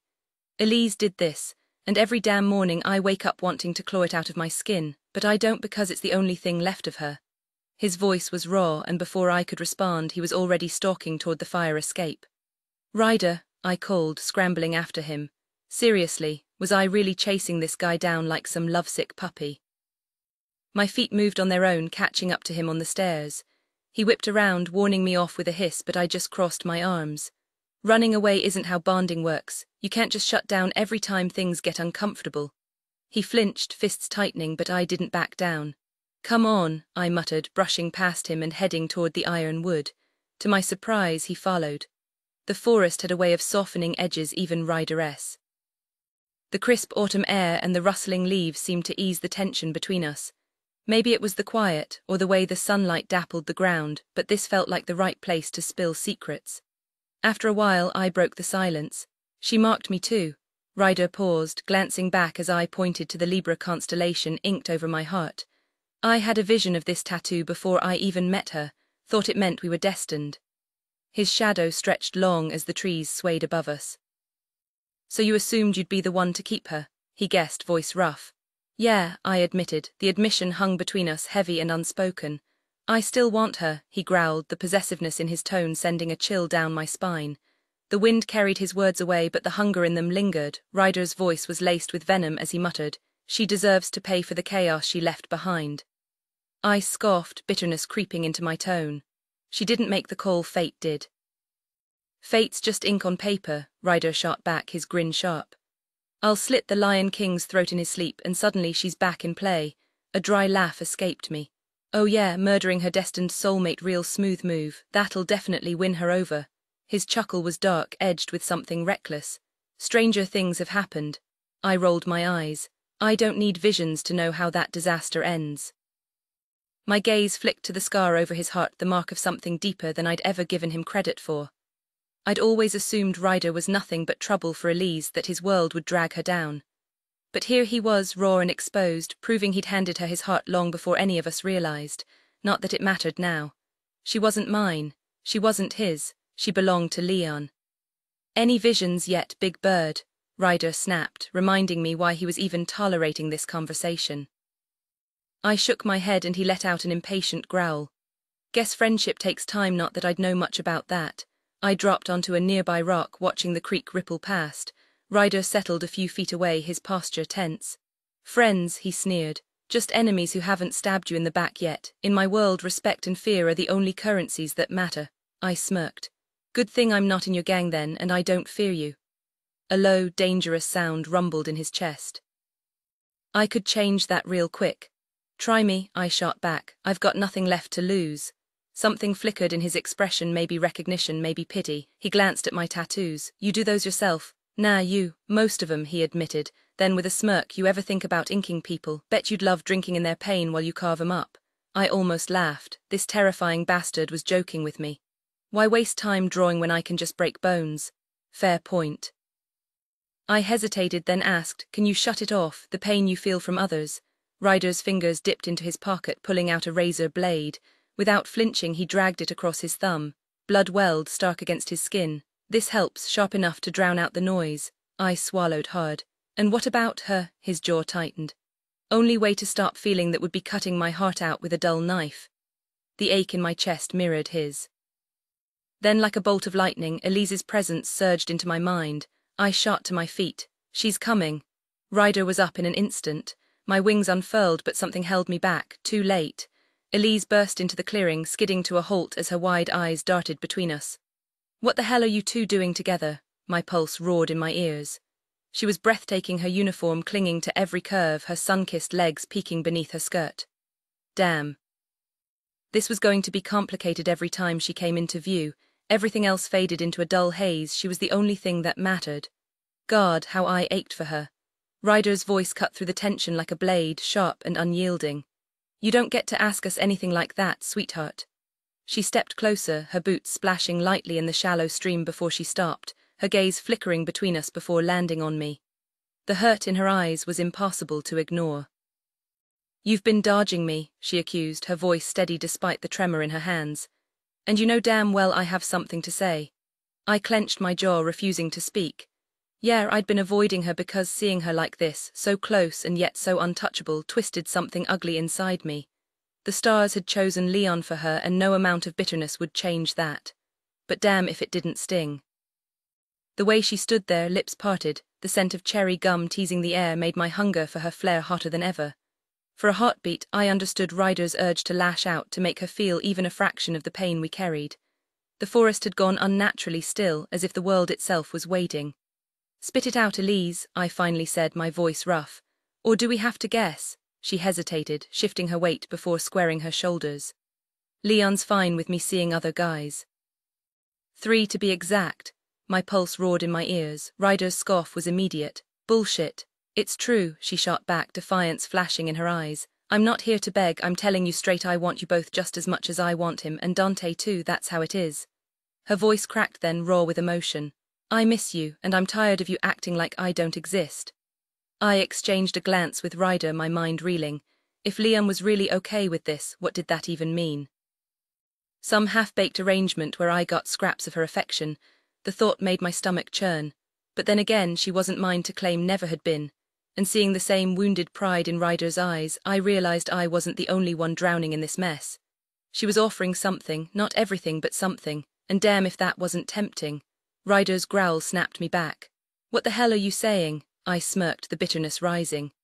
She wants it all, Ryder, every damn piece. Elise flinched, hurt flashing across her face. That's not liar, Ryder snarled, and suddenly we were moving, closing the distance between us and the stream. Her breath hitched as we neared, her eyes dark with something that sent heat straight through me. Need, desire. And for the first time in weeks, I let myself wonder what if. Ryder's voice was sharp as ice when he spoke. If you really missed us, you wouldn't have spent the entire summer tangled up with Mufasa. He wasn't wrong. Elise might have reached out, but she'd been wrapped in her mate's arms for weeks, no sleepless nights, no aching absence like we'd endured. And now she was back, expecting what? There's nothing left between us, I snapped, stepping toward the water's edge and freezing it solid under my boots. Ryder summoned a bridge of moss, and together we closed in, forcing Elise to stumble back, her eyes wide with surprise. She swallowed hard, defiance flickering. It can be like it was before, not a chance, Ryder cut in, flicking his wrist. Roots erupted from the ground, coiling around her ankles. She struggled, but they tightened, yanking her down onto the damp earth. Her glare burned with fury. Go ahead, hurt me, she challenged, though something raw flashed in her gaze. Maybe I deserve it. I crouched, gripping her chin. We don't want to hurt you. But we do want to make you pay, Ryder added, and my silence agreed. Maybe it wasn't fair, but the world had stolen her from me, and now I wanted to steal her back to prove how wrong fate had been. Or maybe I just needed to drown in her one last time to see if the fire between us still burned or if I'd imagined it all. Her breath hitched as my thumb traced her jaw. "Gabriel," she whispered, and my name on her lips sent a pulse of heat through me. The silver rings in her eyes glowed, and I knew I had to claim her. This rage wouldn't fade otherwise. "What do you want from us?" I demanded. "Everything," she breathed, tilting her face up. I pulled back before our lips could meet. Ryder's laugh was cold. "Missing us that much, Elise, or is Mufasa not enough for you?" She spat a curse, twisting against the roots, but I tightened them around her wrists. Her ragged breaths betrayed her. She wasn't fighting as hard as she pretended. "Leon is my mate," she gasped, "but you too, you're part of me too." "The rings in your eyes tell a different story," I said, letting her see the hurt in my gaze. Elysian mates didn't crave others, it was impossible. Yet here she was, panting, trembling like she needed us just as much as him, her lips curled. "Want to know how badly I want you?" Her thighs parted, revealing lilac silk that matched her hair. Damn it. Her eyes locked onto mine, and suddenly I was on my knees, Ryder right beside me.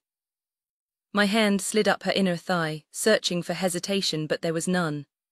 Ryder's rough fingers traced her other leg, and when our hands met between her thighs, she moaned. We fought to push the fabric aside, our fingers tangling as we found her wet, aching heat. "Take them off," she ordered, and just like that, control slipped from our grasp.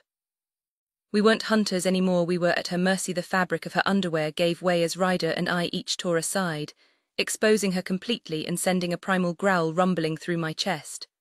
Without warning, Ryder threw up a sound barrier between us, muffling our voices from her ears. My brows furrowed in irritation as my arousal strained against my pants, but his sharp slap across my face shattered Elise's lingering hold over me. "Get your shit together," he snapped. "She wants this, fine. Let her feel every ounce of frustration we've carried. Make her beg, make her ache, but don't give her what she craves." The fire in his gaze burned through my hesitation, and I let the bitterness I'd buried rise to the surface. As the barrier dissolved, we turned back to her, watching the uncertainty flicker in her eyes. The roots binding her ankles coiled tighter at my command, creeping up her calves until they locked around her knees, forcing her legs wider. A sharp gasp escaped her lips as I lowered my mouth between her thighs, dragging my tongue slowly up her center. Her taste flooded my senses, sweet and intoxicating as she moaned my name. I took my time, savoring every shiver, every desperate writhe against her restraints. Ryder knelt beside her, his tongue piercing, teasing her clit with ruthless precision. Her cry sent birds scattering from the trees as we worked in tandem, pushing her closer to the edge. The rough ground bit into my knees, but the discomfort only sharpened my focus. She was feeling it too. Just as her body began to tremble, I slowed, denying her release while Ryder pulled away completely. Her groan of frustration was music to my ears. "How bad do you want us now?" Ryder murmured, his voice dripping with dark amusement. I slid 2 fingers inside her, curling them just right to make her back arch off the ground. Her silver-ringed eyes locked onto mine, defiance and need warring in them. "More," she demanded, fangs bared in frustration. Ryder dragged his thumb over her lips, letting her fang nick his skin before pressing his bleeding thumb into her mouth. I shifted closer, cushioning the rocks beneath her with a layer of soft moss before unhooking her shirt one button at a time. My fingers never left her, working her in slow, maddening strokes as she begged. When I finally rocked my hips against hers, letting her feel how much I ached, her breath hitched. "Gabriel Ryder," she gasped, her skin flawless under my touch. Ryder wrenched her bra off with a rough tug, his grip tightening in her hair. "Does he touch you like this?" he growled, squeezing her breast hard. She shook her head frantically, her voice fierce. "You're all different. I need all of you, each of you feeds a different part of me." "Sounds greedy," I muttered before closing my lips around her nipple, swirling my tongue until she arched against me. "What happens if the stars decide you can't have us both?" The tension between us crackled like static in the air as I shoved Ryder's hands away from Elise. He bared his teeth, but the moment our eyes locked, he caught the challenge in mine and smirked, shoving me back with a rough nudge. "Knock it off," Elise snapped, her voice sharp. "If this wasn't meant to be, why does it feel so damn right?" Ryder let out a dark laugh. "Maybe Gabriel's onto something, maybe you're just selfish." She rolled her eyes, but he wasn't done. "Face it, sweetheart, sharing isn't exactly our strong suit." I glanced at him and he gave a slow shake of his head, amusement glinting in his gaze. "You want all of us," he rumbled, "but you're only offering scraps in return." Pretty one-sided if you ask me, I agreed, leaning closer until our arms brushed. Below us, Elise lay sprawled in the dirt, her lilac hair fanned out like some wild, ethereal creature who'd tumbled straight out of a fantasy. And damn if I didn't want to ruin her even more. Her breath hitched as she arched beneath our scrutiny, hips shifting restlessly. You don't get it, she insisted, voice trembling.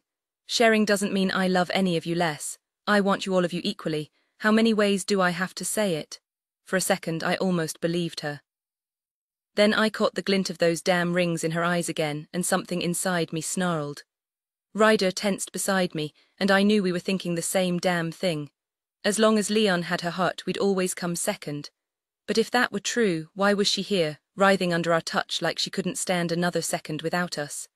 I didn't want to think about it anymore. With a rough jerk, I tore her free from the tangled roots and flipped her onto her stomach, yanking her shirt off before she could protest. Those marking rings were the last thing I wanted to see. She arched back against me, pressing into my hardness with a silent demand, and I didn't hesitate, zip her down, hands gripping her hips past caring who was watching. Ryder moved in front of her, capturing her mouth in a filthy kiss while I teased her with the tip of my cock, relishing the way she shuddered. Screw pride, screw possession right now, all that mattered was the heat between us. I buried myself inside her in one brutal thrust, and her cry was swallowed by Ryder's mouth as he claimed her. She met every rough snap of my hips, her body clenching around me like she'd been made for this. For me, and hell, maybe she had. No one else had ever felt this good. Her fingers fumbled with Ryder's belt, tugging until he dropped to his knees beside her. The second she wrapped her hand around him, he cursed, tangling his fingers in her hair as she took him into her mouth. I slowed my pace just enough to let her work him, watching the way her lips stretched around him, the way Ryder's jaw clenched as he guided her deeper. Should we have been more careful? Probably. But the thought vanished the second she moaned around him, her body tightening around me in response. I marked her skin with my grip, her tanned back smooth under my palms as I drove into her, losing myself in the rhythm of her pleasure. Every gasp, every shudder, it was all mine. And for now that was enough. Ryder let out a low growl of satisfaction as Elise took him deep, her movements driving me dangerously close to the edge. You don't get to finish yet, Ryder warned, pulling out his razor blade with a wicked grin while Elise swallowed him whole again. A desperate whimper escaped her lips as she clenched around me, and I gritted my teeth, fighting to hold back. Your precious lion isn't here to satisfy you now, I teased, watching her eyes flash with defiance. Just as she reared back to snap at me, Ryder finished with a rough groan, spilling himself across her chest while she gasped in surprise. Jerk, she muttered, shooting me a glare before Ryder and I exchanged a knowing look. Let's show her what she's really missing, I challenged breathlessly, and the dark hunger in Ryder's eyes told me he was all in. Elise moaned in anticipation as I slowed my thrusts, and Ryder dropped to his knees, tucking himself away. Get her up, he ordered, and I reluctantly pulled out, hauling her to her feet. She stood taller than me on the uneven riverbank, her body pressed against mine as Ryder lifted her leg over his shoulder.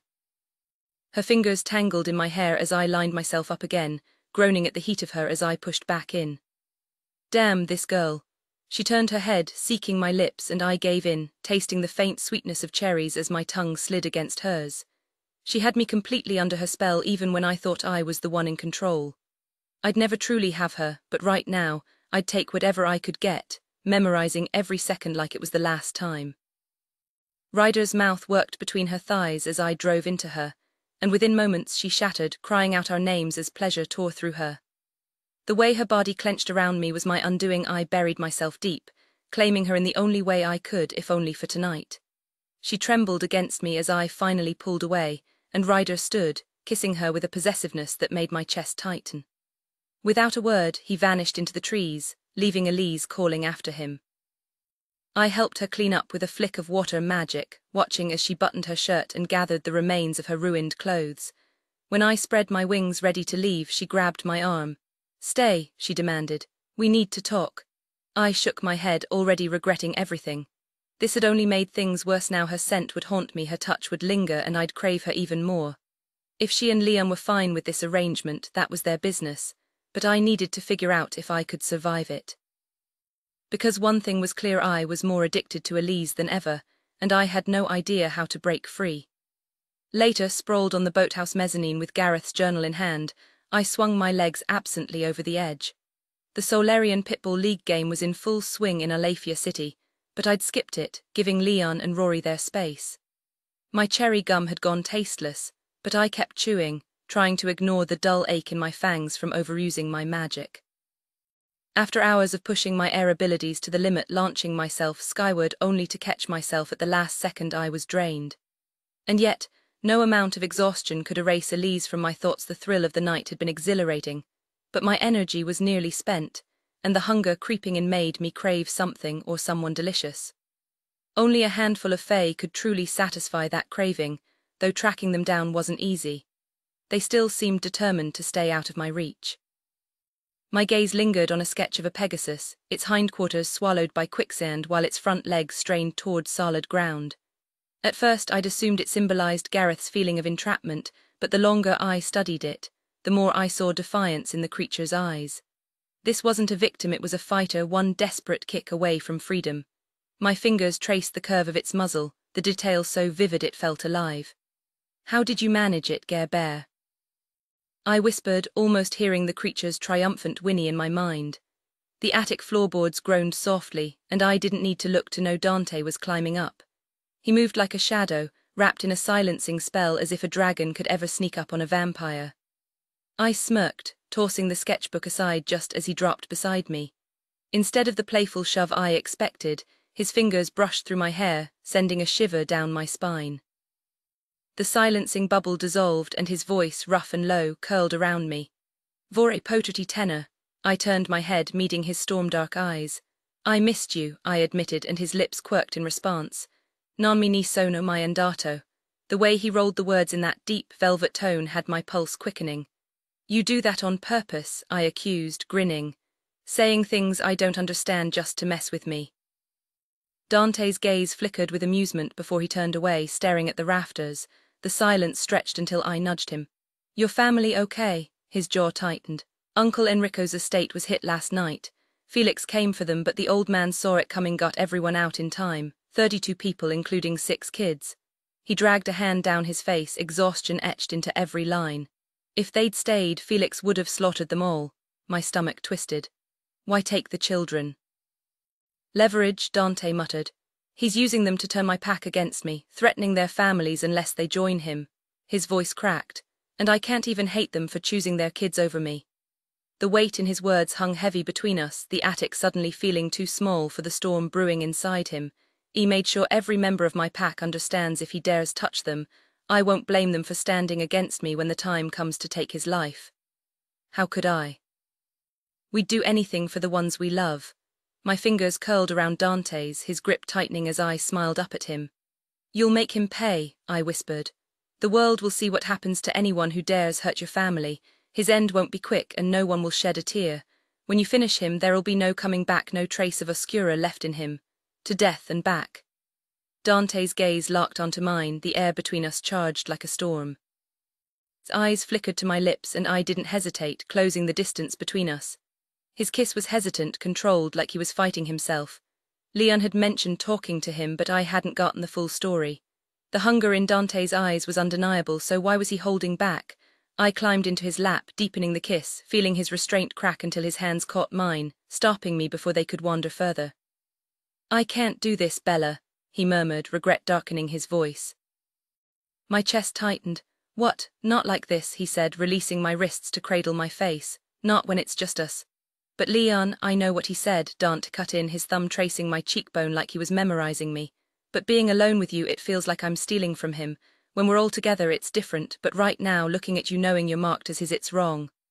"I am his," I admitted, "but I'm yours too." Dante's jaw clenched. My parents were Elysian mates. Their love was all-consuming, undeniable. They never even glanced at anyone else. His arms slid around my waist, pulling me closer even as his words pushed me away. "I keep thinking maybe you just need time, that one day you'll realize Leon is enough, and every second I spend holding you like this just makes it harder to let go." "This isn't about choosing," I argued. "I want to believe that," he sighed. "But right now all I taste is guilt. Leon's my brother, blood or not."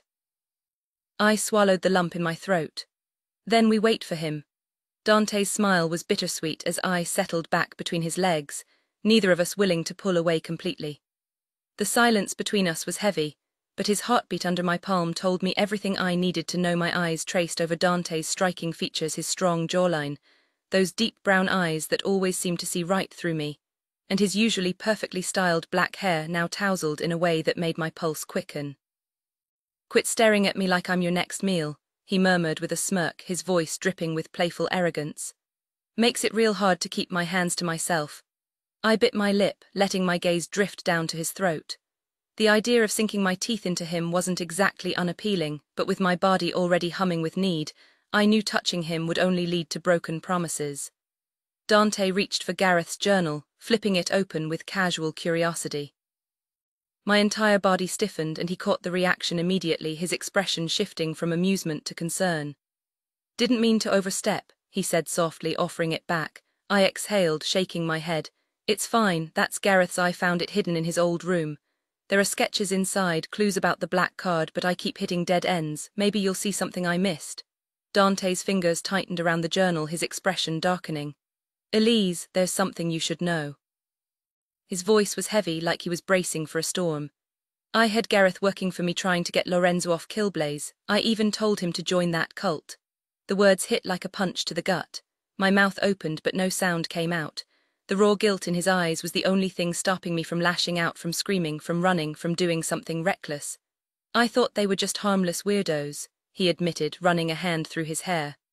"I was trying to save my family from losing Lorenzo. But he was already gone, and now, I think I might have led Gareth straight into danger." I asked if he was okay, but he just smiled and nodded. Maybe I should have pushed harder. The anger simmered under my skin, but I forced it down. Dante hadn't known me then. He hadn't understood the black card, hadn't known the full weight of his choices, and he'd forgiven me for my own mistakes. I reached up, cupping his cheek. "Gareth was always tangled in things I didn't know about. Blaming you is as pointless as blaming myself. He took that job to clear my debt. You helped me without even realizing it." Dante covered my hand with his voice rough. "I'm sorry, amore." "Me too," I whispered. "I wish I'd found you sooner," he started, but I pulled away, shaking my head. The debt wasn't the real problem.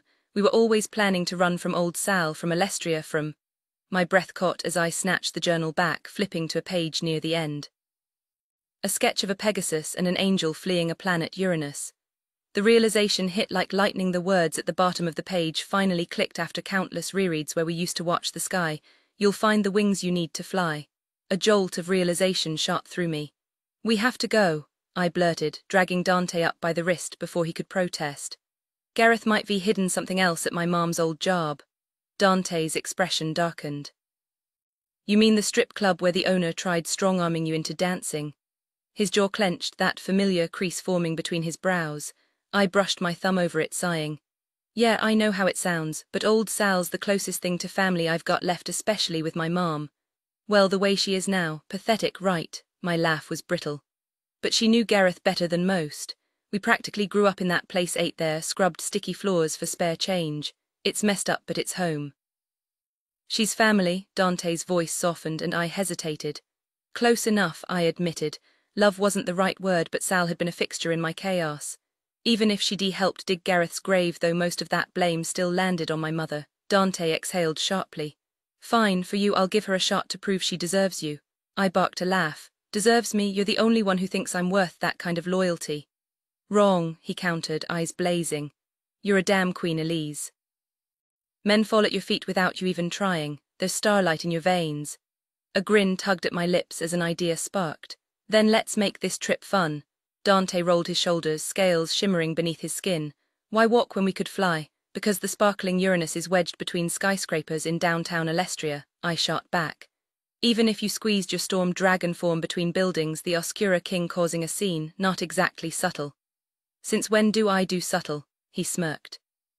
"Since we're avoiding a gang war at a strip club," I retorted. "Incognito, just a quick check if my hunch is right." With an exaggerated eye roll, he surrendered. "Fine, what's your master plan?" "Easy." I flashed a wicked smile. "I'm mated to a knight now, and my new pride has a thing for stealing. Leon just acquired a Ferrari. We borrow it." Dante's laughter echoed as I darted off, swiping the keys before meeting him in the parking lot. By the time we pulled up to the club, I almost believed things were normal again, except for the fact that I was chewing through gum like a Killblaze addict. I should have bitten someone else to curb the hunger, but the predator in me only wanted Dante. And until I could keep my hands and teeth to myself, grinding against him mid-bite was not an option. My gaze lingered on the thick pulse point in Dante's neck. So hypnotic I barely registered him repeating his question. I had to force myself to blink away the urge to lunge at him right there in the car. Biting him while he was behind the wheel seemed like a spectacularly bad idea. Rattling off the directions he needed, I caught the low, frustrated sound rumbling in his chest, as if he'd noticed my staring and was wrestling with the same dangerous impulse. The strip club loomed ahead, its neon sign flickering like a tired heartbeat. For reasons I couldn't explain, the place felt more like home than anywhere else. Dante ignored the parking lot entirely, pulling up directly in front of the "No Parking" sign out front with the kind of audacity only a gangster could pull off. His sharp glare told me exactly how thrilled he was with this detour before he dragged a hand down his face, muttering a spell that blurred his features into something forgettable. Gone was the notorious crime lord. Now he was just another ridiculously attractive guy, though the sheer size of him still turned heads. "Trust me, this is better," I said, nudging him as he killed the engine. "If people knew Dante Oscura was here, we'd never get past the screaming fans or the terrified ones." He rolled his newly blue eyes but didn't argue, leaving the keys dangling in the ignition like an open invitation to thieves. The moment he stepped out, his posture shifted, shoulders squared, gaze sweeping the street with quiet menace. No words needed, the message was clear. Yet when he circled the car to open my door, the gesture was almost courtly, his arm sliding around my waist as he murmured something in Fetalian that sent a shiver straight down my spine. Inside, the bouncers didn't even blink at us, too busy gawking at the sight of me draped over a guy who looked like he could bench press a truck. The club's interior was a far cry from the polished decadence of the black hole threadbare carpets, peeling wallpaper, the faint scent of stale beer and perfume clinging to the air. A flicker of discomfort twisted in my gut. Dante and Leon had grown up with marble floors and private chefs. This place was a reminder of nights spent scrounging for scraps. But Dante didn't hesitate, steering us past the stage without a second glance. Just as we reached the bar, old Sal burst through a back door, arms wide, a cigarette dangling from her lips. "Elise, sweetheart," she crowed, pulling me into a hug that smelled like tobacco and hairspray. "Was starting to think you'd forgotten about me." I shot Dante an apologetic glance as I stepped free, letting Sal scrutinize my silver-ringed eyes with glee. "Exotic," she declared, grinning. "Just like I always knew you'd be." Dante bristled at the backhanded compliment about his hair's market value, but I just chuckled. That was Sal for you. She sized people up like livestock at auction, her praise directly proportional to what she thought buyers would shell out. "Pretty sure Elysian mates aren't on the menu these days," I quipped, shaking my head. Though I did hear about one woman who sold herself to cover her partner's debts. Started a bidding frenzy and the flesh markets cleared 1,000,000 auras easy. Guess nothing gets wallets opening faster than something supposedly off-limits. Dante's growl vibrated against my back. "If you're hinting she should turn tricks, I'll dismantle you joint by joint." His voice was ice, and Sal flinched so hard her siren magic spiked, flooding the room with her panic. Even masked, Dante radiated danger, the kind that made the air hum and my skin prickle. I caught his arm before the tension could snap. "Relax, it's just trash talk, our thing." He kept glaring at Sal, who was stammering apologies like her life depended on it. I squeezed his hand, cutting in. "Come on, I've got something to show you." "Anything for you," he muttered, letting me steer him toward the bar's rear. Sal's eyes tracked us, wary, so I tossed her a bone. He knew Gareth, her frown eased good enough. We slipped past the staff-only door into a dim hallway, Dante's disguise melting away as we climbed the stairs. "Enjoying incognito mode?" I teased. "Must be a novelty for the great Drago to blend in." He caught my wrist on the third-floor landing. "You're the only one who looks past the reputation," he said, thumb brushing my pulse point. "Annoyingly, you do the same for him." I arched a brow. "Want me to spell out what I see in Ryder?" His jaw tightened. "Not here." The rooftop door loomed ahead, but Dante's grip held me still, his face bare now, all sharp angles and stormy eyes. No spell could dull that magnetism. That conversation didn't sound like my idea of fun. Maybe another time, preferably after a few drinks. Ah, so you can go full dragon mode and wreck everything if you don't like what I say, I joked, nudging him. Dante flashed that effortless grin, the one that made me want to tear down his walls. Maybe, he admitted, his voice smooth. Standing a few steps above him, I studied his face. You don't always have to be the strong one, Dante, not with me. If you need to fall apart, I'll be there to pick up the pieces. Lean on me, ask for anything. His smile faded, replaced by something darker as his gaze trailed over me, a low growl rumbling in his chest. Only if you promise the same, Bella. When you need something, don't ask, just take it. Always. The weight of his stare left no room for argument. Okay, I breathed. He closed the distance between us, his hands finding my waist as he purred. Then tell me, why have you been staring at my neck since the boathouse but haven't taken a bite? I laughed, but the hunger in his eyes cut it short. He backed me against the door, his body pinning me in place, not that I wanted to escape. Because, I murmured, my gaze drifting to his throat, if I start, I won't stop. You're too tempting, amore mio. He pressed closer, loving when I slipped into his language, even if I barely knew a word. I'll take care of you, Elise. If you can't control yourself, I will. The only thing you'll take from me is blood. Before I could respond, he seized my wrists, pinning them above my head. His knee forced mine apart, his thigh pressing against me, sending heat spiraling through my body. His dominance was intoxicating, his heartbeat racing under my heightened senses. A moan escaped me as electricity crackled between us, reminding me of the first time he'd claimed me, the way his alpha instincts had taken over, leaving me utterly consumed. Bite me, Bella, he ordered. Now. I obeyed instantly, my fangs sinking into his throat as his blood flooded my mouth. This wasn't like before, this was surrender. His grip weakened from my venom, but his control over me never faltered. And I didn't want it to. His body pinned me to the door, the heat between us unbearable as I arched against him, my jeans rubbing in just the right way to send sparks through my veins. A desperate sound tore from my throat as his hardness pressed into me, the taste of his blood still lingering on my lips like dark honey. Then, without warning, he unleashed his magic, and the flood of power hit me like a storm, electric, overwhelming, making my skin hum where our bodies met. Every nerve lit up, my shirt doing nothing to hide the way my nipples peeked against his chest, and I didn't care if the current racing through him was intentional. All I knew was the way it pulsed between my thighs, driving me wild until my fangs slipped free and my moan echoed between us. For a heartbeat, I thought he'd finally give in. His lips hovered so close to mine, his breath warm and teasing. Hard to believe you're meant for someone else when you're like this, Dante murmured, his voice rough enough to make me shiver. I swallowed, my reply barely more than a whisper. I meant what I said. The moment stretched, thick with tension, before he yanked the door open. I stumbled back, but his grip kept me upright, though not for long. The second I steadied, he let go, adjusting himself with zero shame while I glared. Gonna have to fend you off myself. He taunted, and I groaned, spinning away before I did something stupid. His laughter chased me across the roof, fueling my silent vow to turn the tables on him soon. The old pallet fort waited at the far end, just as rickety as I remembered. Gareth and I had scavenged half this junk from alleyways, rebuilding it every summer after storms tore it apart. By the time we hit our teens, it was less a hideout and more a crumbling perch, but back then, it felt like a kingdom. Dante's boots scuffed the gravel behind me. So you played on a strip club roof? He asked, eyeing the sagging cushions. I shrugged. Mom didn't want us roaming Alestria's streets, not exactly kid-friendly here. My chest tightened, Gareth's absence still a fresh wound. We stole feather boas for capes once, and a laugh bubbled up despite myself.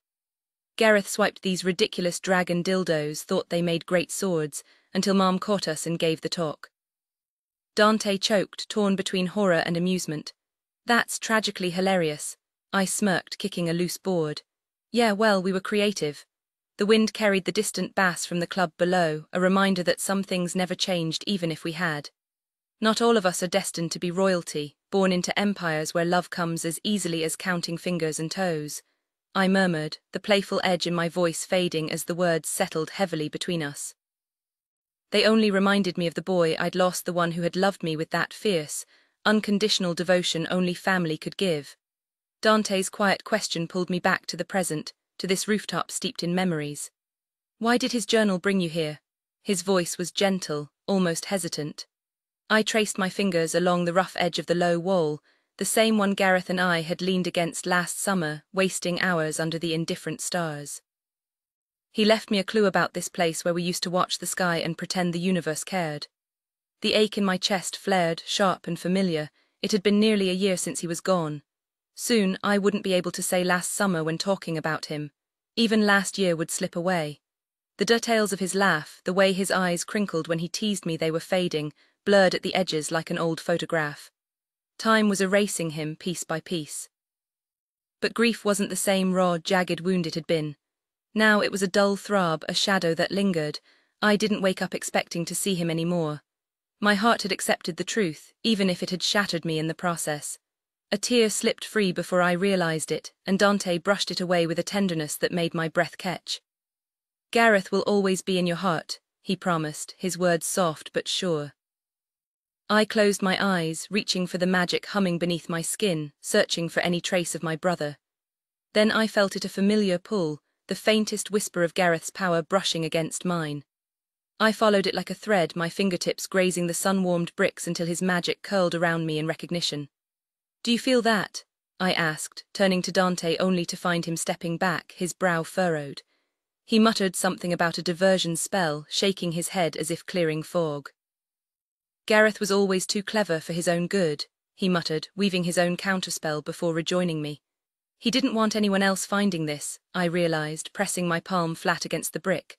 The concealment spells were layered, reinforced, meant only for me.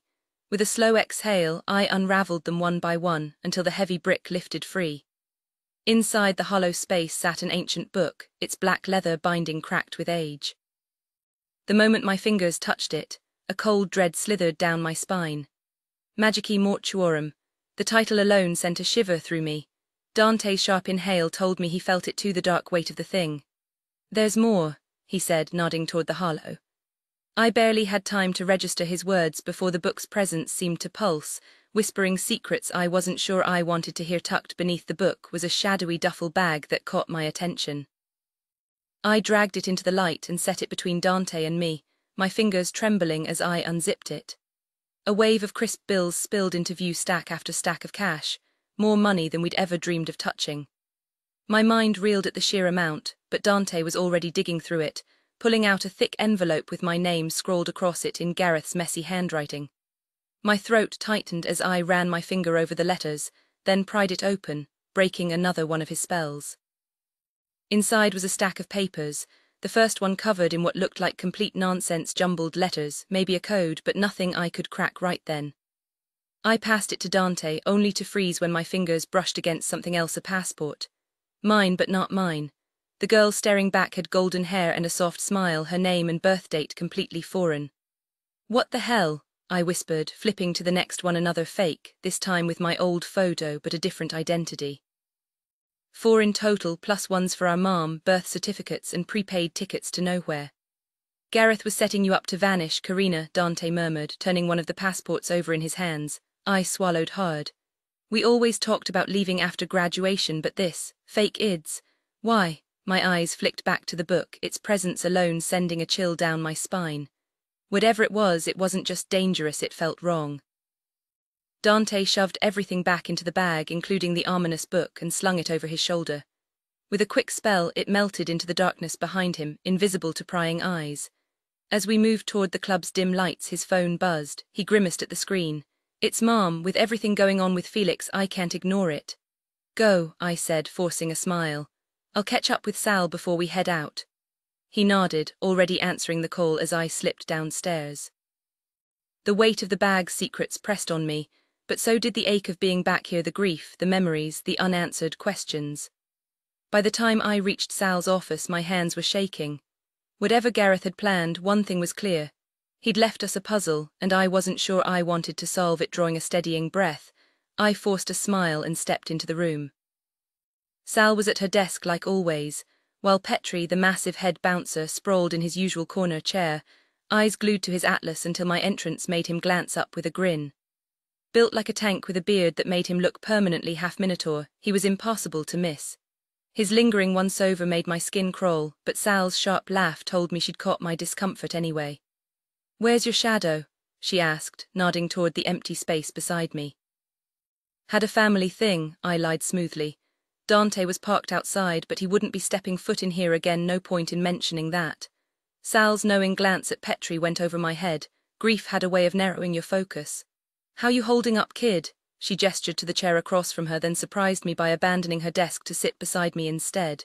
You're radiating misery, she added, cutting through my weak attempt at a smile. Yeah, I admitted, too drained to pretend. Being here. It's like he's everywhere and nowhere at the same time. Her voice softened. This crew misses you. Blood doesn't make family, shared scars do. We're all broken pieces here, honey.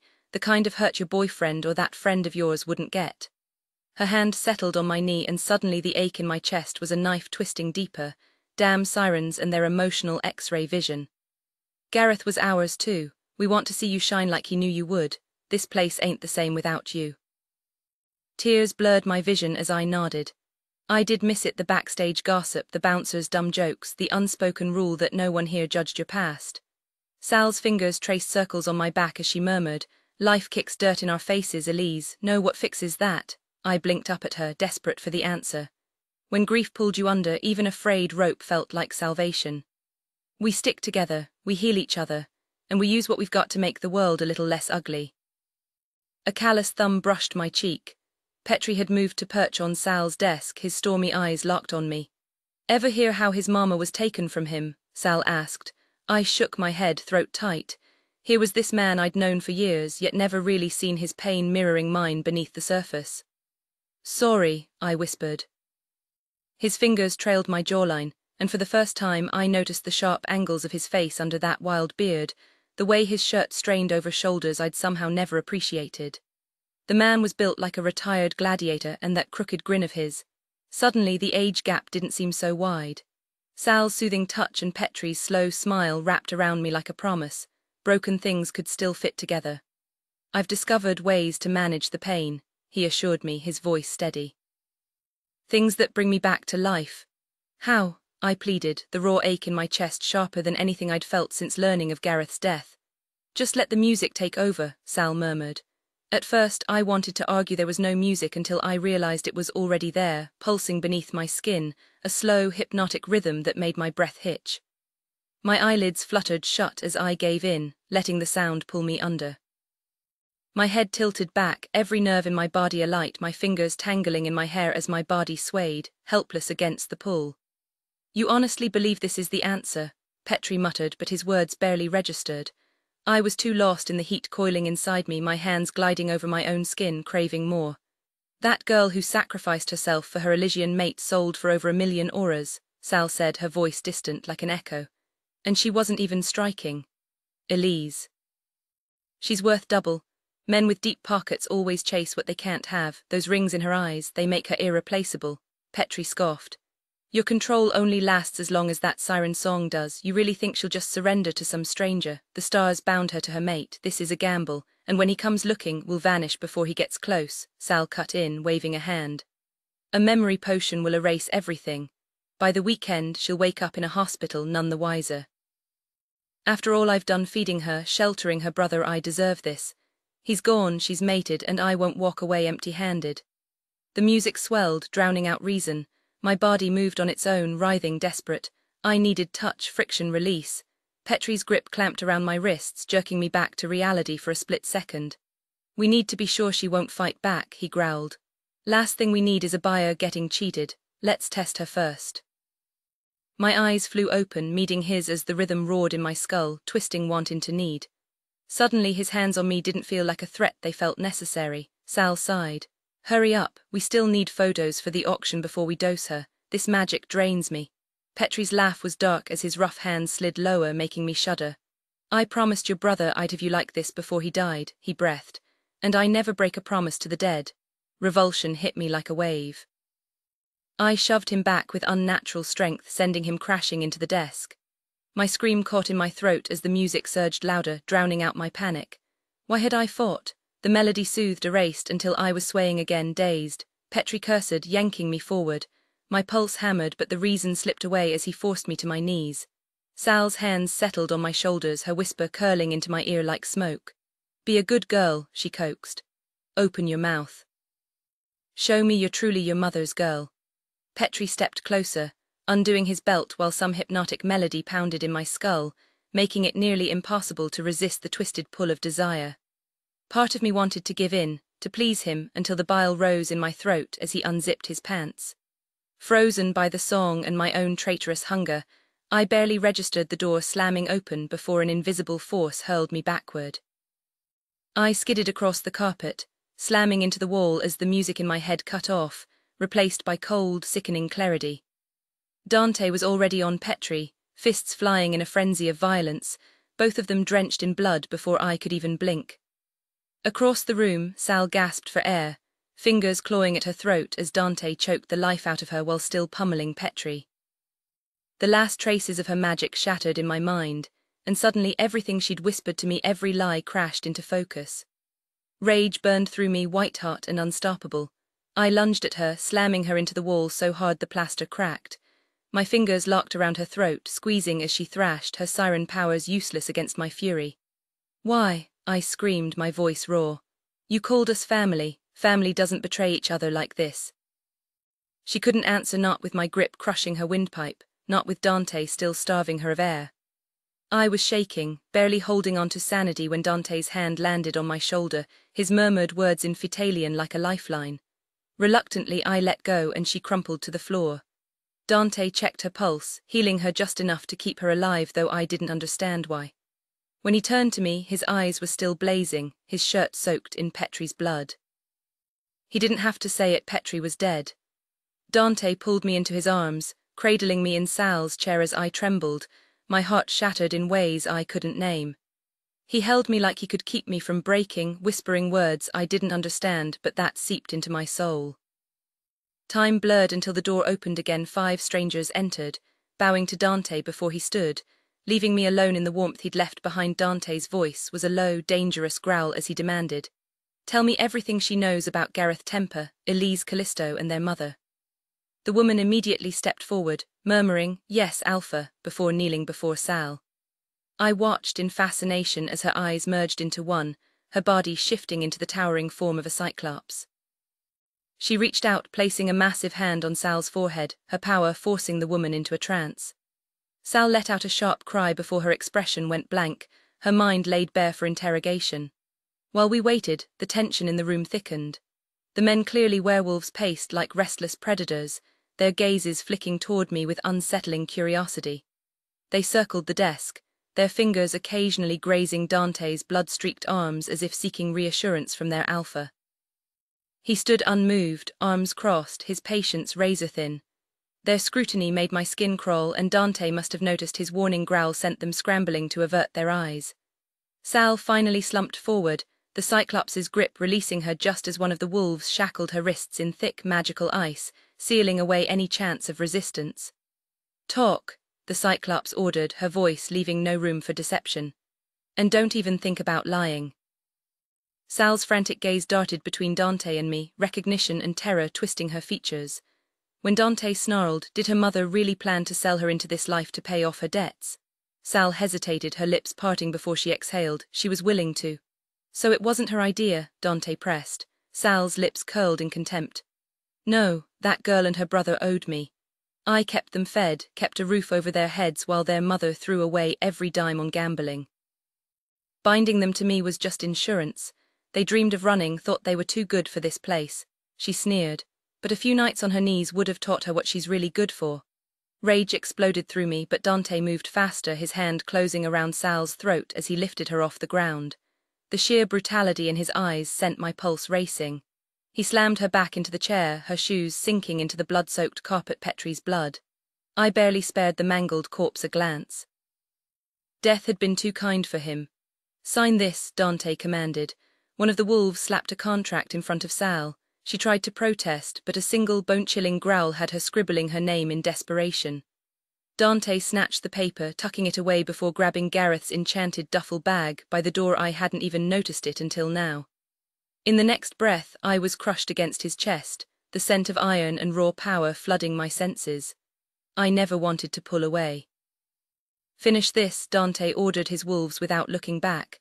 "Take your time. Elise is family now. Make sure the message sticks before you clean up." "Family," one dared to question. Dante's answering snarl should have terrified me, but wrapped in his arms, I'd never felt safer. Leon Knight is my brother whether he bows to the Oscuras or not, he hissed. His mate is mine to protect. The wolves instantly bowed their heads, a soft whimper of apology escaping the one who doubted. Dante's gaze locked onto mine, and the raw anguish in his eyes nearly shattered me. The way he had to hide what we meant to each other tore at something deep inside me. My fingers traced the sharp line of his jaw as he guided me out of the Starlight Lounge, his grip firm yet tender. The moment we reached the car, miraculously untouched, he didn't let go, pulling me onto his lap in the driver's seat. The door clicked shut behind us as I pressed close, fitting against him in the cramped space. His arms wrapped around me like I was something fragile, something worth protecting, and I let him because I knew I was the only thing anchoring him to the light. No one touches you while I'm alive, Elise, he vowed, his voice rough with emotion. Everything I am, my heart, my strength, it's all yours. No matter what happens, don't forget that. My pulse hammered as he leaned in, but instead of the kiss I craved, his lips brushed my forehead, leaving me aching. Amort e ritorno, he murmured, the words heavy with promise. As he shifted me back to my seat and pulled away from the wreckage of my past, I clung to his hand, echoing his vow. To death and back, Dante, always. Breakfast was a miserable affair. I stabbed at the bland oatmeal, my pocket heavy with a stolen chocolate bar I had no intention of eating. Sugar was pointless, empty calories, no real fuel. But Elise had ruined that logic, making me crave the sweetness I'd spent years avoiding. With a growl, I shoved the last bite of oatmeal down and drained my water, ignoring the hushed whispers of the Lunar recruits scrambling to clear my table. Bryce's useless morning briefing had only stoked my frustration. I needed a fight, needed to burn off the restless energy that had plagued me since that night in the Iron Grove. The courtyard was quiet, the divide between Lunars and Oscuras marked by a strip of concrete. I ducked behind the bleachers, dropping into the cool grass beneath, and finally gave in, tearing open the damn chocolate. The rich flavor exploded on my tongue, and for a heartbeat it was like she was there feeding it to me, curled in my lap with those eyes that saw too much. The fantasy twisted something in my chest, pathetic. Ethan Shadowbrook's sudden appearance snapped me back to reality. You stalking me? I snarled, chocolate still coating my words as I lunged to my feet. Before he could answer, I had him by the collar, slamming him into the dirt. His hands shot up in surrender, but the fire in my veins refused to cool. The guy was massive, but he didn't throw a punch. How was I supposed to lead when my people caught me sneaking chocolate like some kid hoarding candy? Relax, boss, he said, pulling 3 more bars from his pocket. This is my spot. Cafeteria's a nightmare, can't take 2 bites without some girl whispering filth in my ear. Don't get me wrong, I'm down, but a man's gotta fuel up if he's gonna perform right. I almost laughed. Shadowbrook had been angling for second in command, and with Bryce hating his guts, I'd been sizing him up. Bryce had earned his stripes, but power shifts fast. If Shadowbrook had the strength, he'd take the spot anyway, and strength. The guy had dropped Faye Seniors back in the day. That kind of raw force got my attention. Plus, his family had brotherhood ties, trust wasn't an issue. He lobbed a chocolate bar at me, but I let it hit the ground. I don't eat that crap, I snapped. He just shrugged, scooping it up along with my discarded wrapper. Yeah, you don't, he agreed, stuffing it in his pocket. But I do, got a whole stash under here. He chucked a couple deeper into the shadows with a grin. Sweet tooth's a curse. I fought a smirk. The guy had nerve, I'd give him that. Keeps me from raiding the breakfast line, he added, standing. The bars he left were clearly for me, covering my tracks while feeding my habit. Not that I'd touch them, but the gesture scored points. As I turned to leave, his hand landed on my shoulder. I tensed, ready to break it. One more thing, he said, pulling up a video on his atlas. The new recruit was talking to Oscura wolves. Rat, I growled. Bring him to me at lunch, I'll make an example. Easy, he said, cheerful as if I'd asked him to pass the salt. I paused. Why wasn't this in Bryce's report? Because I answer to you, he said, dead serious. Want me to loop him in? I shook my head. Keep it direct, let's see what you've got, Shadowbrook, he smirked. Mom always said I was stardust and rainbows. Guess she missed the shadows and the ego. Or the bullshit, I shot back, amused despite myself. As I walked off, I wondered when he'd make his move on Bryce. It was coming, but he was playing the long game. Scrolling through messages, I scowled. Still no word from Scarlet on how to get to Salvator. Patience was running thin, which was exactly why I was stuck bonding with Big Bird. Still no visions, even after I'd spilled my guts about Elise. Useless, I kept dodging any mention of Mariella, but maybe that was exactly what Gabriel needed to hear if he was ever going to track her down for me. Then again, maybe I was just wasting my damn time cozying up to that winged jerk for nothing. Either way, I'd head up to the roof again tonight, same as I had every night this week, and maybe, just maybe, he'd finally spot something useful. The thought actually lifted my spirits, though not because I gave a single damn about hanging out with some overgrown Muppet reject. All I cared about was getting that witch's location. Once I had it, Gabriel could take his precious wings and leap right off that rooftop for all I cared. The day crawled by, made worse by the fact that I was still avoiding Elise. I sat behind her in astrology, watching as she stared dreamily at the stars while Professor Rayburn droned on about Elysian mates. At one point, the professor even made Elise stand in front of the class, using some flashy projection spell to cast an image of her eyes onto the ceiling. I bolted before the bell rang, and now at lunch the only thing I had an appetite for was violence. Perched on the bleachers, I waited for the Brotherhood to show, flexing my fingers as my heart pounded harder than usual, slamming against my ribs like it wanted out. If I could have ripped it free myself, I would have anything to escape this suffocating mess. I'd heard what Elise said in the woods. I'd taken from her, kissed those lips, marked her again. But when it was over, I knew that was all I'd ever get. A taste, and where that should have been enough, now it just pissed me off. I wanted all of her. Being handed scraps of the girl who belonged to damn Simba was humiliating, not to mention rage-inducing. I didn't do things halfway. I'd been ready to dive in head first, to lose myself in her light, Brotherhood be damned, but I'd never had her to myself. The 2 times I'd gotten close since breaking the deal, it was either with my worst enemy or the jackass who swore Elise would drop me the second. The stars decided she was his. Jokes on him. Gabriel was choking on those words now. And yeah, maybe I felt a tiny flicker of pity for him.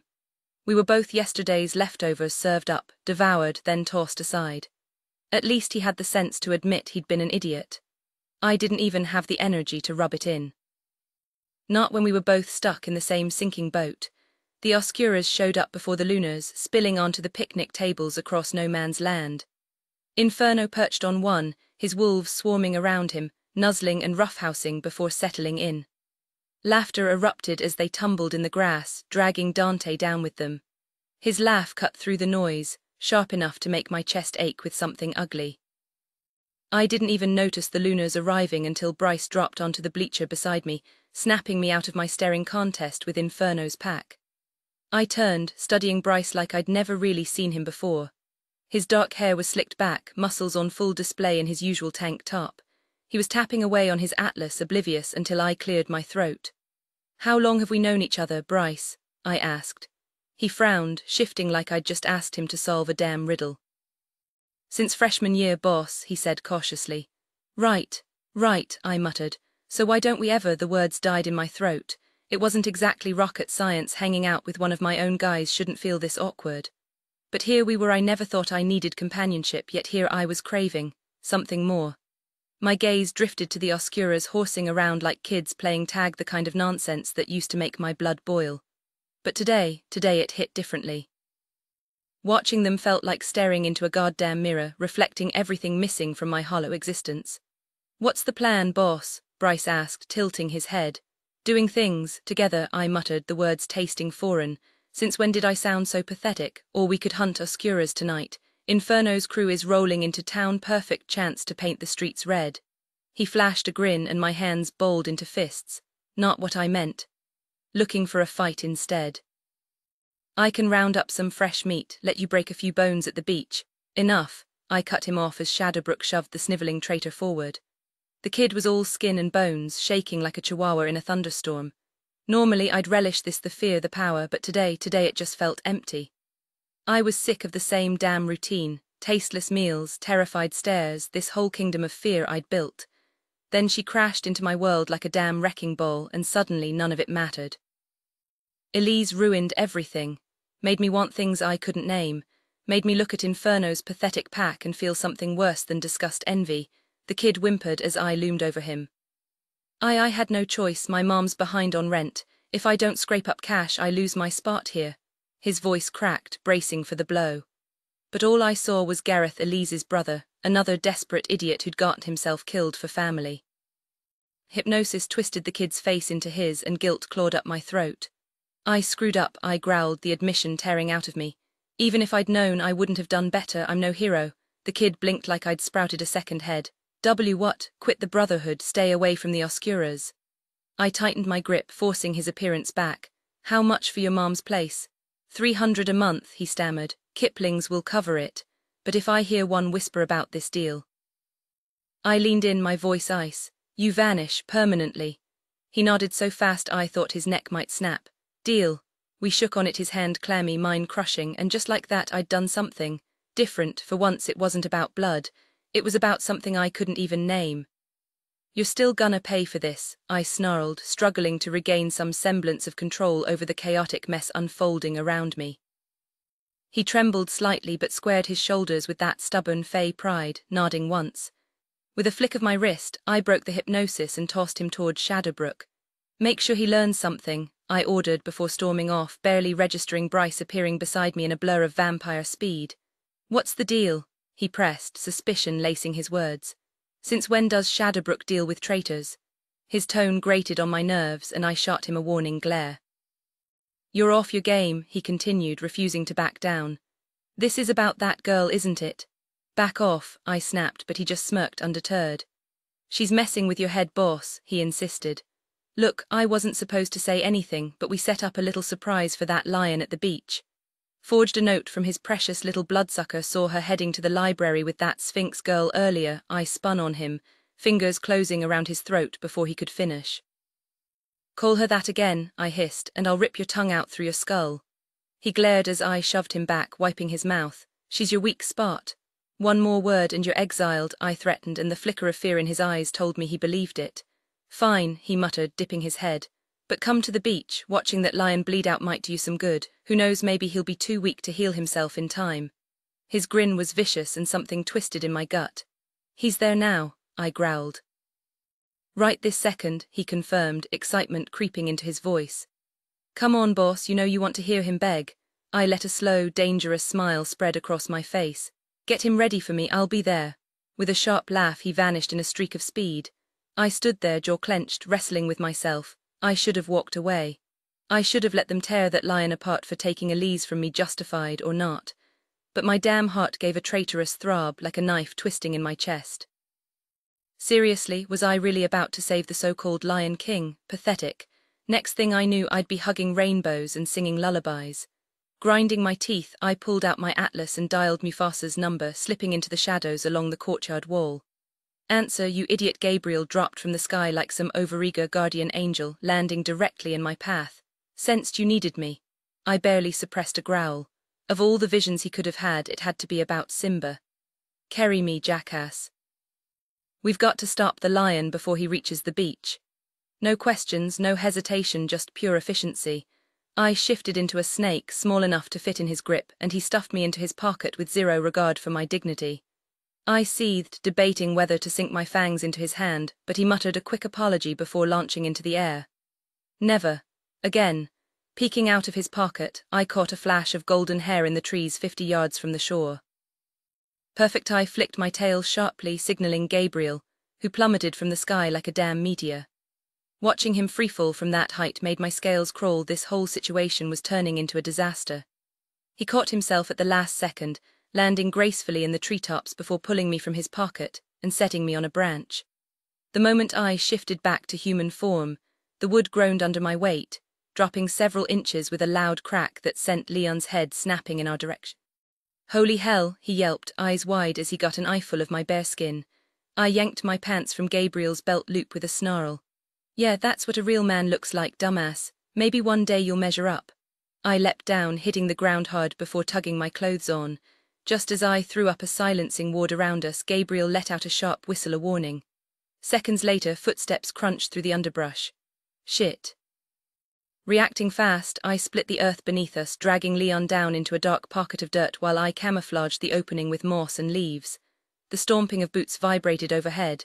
Where the hell did he go? Toby just saw him. Bryce's growl was too close for comfort.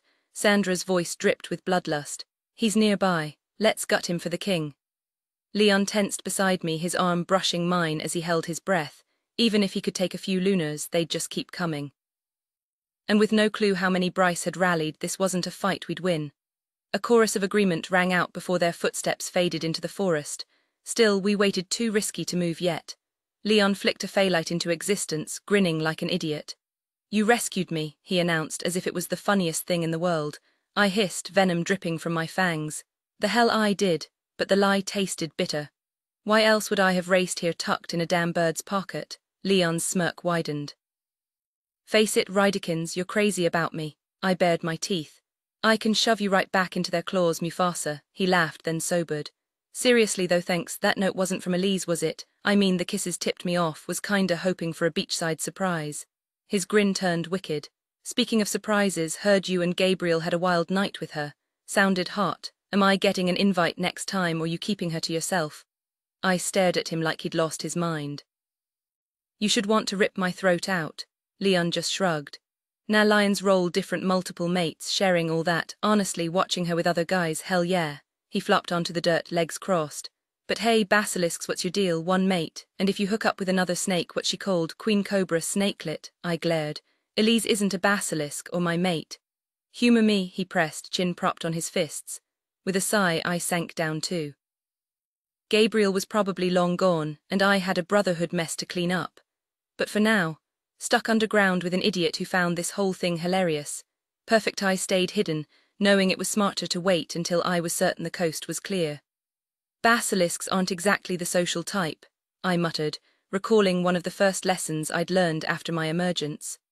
My very biology seemed determined to keep me isolated. Why fight against nature? "That's bullshit," Leon shot back, shaking his head. "There just aren't enough of your kind left for anyone to make that call, and since when do labels mean anything? Take this whole Elysian mate business, yeah, it's powerful, but it doesn't have to rewrite who we are. I don't plan on changing, and neither should you. We want you with us, Ryder. All of us, Dante, Gabriel, even you, stubborn bastard." He exhaled sharply. "Hell, our girl wasn't built for a pride either, but here we are, so why not you?" I didn't answer, letting his words sink in. Normal had never been my thing anyway. Not that I was about to sign up for some celestial pride, especially not with Inferno breathing down my neck. "Lion, lioness, hard pass," Leon groaned, rubbing his temples. "Just go to her already. You're both miserable, and frankly it's getting pathetic. That ache in your chest, it's not going away, so why keep torturing yourself?" He wasn't wrong. The exhaustion was bone deep, the constant push and pull wearing me down. And here was Leon handing me an open invitation, one she'd already extended herself. Maybe the idiot had a point. "Go claim your damn snakelet," he ordered, grinning. "Then meet me later. We'll marathon Lion King," and absolutely not. "Fine, just the first one then, Mufasa." "Scar," he shot back, laughing. "Stars, just toss me off a cliff and be done with it." He stepped closer, pressing his forehead against mine, and for once I didn't pull away. Maybe I was making this harder than it had to be, but old instincts died hard, and the risks if the world saw what I truly wanted were too damn high. "Go," he growled, stepping back. I carved an exit above us, scanning the area before hauling him out. "Don't flake on bro night," he warned, stripping down and shifting in one fluid motion. His mane caught the wind as he winked, then bolted into the trees, clothes clamped between his teeth. I headed for the beach, firing off a text to Bryce. Gabriel circled overhead, veering off the second he spotted me like he'd been keeping watch, but that couldn't be right. Bryce arrived with his lunar entourage, some lugging enchanted chains that made my blood boil, the thought of them getting to Leon first, unacceptable. "Where is he?" I demanded, flexing my fists. Bryce grimaced. "Lost him, he was close then, vanished. You dragged me out here for nothing," the group stiffened. "We'll track him down," Bryce promised. "Save it," I snarled, turning away. "The hunt could wait. You're all worthless, I'll handle this myself." I stormed past them, knocking Bryce aside as I charged toward the forest, my pace quickening with every step. The library, that's where she'd be. Elise was waiting, and I was done holding back. Leon had been brutally honest, and damn him for being right. Letting her slip away had been my biggest mistake. If she wanted him, fine. But she'd have me too, every broken, desperate part of me. Whatever she gave in return, it would be enough. I'd kneel at her feet if that's what she wanted. The weight crushing my chest lightened just a little, breath coming easier as I picked up speed. "I'm coming, Elise. No more games, no more pain, just tell me you still want this." The library doors flew open with a crash as I barreled inside, sending the librarian scrambling to her feet until she recognized me. Her anger melted into fear, and I flashed her a grin sharp enough to cut glass before stalking through the aisles. Elise Callisto. My voice echoed off the shelves, and there she was, frozen mid-motion, her chair tipping back as she turned. The moment our eyes locked, she shot upright, her old roommate and that weasel-faced friend of hers gaping like I'd brought the end of the world with me. "What the hell, Ryder?" Elise snapped, drawing a crowd of nosy students. My pulse roared in my ears as I closed the distance. Mine. Before she could react, I seized a handful of her hair, vines slithering around her wrists before she could summon so much as a spark. Her fangs flashed, defiance burning in her eyes. God, I loved that fire. "The Brotherhood's got a problem with you," I growled. Her confusion only lasted a second before I hauled her over my shoulder, ignoring her curses. One hand clamped over her skirt. No free shows for the creeps gawking at us as I marched out, the librarian suddenly very interested in her tablet. Elise thrashed, teeth snapping near my ear until I silenced her with a leafy gag. The Vega dorms loomed ahead, students scattering like startled birds as I kicked open the door and carried her straight to my room. The second I freed her, she lunged, her slap stinging my cheek as I laughed.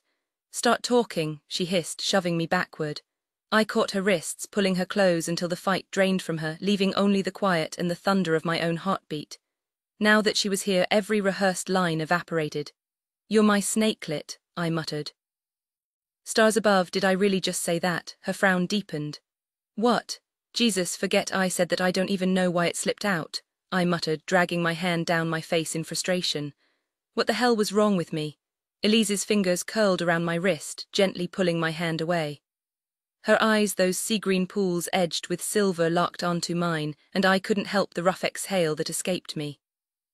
My thumb traced the curve of her cheekbone before lingering on her lips, already parted in anticipation. She didn't flinch, just held my gaze, her breath shallow and quick. For once, I couldn't hide behind anger or silence. The truth clawed its way up, raw and jagged, but I forced it out. "Pain's been my only companion, Elise. I've been torn apart, scorched, left hollow, but none of it comes close to the hell of losing you." Her breath hitched as my fingers slid to the nape of her neck, gripping tight. "Ryder," she started, but I cut her off with a shake of my head. If I didn't say this now, I never would. I spent years numb, drowning in nothingness. Thought I was too far gone to feel anything real, but you dragged me back into the light. A tear streaked down her cheek, and damn if it didn't unravel me. Tears didn't lie. They were the purest thing in this twisted world, and hers wrecked me. I swallowed hard, forcing out the words I'd buried for so long. "I'll always be a nightmare, Elise. The kind they warn about in Alestria, the shadow that haunts their darkest stories. But if you'll have me broken, brutal, whatever's left, I'm yours." My voice dropped to a rasp. "I don't have much, just this wrecked heart and a soul stained black, but they're yours because, hell, I love you." Her fingers trembled as she pressed my scarred knuckles to her lips, kissing the ink etched there like a prayer. "I want every part of you," she whispered, her voice steady despite the tears. "The rage, the ruin, all of it." I yanked her against me, my mouth crashing into hers, tasting salt and desperation. She shoved me back against the door with surprising force, and I laughed, low and rough. Her nails bit into my shoulders as she kissed me like she was starving for it. "Give me the monster," she demanded against my lips, jumping up to wrap her legs around me. I gripped her hips, growling as her nails raked down my back. "No more waiting, Ryder. Show me the darkness you've been hiding." She slid down, already working the buttons of her shirt, and I stalked forward, every instinct coiled tight. "Pick a safe word," I warned, my voice rough. "The second you say it, I stop." Her gaze flicked over me, dark with hunger. "Okay," she breathed, and I knew she wasn't backing down. Not from this. Not from me. Scarlett's breath hitched as I stepped closer, my smirk widening when she tried to shield herself. With a quick motion, I swatted her hands aside and tore open the remaining buttons of her blouse, sending them scattering across the floor. The sight of her pale pink lace bra made my pulse spike, the way it accentuated her curves sending a jolt of heat straight through me. I trailed my lips down her throat, my tongue piercing, dragging against her skin as I sank to my knees, savoring every shiver I coaxed from her. Her fingers tangled in my hair, but I didn't let her keep control. With a flick of my wrist, vines coiled around her wrists, yanking them behind her back. The gasp she let out only fueled me as I tugged her skirt down, letting it pool at her ankles before kicking it aside. My fingers traced the backs of her thighs, slow and deliberate, before I leaned in, inhaling the intoxicating sweetness of her arousal through the thin fabric of her panties. When my teeth grazed her clit, she jerked with a sharp cry, her cheeks flushing darker. The hunger in her eyes was undeniable, a challenge I was more than willing to meet. "This won't be gentle," I warned, but her lips curled into a wicked smile. "I don't want gentle." A dark laugh escaped me as I hauled her toward the desk, my grip firm on her hips. I spun her around, bending her over the polished wood before freeing her hands just enough to let her brace herself. The vines coiled tighter around her ankles, forcing her legs apart and securing them to the desk legs. My palm skimmed down her spine, pressing her lower as I unhooked her bra, letting it fall away. The second my hips rocked against her, she let out a curse, her body arching into me. I teased her nipples, alternating sharp pinches with slow, soothing strokes until her moans filled the room. "Every sound you make comes with a price," I murmured, my voice rough. She nodded eagerly, but I wanted more. "Use your words." "Yes, boss," she purred, the sound sending another surge of heat through me. I rewarded her with another sharp twist of my fingers before stepping back, summoning a wooden paddle with a flick of earth magic. Her ass was perfectly presented, but those flimsy panties had to go. I dragged my fingers between her thighs, coating them in her slick arousal before tearing the fabric away. Her sharp inhale was music to my ears. "That's 3 strikes," I taunted, tapping the paddle against her skin. The first strike landed with a sharp crack, leaving a rosy imprint. Her cry melted into a moan, and I swear my heart was trying to break free from my chest. If this was her idea of fun, I was the luckiest bastard alive. The second hit drew a gasp, the third a desperate plea. "Harder," she demanded, her voice raw. I obliged, delivering a blow that would leave her marked for days. Her back arched, a feral sound tearing from her throat as I slid my fingers between her legs, finding her dripping. "You'll take what I give you," I growled, my control fraying at the edges. And damn if she didn't love every second of it, damn. She arched her back, squirming against the restraints as I secured the vines tighter, ensuring there was no chance of escape. Another tendril coiled around her wrists, pulling her arms forward until her body stretched across the desk. "How many nights have I imagined you just like this, Elise?" My fingers slid inside her, drawing a sharp curse from her lips. I abandoned the paddle, opting for the sharp sting of my palm against her skin instead. "I want every inch of you marked by me before I ease the ache away, savoring every second of it." When I withdrew my fingers, she whimpered, frustration lacing the sound. "You're making too much noise, sweetheart." Another smack landed, and her moans only grew louder. "You'll learn to listen." The wooden plug materialized in my grip, slick with her arousal as I traced it lower, teasing until she gasped. I paused, waiting for her to use the safe word testing her limits. Silence. So I pushed in, slow and deliberate, and she shuddered wildly, her voice muffled against the desk. I worked the plug inside her, letting her adjust before freeing myself, the barbell at my tip gliding through her wetness. She strained against the vines, but my hand pinned her in place. "Not yet," I growled, then thrust deep, driving into her with relentless force. The plug shifted with every movement, and she cried out, her body arching beneath me. My fingers tangled in her hair, yanking her head back as I fucked her harder, losing myself in the way she took everything I gave and still begged for more. I'd planned to draw this out, but hell, she was unraveling me. Her walls clenched around me, her climax building, and I couldn't resist teasing her clit. "Don't," I warned, even as she tightened around me, teetering on the edge. Control slipped. I needed release as badly as she did. This woman had me spellbound, always in charge no matter how hard I tried to dominate her. My fingers circled her clit and she gasped, her body trembling. I pressed my other hand to her lips. "Bite down," I demanded. Pain was the only thing that could ground me now. "Ryder," she protested, but my snarl cut her off. "Now." Her teeth sank into my skin and I groaned, finally letting go. She screamed as she came, her body milking me until I spilled inside her, shuddering through the most intense climax I'd ever had. I held her there, panting, savoring the sting in my hand and the rush of pleasure coursing through me. When I finally pulled away, I freed her from the vines, the plug vanishing with a thought. She wrapped her arms around my neck as I kissed her. "You're mine," I muttered against her lips. "I don't care if the lion thinks he owns you too." Her kiss was soft, her gaze heavy with exhaustion and something deeper. "I never stopped being yours, Ryder, and I never will. Do you finally believe that?" I breathed her in, my chest tight. "Yeah, baby, I do. 2 months before the Solarid meteor shower, 4 months, 4 victims, 4 deaths weighing on me like chains, And 4 damn good reasons I needed to get the hell away from the black card, King, Alestria, everything that had ever tied me to this place. The first 2, Trevor Jones and Macy Smith, I'd delivered to King like a blind fool, thinking he'd actually help them. Back then, I wasn't trusted enough to remember what happened on those full moon nights. All I knew was that I'd led them straight to him, and they never came back. I had their names, a phone, and an address in Alestria where I could track them down. My job was simple: deliver Killblaze, gain their trust, and convince them they could escape their suffering. What I didn't realize until too late was that escape meant something far darker. King wasn't offering salvation, he was preying on broken souls, addicting them to Killblaze to amplify their despair, then promising freedom through death. The truth hit me like a gut punch: this wasn't initiation. It was orchestrated suicide, masked as mercy. At first, I'd been naive. Those early months felt almost noble, like I was helping lost souls find belonging. The cult was twisted, sure, but they had a warped sense of loyalty. Then came Vivienne Simmons. She was 26 but carried the weight of a shattered life, her blue eyes haunted, her blonde hair a painful reminder of my sister.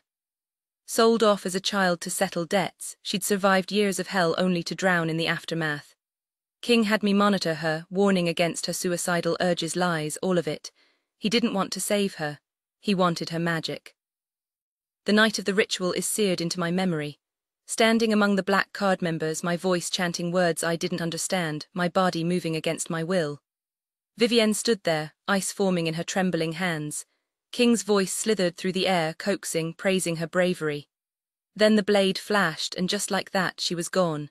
Her magic ripped away, her body crumpling on the cabin porch. I wanted to scream to stop it, but my lips kept moving, the cursed chant pouring out like poison. By the time the spell broke, it was over. The line shuffled forward, Lorenzo at the rear, and I followed, numb. The taste of bile never left my mouth after that. King moved closer to Lorenzo, his voice dropping to a whisper laced with something unnatural, a command wrapped in magic, leaving no room for refusal. Lorenzo had no choice but to retreat to bed, his memory of the night wiped clean. When it was my turn, I expected the same erasure, but instead, King's ever-shifting features softened as he praised my loyalty to the black card. He rewarded me not with forgetfulness, but with the cruel gift of remembering everything. The next morning, Lorenzo shrugged off the missing hours, blaming it on a bad high. That's when it hit me: I was trapped. I spent weeks trying to break the silence, reaching out to Ella, my mom, even old Sal, but the words always died in my throat. The magic binding me twisted every conversation into meaningless chatter. I even sought out Leon and Dante, old friends who'd known me before all this, but the cult's pull was too strong. Hanging out felt pointless when my mind kept dragging me back to the others, the ones like me, so I stopped fighting it. At least outwardly. When Colin Denver's name landed in my hands, I tried resisting the urge to seek him out. But the compulsion won. He was a bitter, hollow guy, living in a freezing apartment with flickering lights, chasing his next fix. Not exactly the kind of person you'd mourn, except I knew what was coming. I dropped hints about reasons to stay alive, but what did he have? No family, no friends, just Killblaze and the next desperate high. Still, I hoped. Some walked away. Maybe he would too. Meanwhile, I played the long game. Every small freedom came with a price: more knowledge, more horror, but also more room to maneuver. King's trust was my only way out. I needed him to loosen the chains just enough so I could run, and I was close. Elise's debt would be cleared next week, we were almost free. But tonight Colin stood scowling at me through the gap in the wards the whole King had carved just for this. My fingers had typed the message against my will.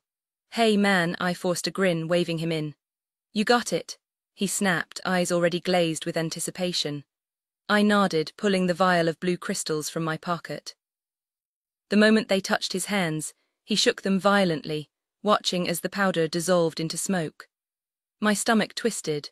Hope was a fragile thing, and his was already burning away. He twisted off the cap and jammed the tube into his nose, sucking in the Killblaze with a desperate gasp that made my skin crawl.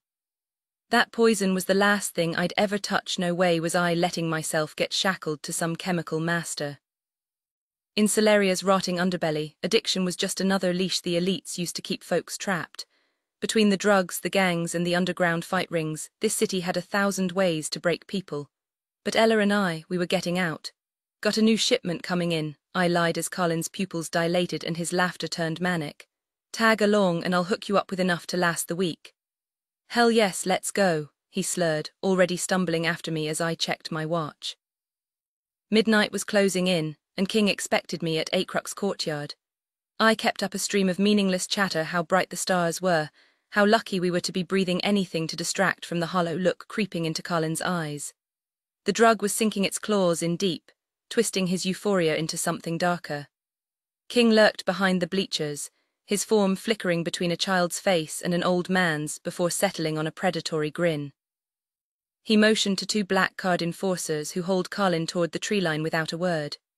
You're rising fast, Gareth, King murmured, steering me toward Altair Halls instead. I forced a nod, biting back my disgust.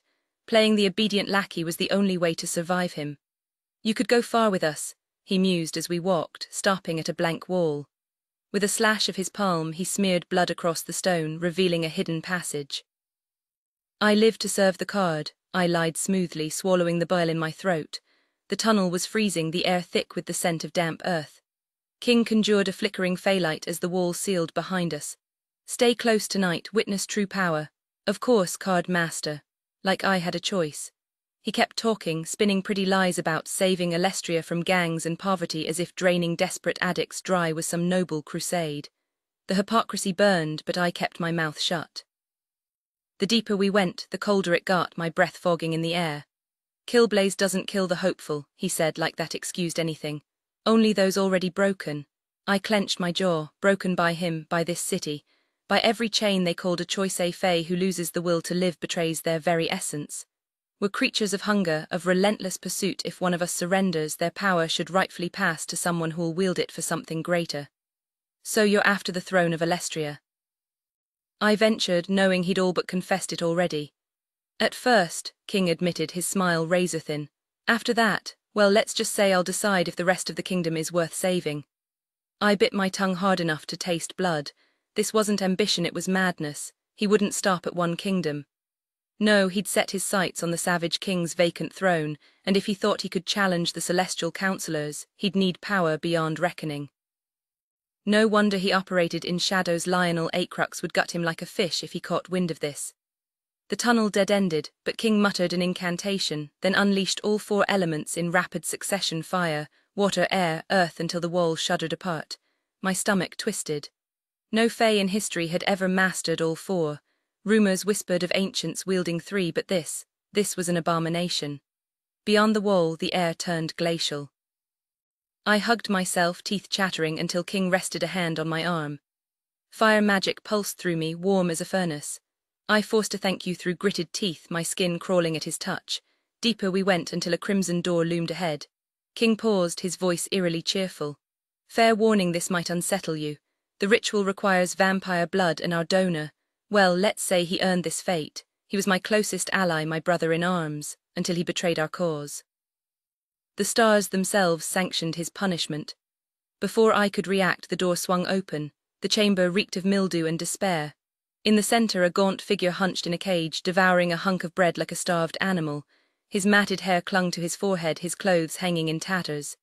He eats in the cage. A small price for treachery, King remarked, as if discussing the weather. My throat closed. This wasn't justice, it was torture. Darkmoor Penitentiary had nothing on this. Why? I managed, the word strangled. King drew a knife and a beaker from his cloak. Necessity, for the deck, for the city. He chose this over losing his card, and really, who better than a traitor? The blade flashed. The vampire didn't even flinch as King sliced his arm open, blood dripping into the glass.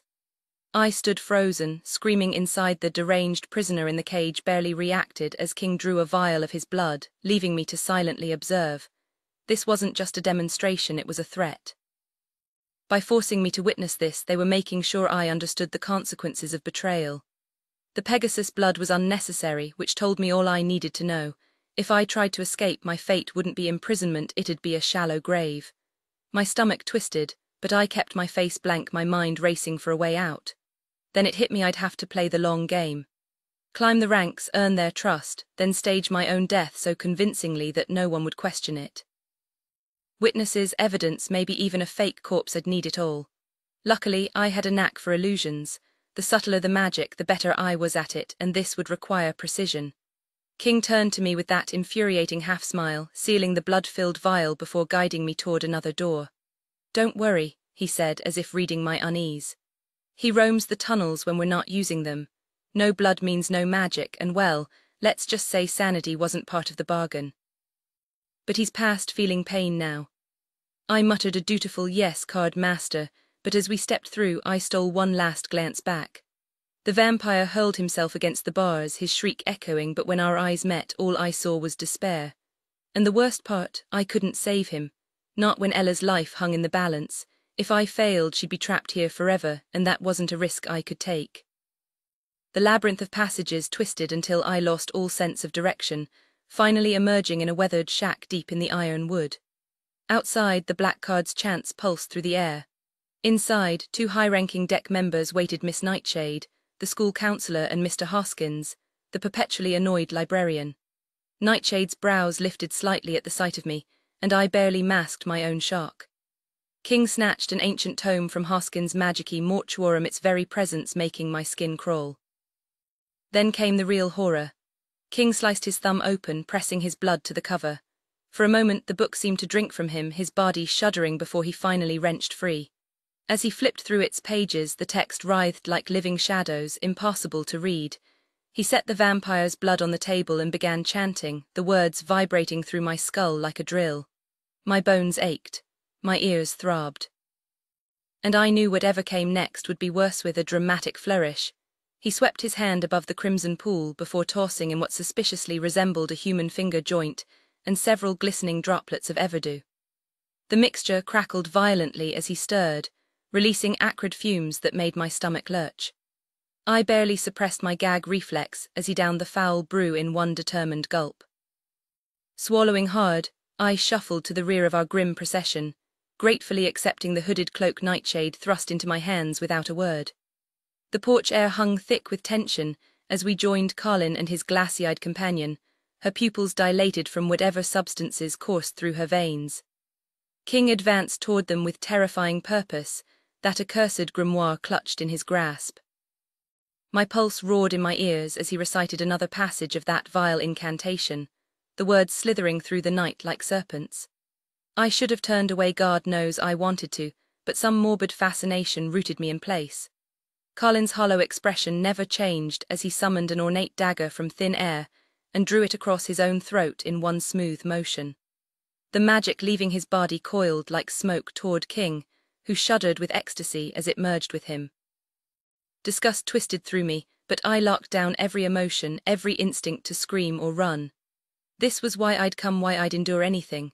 My sister's face flashed behind my eyelids, her laughter echoing in the hollow spaces of my memory. King, now drunk on stolen power, shoved the book at Hoskins before compelling the black card initiates forward one by one.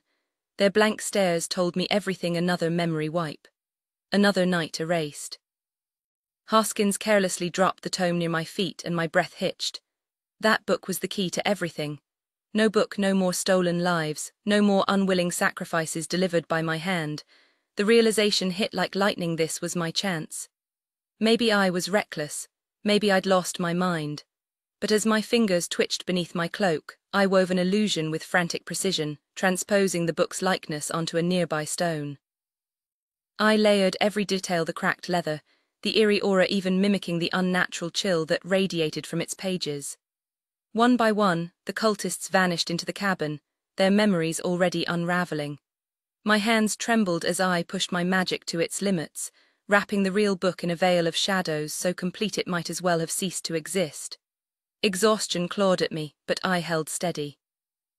If this worked, I'd slip back later under cover of darkness, retrieve the damned thing and bury it where no one would ever find it.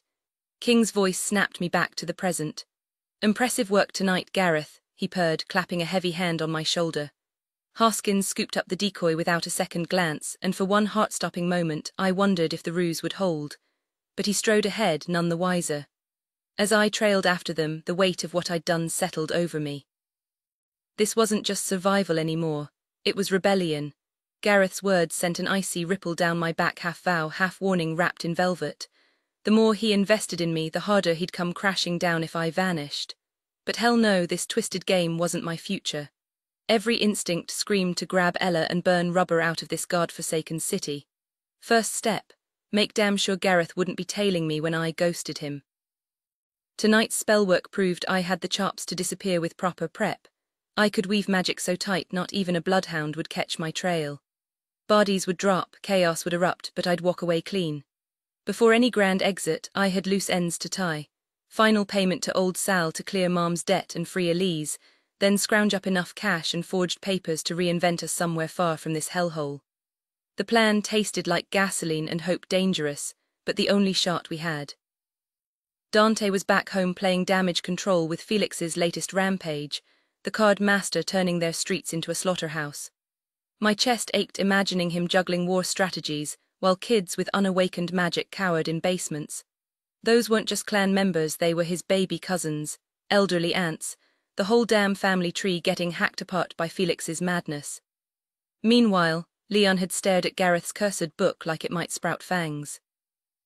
Magici mortuorum reeks of death magic, he'd admitted, wiping his hands on his jeans like they'd been contaminated. But the knights don't traffic in this crap, your best bet's Lance Orion. I nearly laughed. Sure, Lance had bylaid us out before, but showing up with this nightmare tome. One whiff of its pages made my vision swim, the ink squirming like trapped insects. Whatever secrets it held, the damn thing fought me tooth and nail. Gabriel might have cracked its code, but he'd been dodging me since the Ryder incident. Typical, the one guy who could help was Mia when I needed him most. Gabriel thought his supernatural foresight would keep him safe from me, but I'd discovered its flaws. He was tracking my every move, ready to bolt if I came searching, so I let Leon handle the timing instead. All he had to do was pick a random moment and I'd strike. And of course that moment came when we were tangled up in bed, his teeth on my lip, his growl rough against my skin. "I hate to ruin this, little monster," he muttered, "but your runaway Hoppy won't see you coming at this hour. Go." I grinned, stealing one last kiss before launching off the mattress. "You'll get your reward later," I called over my shoulder, snatching Gareth's bag and diving through the window.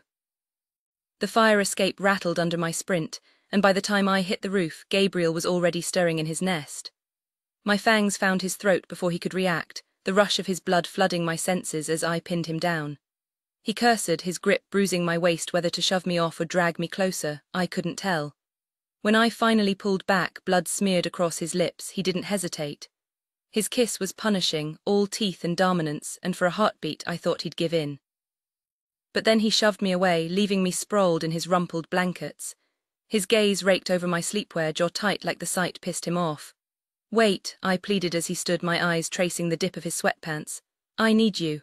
His wings flexed, but he didn't leave. "Gareth left something behind," I rushed on, digging through the duffel. "Documents and this some kind of cursed book. I can't make sense of it." Gabriel exhaled, finally turning. The look he gave me was equal parts resentment and reluctant intrigue. When I held up the Magici mortuorum, his breath hitched. "I've seen this before," he admitted, though his frown deepened. "Not enough to understand it, but it matters." The uncertainty in his voice sent a shiver down my spine. Whatever this was, it bound us tighter than blood ever could. "I think this might be connected to King," he muttered after a long pause, finally lowering himself onto the floor beside me, though he kept a careful distance between us. I rolled my eyes but passed him the book, relieved to be rid of it. Just holding the thing made my skin prickle with unease. The moment his fingers brushed the cover, he sucked in a sharp breath. "Damn," he hissed. "This isn't just dark magic, it's pure evil. Do you think Gareth had a reason for keeping this?" I asked, even though I knew he wouldn't have answers. Nothing about this made sense. I'd come to the academy for answers about my brother's death, but every clue just led to more twisted secrets. "Maybe it's tied to the black card," he murmured, flipping through the pages with deliberate caution. I bit back a dozen questions about the cult and scooted closer, my knee pressing against his leg. He tensed but didn't pull away, exhaling slowly like he was bracing himself. Ignoring his discomfort, I leaned in to study the shifting illustrations, grotesque images of torture, writhing shadows, and unspeakable horrors. My stomach twisted as the ink itself seemed to slither across the parchment. Gabriel snapped the book shut with a grimace, dropping it onto the floor like it burned him. "I can't read it either," he admitted. "It's warded with something vile, probably demands a price for its secrets. Blood, maybe, or worse." His voice trailed off, and I recognized the distant look in his eyes, another vision taking hold. When he blinked back to reality, his frown deepened. "It does want blood," he confirmed. "But not just that, it'll take a piece of your soul too. Once you start feeding it, there's no going back." I groaned, rubbing my temples. So how the hell are we supposed to crack this thing? Should we ask Orion? Even as I said it, doubt crept in. Then again, if this book is illegal, dragging him into it might just get us all expelled, or worse. Gabriel's jaw tightened. He's already been helping me track it down, but I had no idea what we were dealing with. His gaze flickered, and I watched as his expression went slack again, another vision pulling him under. In the quiet that followed, I studied him in the dim moonlight. He was so guarded, so used to carrying everything alone. The people who'd raised him had treated him like an obligation, and now that he didn't need them, they'd faded from his life. He craved connection but didn't trust it, didn't believe he deserved it. And all I wanted was to show him he was wrong, to pull him close and kiss away every doubt, to promise him forever and make him believe it. God, I'd missed him. Returning to school did nothing to ease the ache in my chest. Gabriel was physically there but emotionally distant, his sharp jawline tense, his lips pressed into a thin line, his stormy grey eyes hollow and distant. Just watching him sent a sharp pang through me. He was drowning in pain, and no matter how hard I tried, I only seemed to push him deeper. "We can trust Orion," Gabriel finally said, shaking off the remnants of a vision with a slow exhale. "He'll find a way to help us. But I can't pinpoint when we'll meet. Too many possibilities right now. Give me time to sort through them." Relief washed over me, and he managed a strained smile. "Is it getting any easier?" I asked, deliberately avoiding the tension between us. "The visions, I mean," Gabriel huffed, caught between frustration and dark amusement. "Sort of. I can steer them now thanks to working with Mistis, but the site has a sick sense of humor. It loves showing me futures of people I care about, and since you're the first person I've ever really—" His voice trailed off. "You see me." I couldn't help but smile at the thought. "Yeah," he muttered, turning his glare toward the night sky outside the tent, "and it's not exactly pleasant." My stomach twisted. "What do you mean?" Gabriel's jaw clenched like he was fighting the words.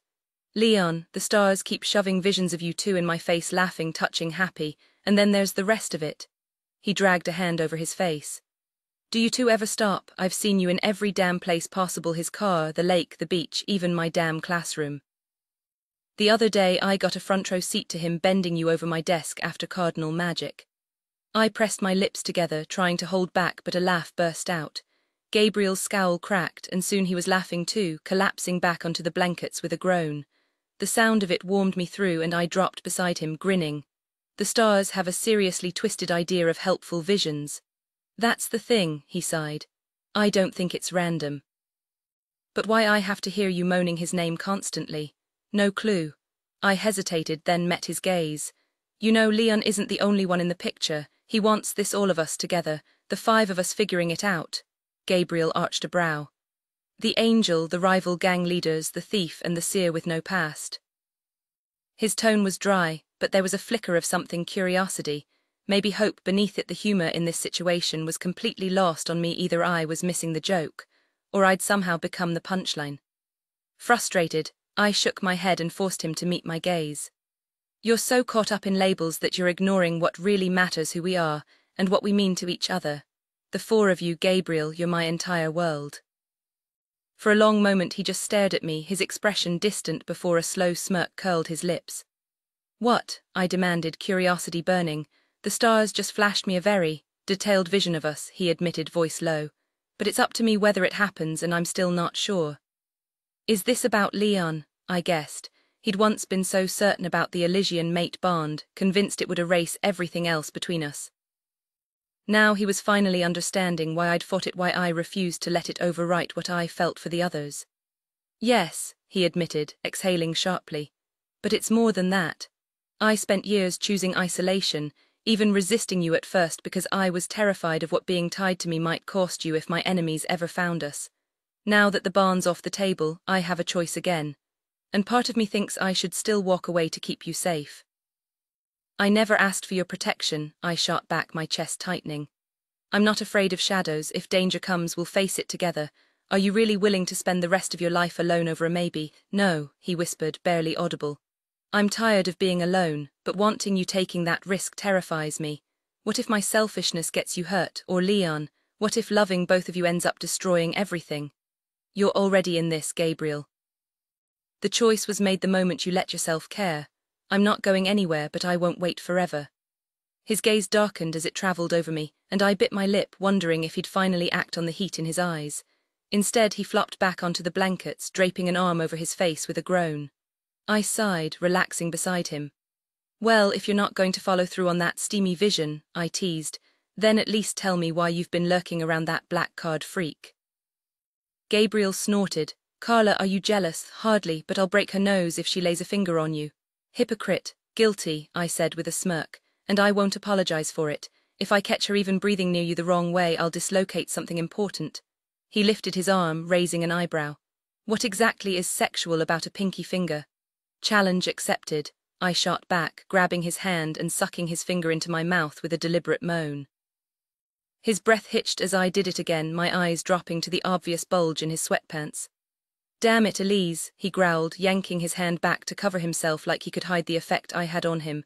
I'm trying to resist you. Too bad, I never agreed to that. Fine, he muttered. I'll tell you about the black card if only to keep you from jumping me. Please, I scoffed. You'd love it if I did. But I'm done chasing you, Gabriel. You'll come to me when you can't pretend this isn't real anymore, I told him, but Gabriel brushed it off like I hadn't spoken. I joined the black card, he announced, and my eyebrows shot up in disbelief. Seriously, after everything that went down last year when you fought against King, Gareth died because of that group and now you're walking straight into their trap. His expression stayed eerily calm. I had a vision, it showed me joining them. It's the only way to uncover the truth about Gareth's death. He hesitated, then added, and no matter what's happening between us, I still care about you, Elise. I meant what I said about helping you figure this out, that hasn't changed. His voice dropped lower. The sight also led me to something that shields me from King's magic. My breath caught. All this time I thought he'd pulled away, but he'd been searching for answers for me. What did you find? Gabriel turned his hand, revealing a tattoo coiled around his finger like a living shadow, shaped like wings forming a ring. I found a cave full of relics. The sight guided me to take this ring from a corpse. When I put it on, it fused into my skin. His fingers flexed. It burns through any spell King tries to bind me with during their rituals. So you're undercover, I whispered, tracing the tattoo with my thumb. Yeah, normally King's magic would stop me from even talking about them. That's why Gareth couldn't tell you anything no matter how much he wanted to. The realization hit me like a punch. Had Gareth been trapped, unable to ask for help? Had I blamed him for keeping secrets when he physically couldn't speak? My throat tightened as I grabbed the duffel bag, pulling out the fake passports and tickets Gareth had left me. He hid a coded message in his journal, I said, flipping through the pages. I thought he was just being cryptic, but what if he had no choice? Gabriel moved behind me, his chest warm against my back as he wrapped his arms around me. He couldn't write it outright, he murmured, his breath stirring my hair. But art's too fluid to control. I kept turning pages until Gabriel suddenly stopped me, his finger pressing against a sketch of a starlit pool. The water's ripples seemed random until I tilted the page. Hidden in the distortion were words, faint but unmistakable. My pulse raced. Gareth had found a way to speak after all. Death and dreams often hide more than they reveal, and sometimes freedom comes wrapped in deception. My quiet words made Gabriel tense behind me. His fingers tightened around the journal as he flipped through the pages, pausing on an unsettling portrait me as I'd been before Gareth's death, my long blonde hair cascading down my back, but now with angel wings and a compass in my hand. The inscription below, "I'll never leave you behind, angel mine," suddenly felt heavier, layered with meaning I'd missed before. Before I could speak, Gabriel turned to another sketch, one I'd always dismissed as random. A moonlit graveyard, an open grave with an empty coffin. My pulse roared in my ears as my eyes darted to the forged passports beside us. "Gabriel," I whispered, my voice nearly lost beneath the hammering of my heart. "This looks like Gareth planned to fake his own death." "Those passports, were they for me and Mom? Was he going to run?" Gabriel didn't answer, his arms locked around me, his breathing uneven. I realized he was trapped in a vision, his grip unyielding. When he finally released me, his exhale was ragged. I twisted around, gripping his face. "Don't let me hope if this isn't real," I begged, my voice splintering. "It would destroy me. I can't survive that again." His eyes were shadowed. I can't see him, Elise. I tried push the vision as far as it would go. There's nothing, but that doesn't mean he's gone. He could be hiding, or the stars could be blocking him, or this could be nothing. The tears came then, hot and relentless. I pressed my face into his shoulder, choking on the weight of it all. I'd held Gareth's lifeless hand, watched his body burn to ashes that still sat on my nightstand. How could any of this be real? I'm too scared to believe, I admitted. Gabriel pulled me closer, his voice firm. We'll find the truth. I'll keep searching with the sight, dig into the black card, trace his steps. We won't stop until we know. His kiss was brief, salty with my tears, a silent vow. Then he guided me down, wrapping us both in the blankets, holding me like an anchor in the storm. The future was uncertain for us, but tonight all I wanted was to lose myself in his embrace, and for once we were on the same page. That was enough for now. The rest could wait. As soon as my final class ended, I bolted down the hallway, barely hearing Elise shout after me in confusion. I threw a careless wave over my shoulder, grinning like an idiot as I burst through the doors of Altair Hall. Without hesitation, I stripped off my clothes, letting them drop to the floor while a couple of Mindies scrambled to collect them.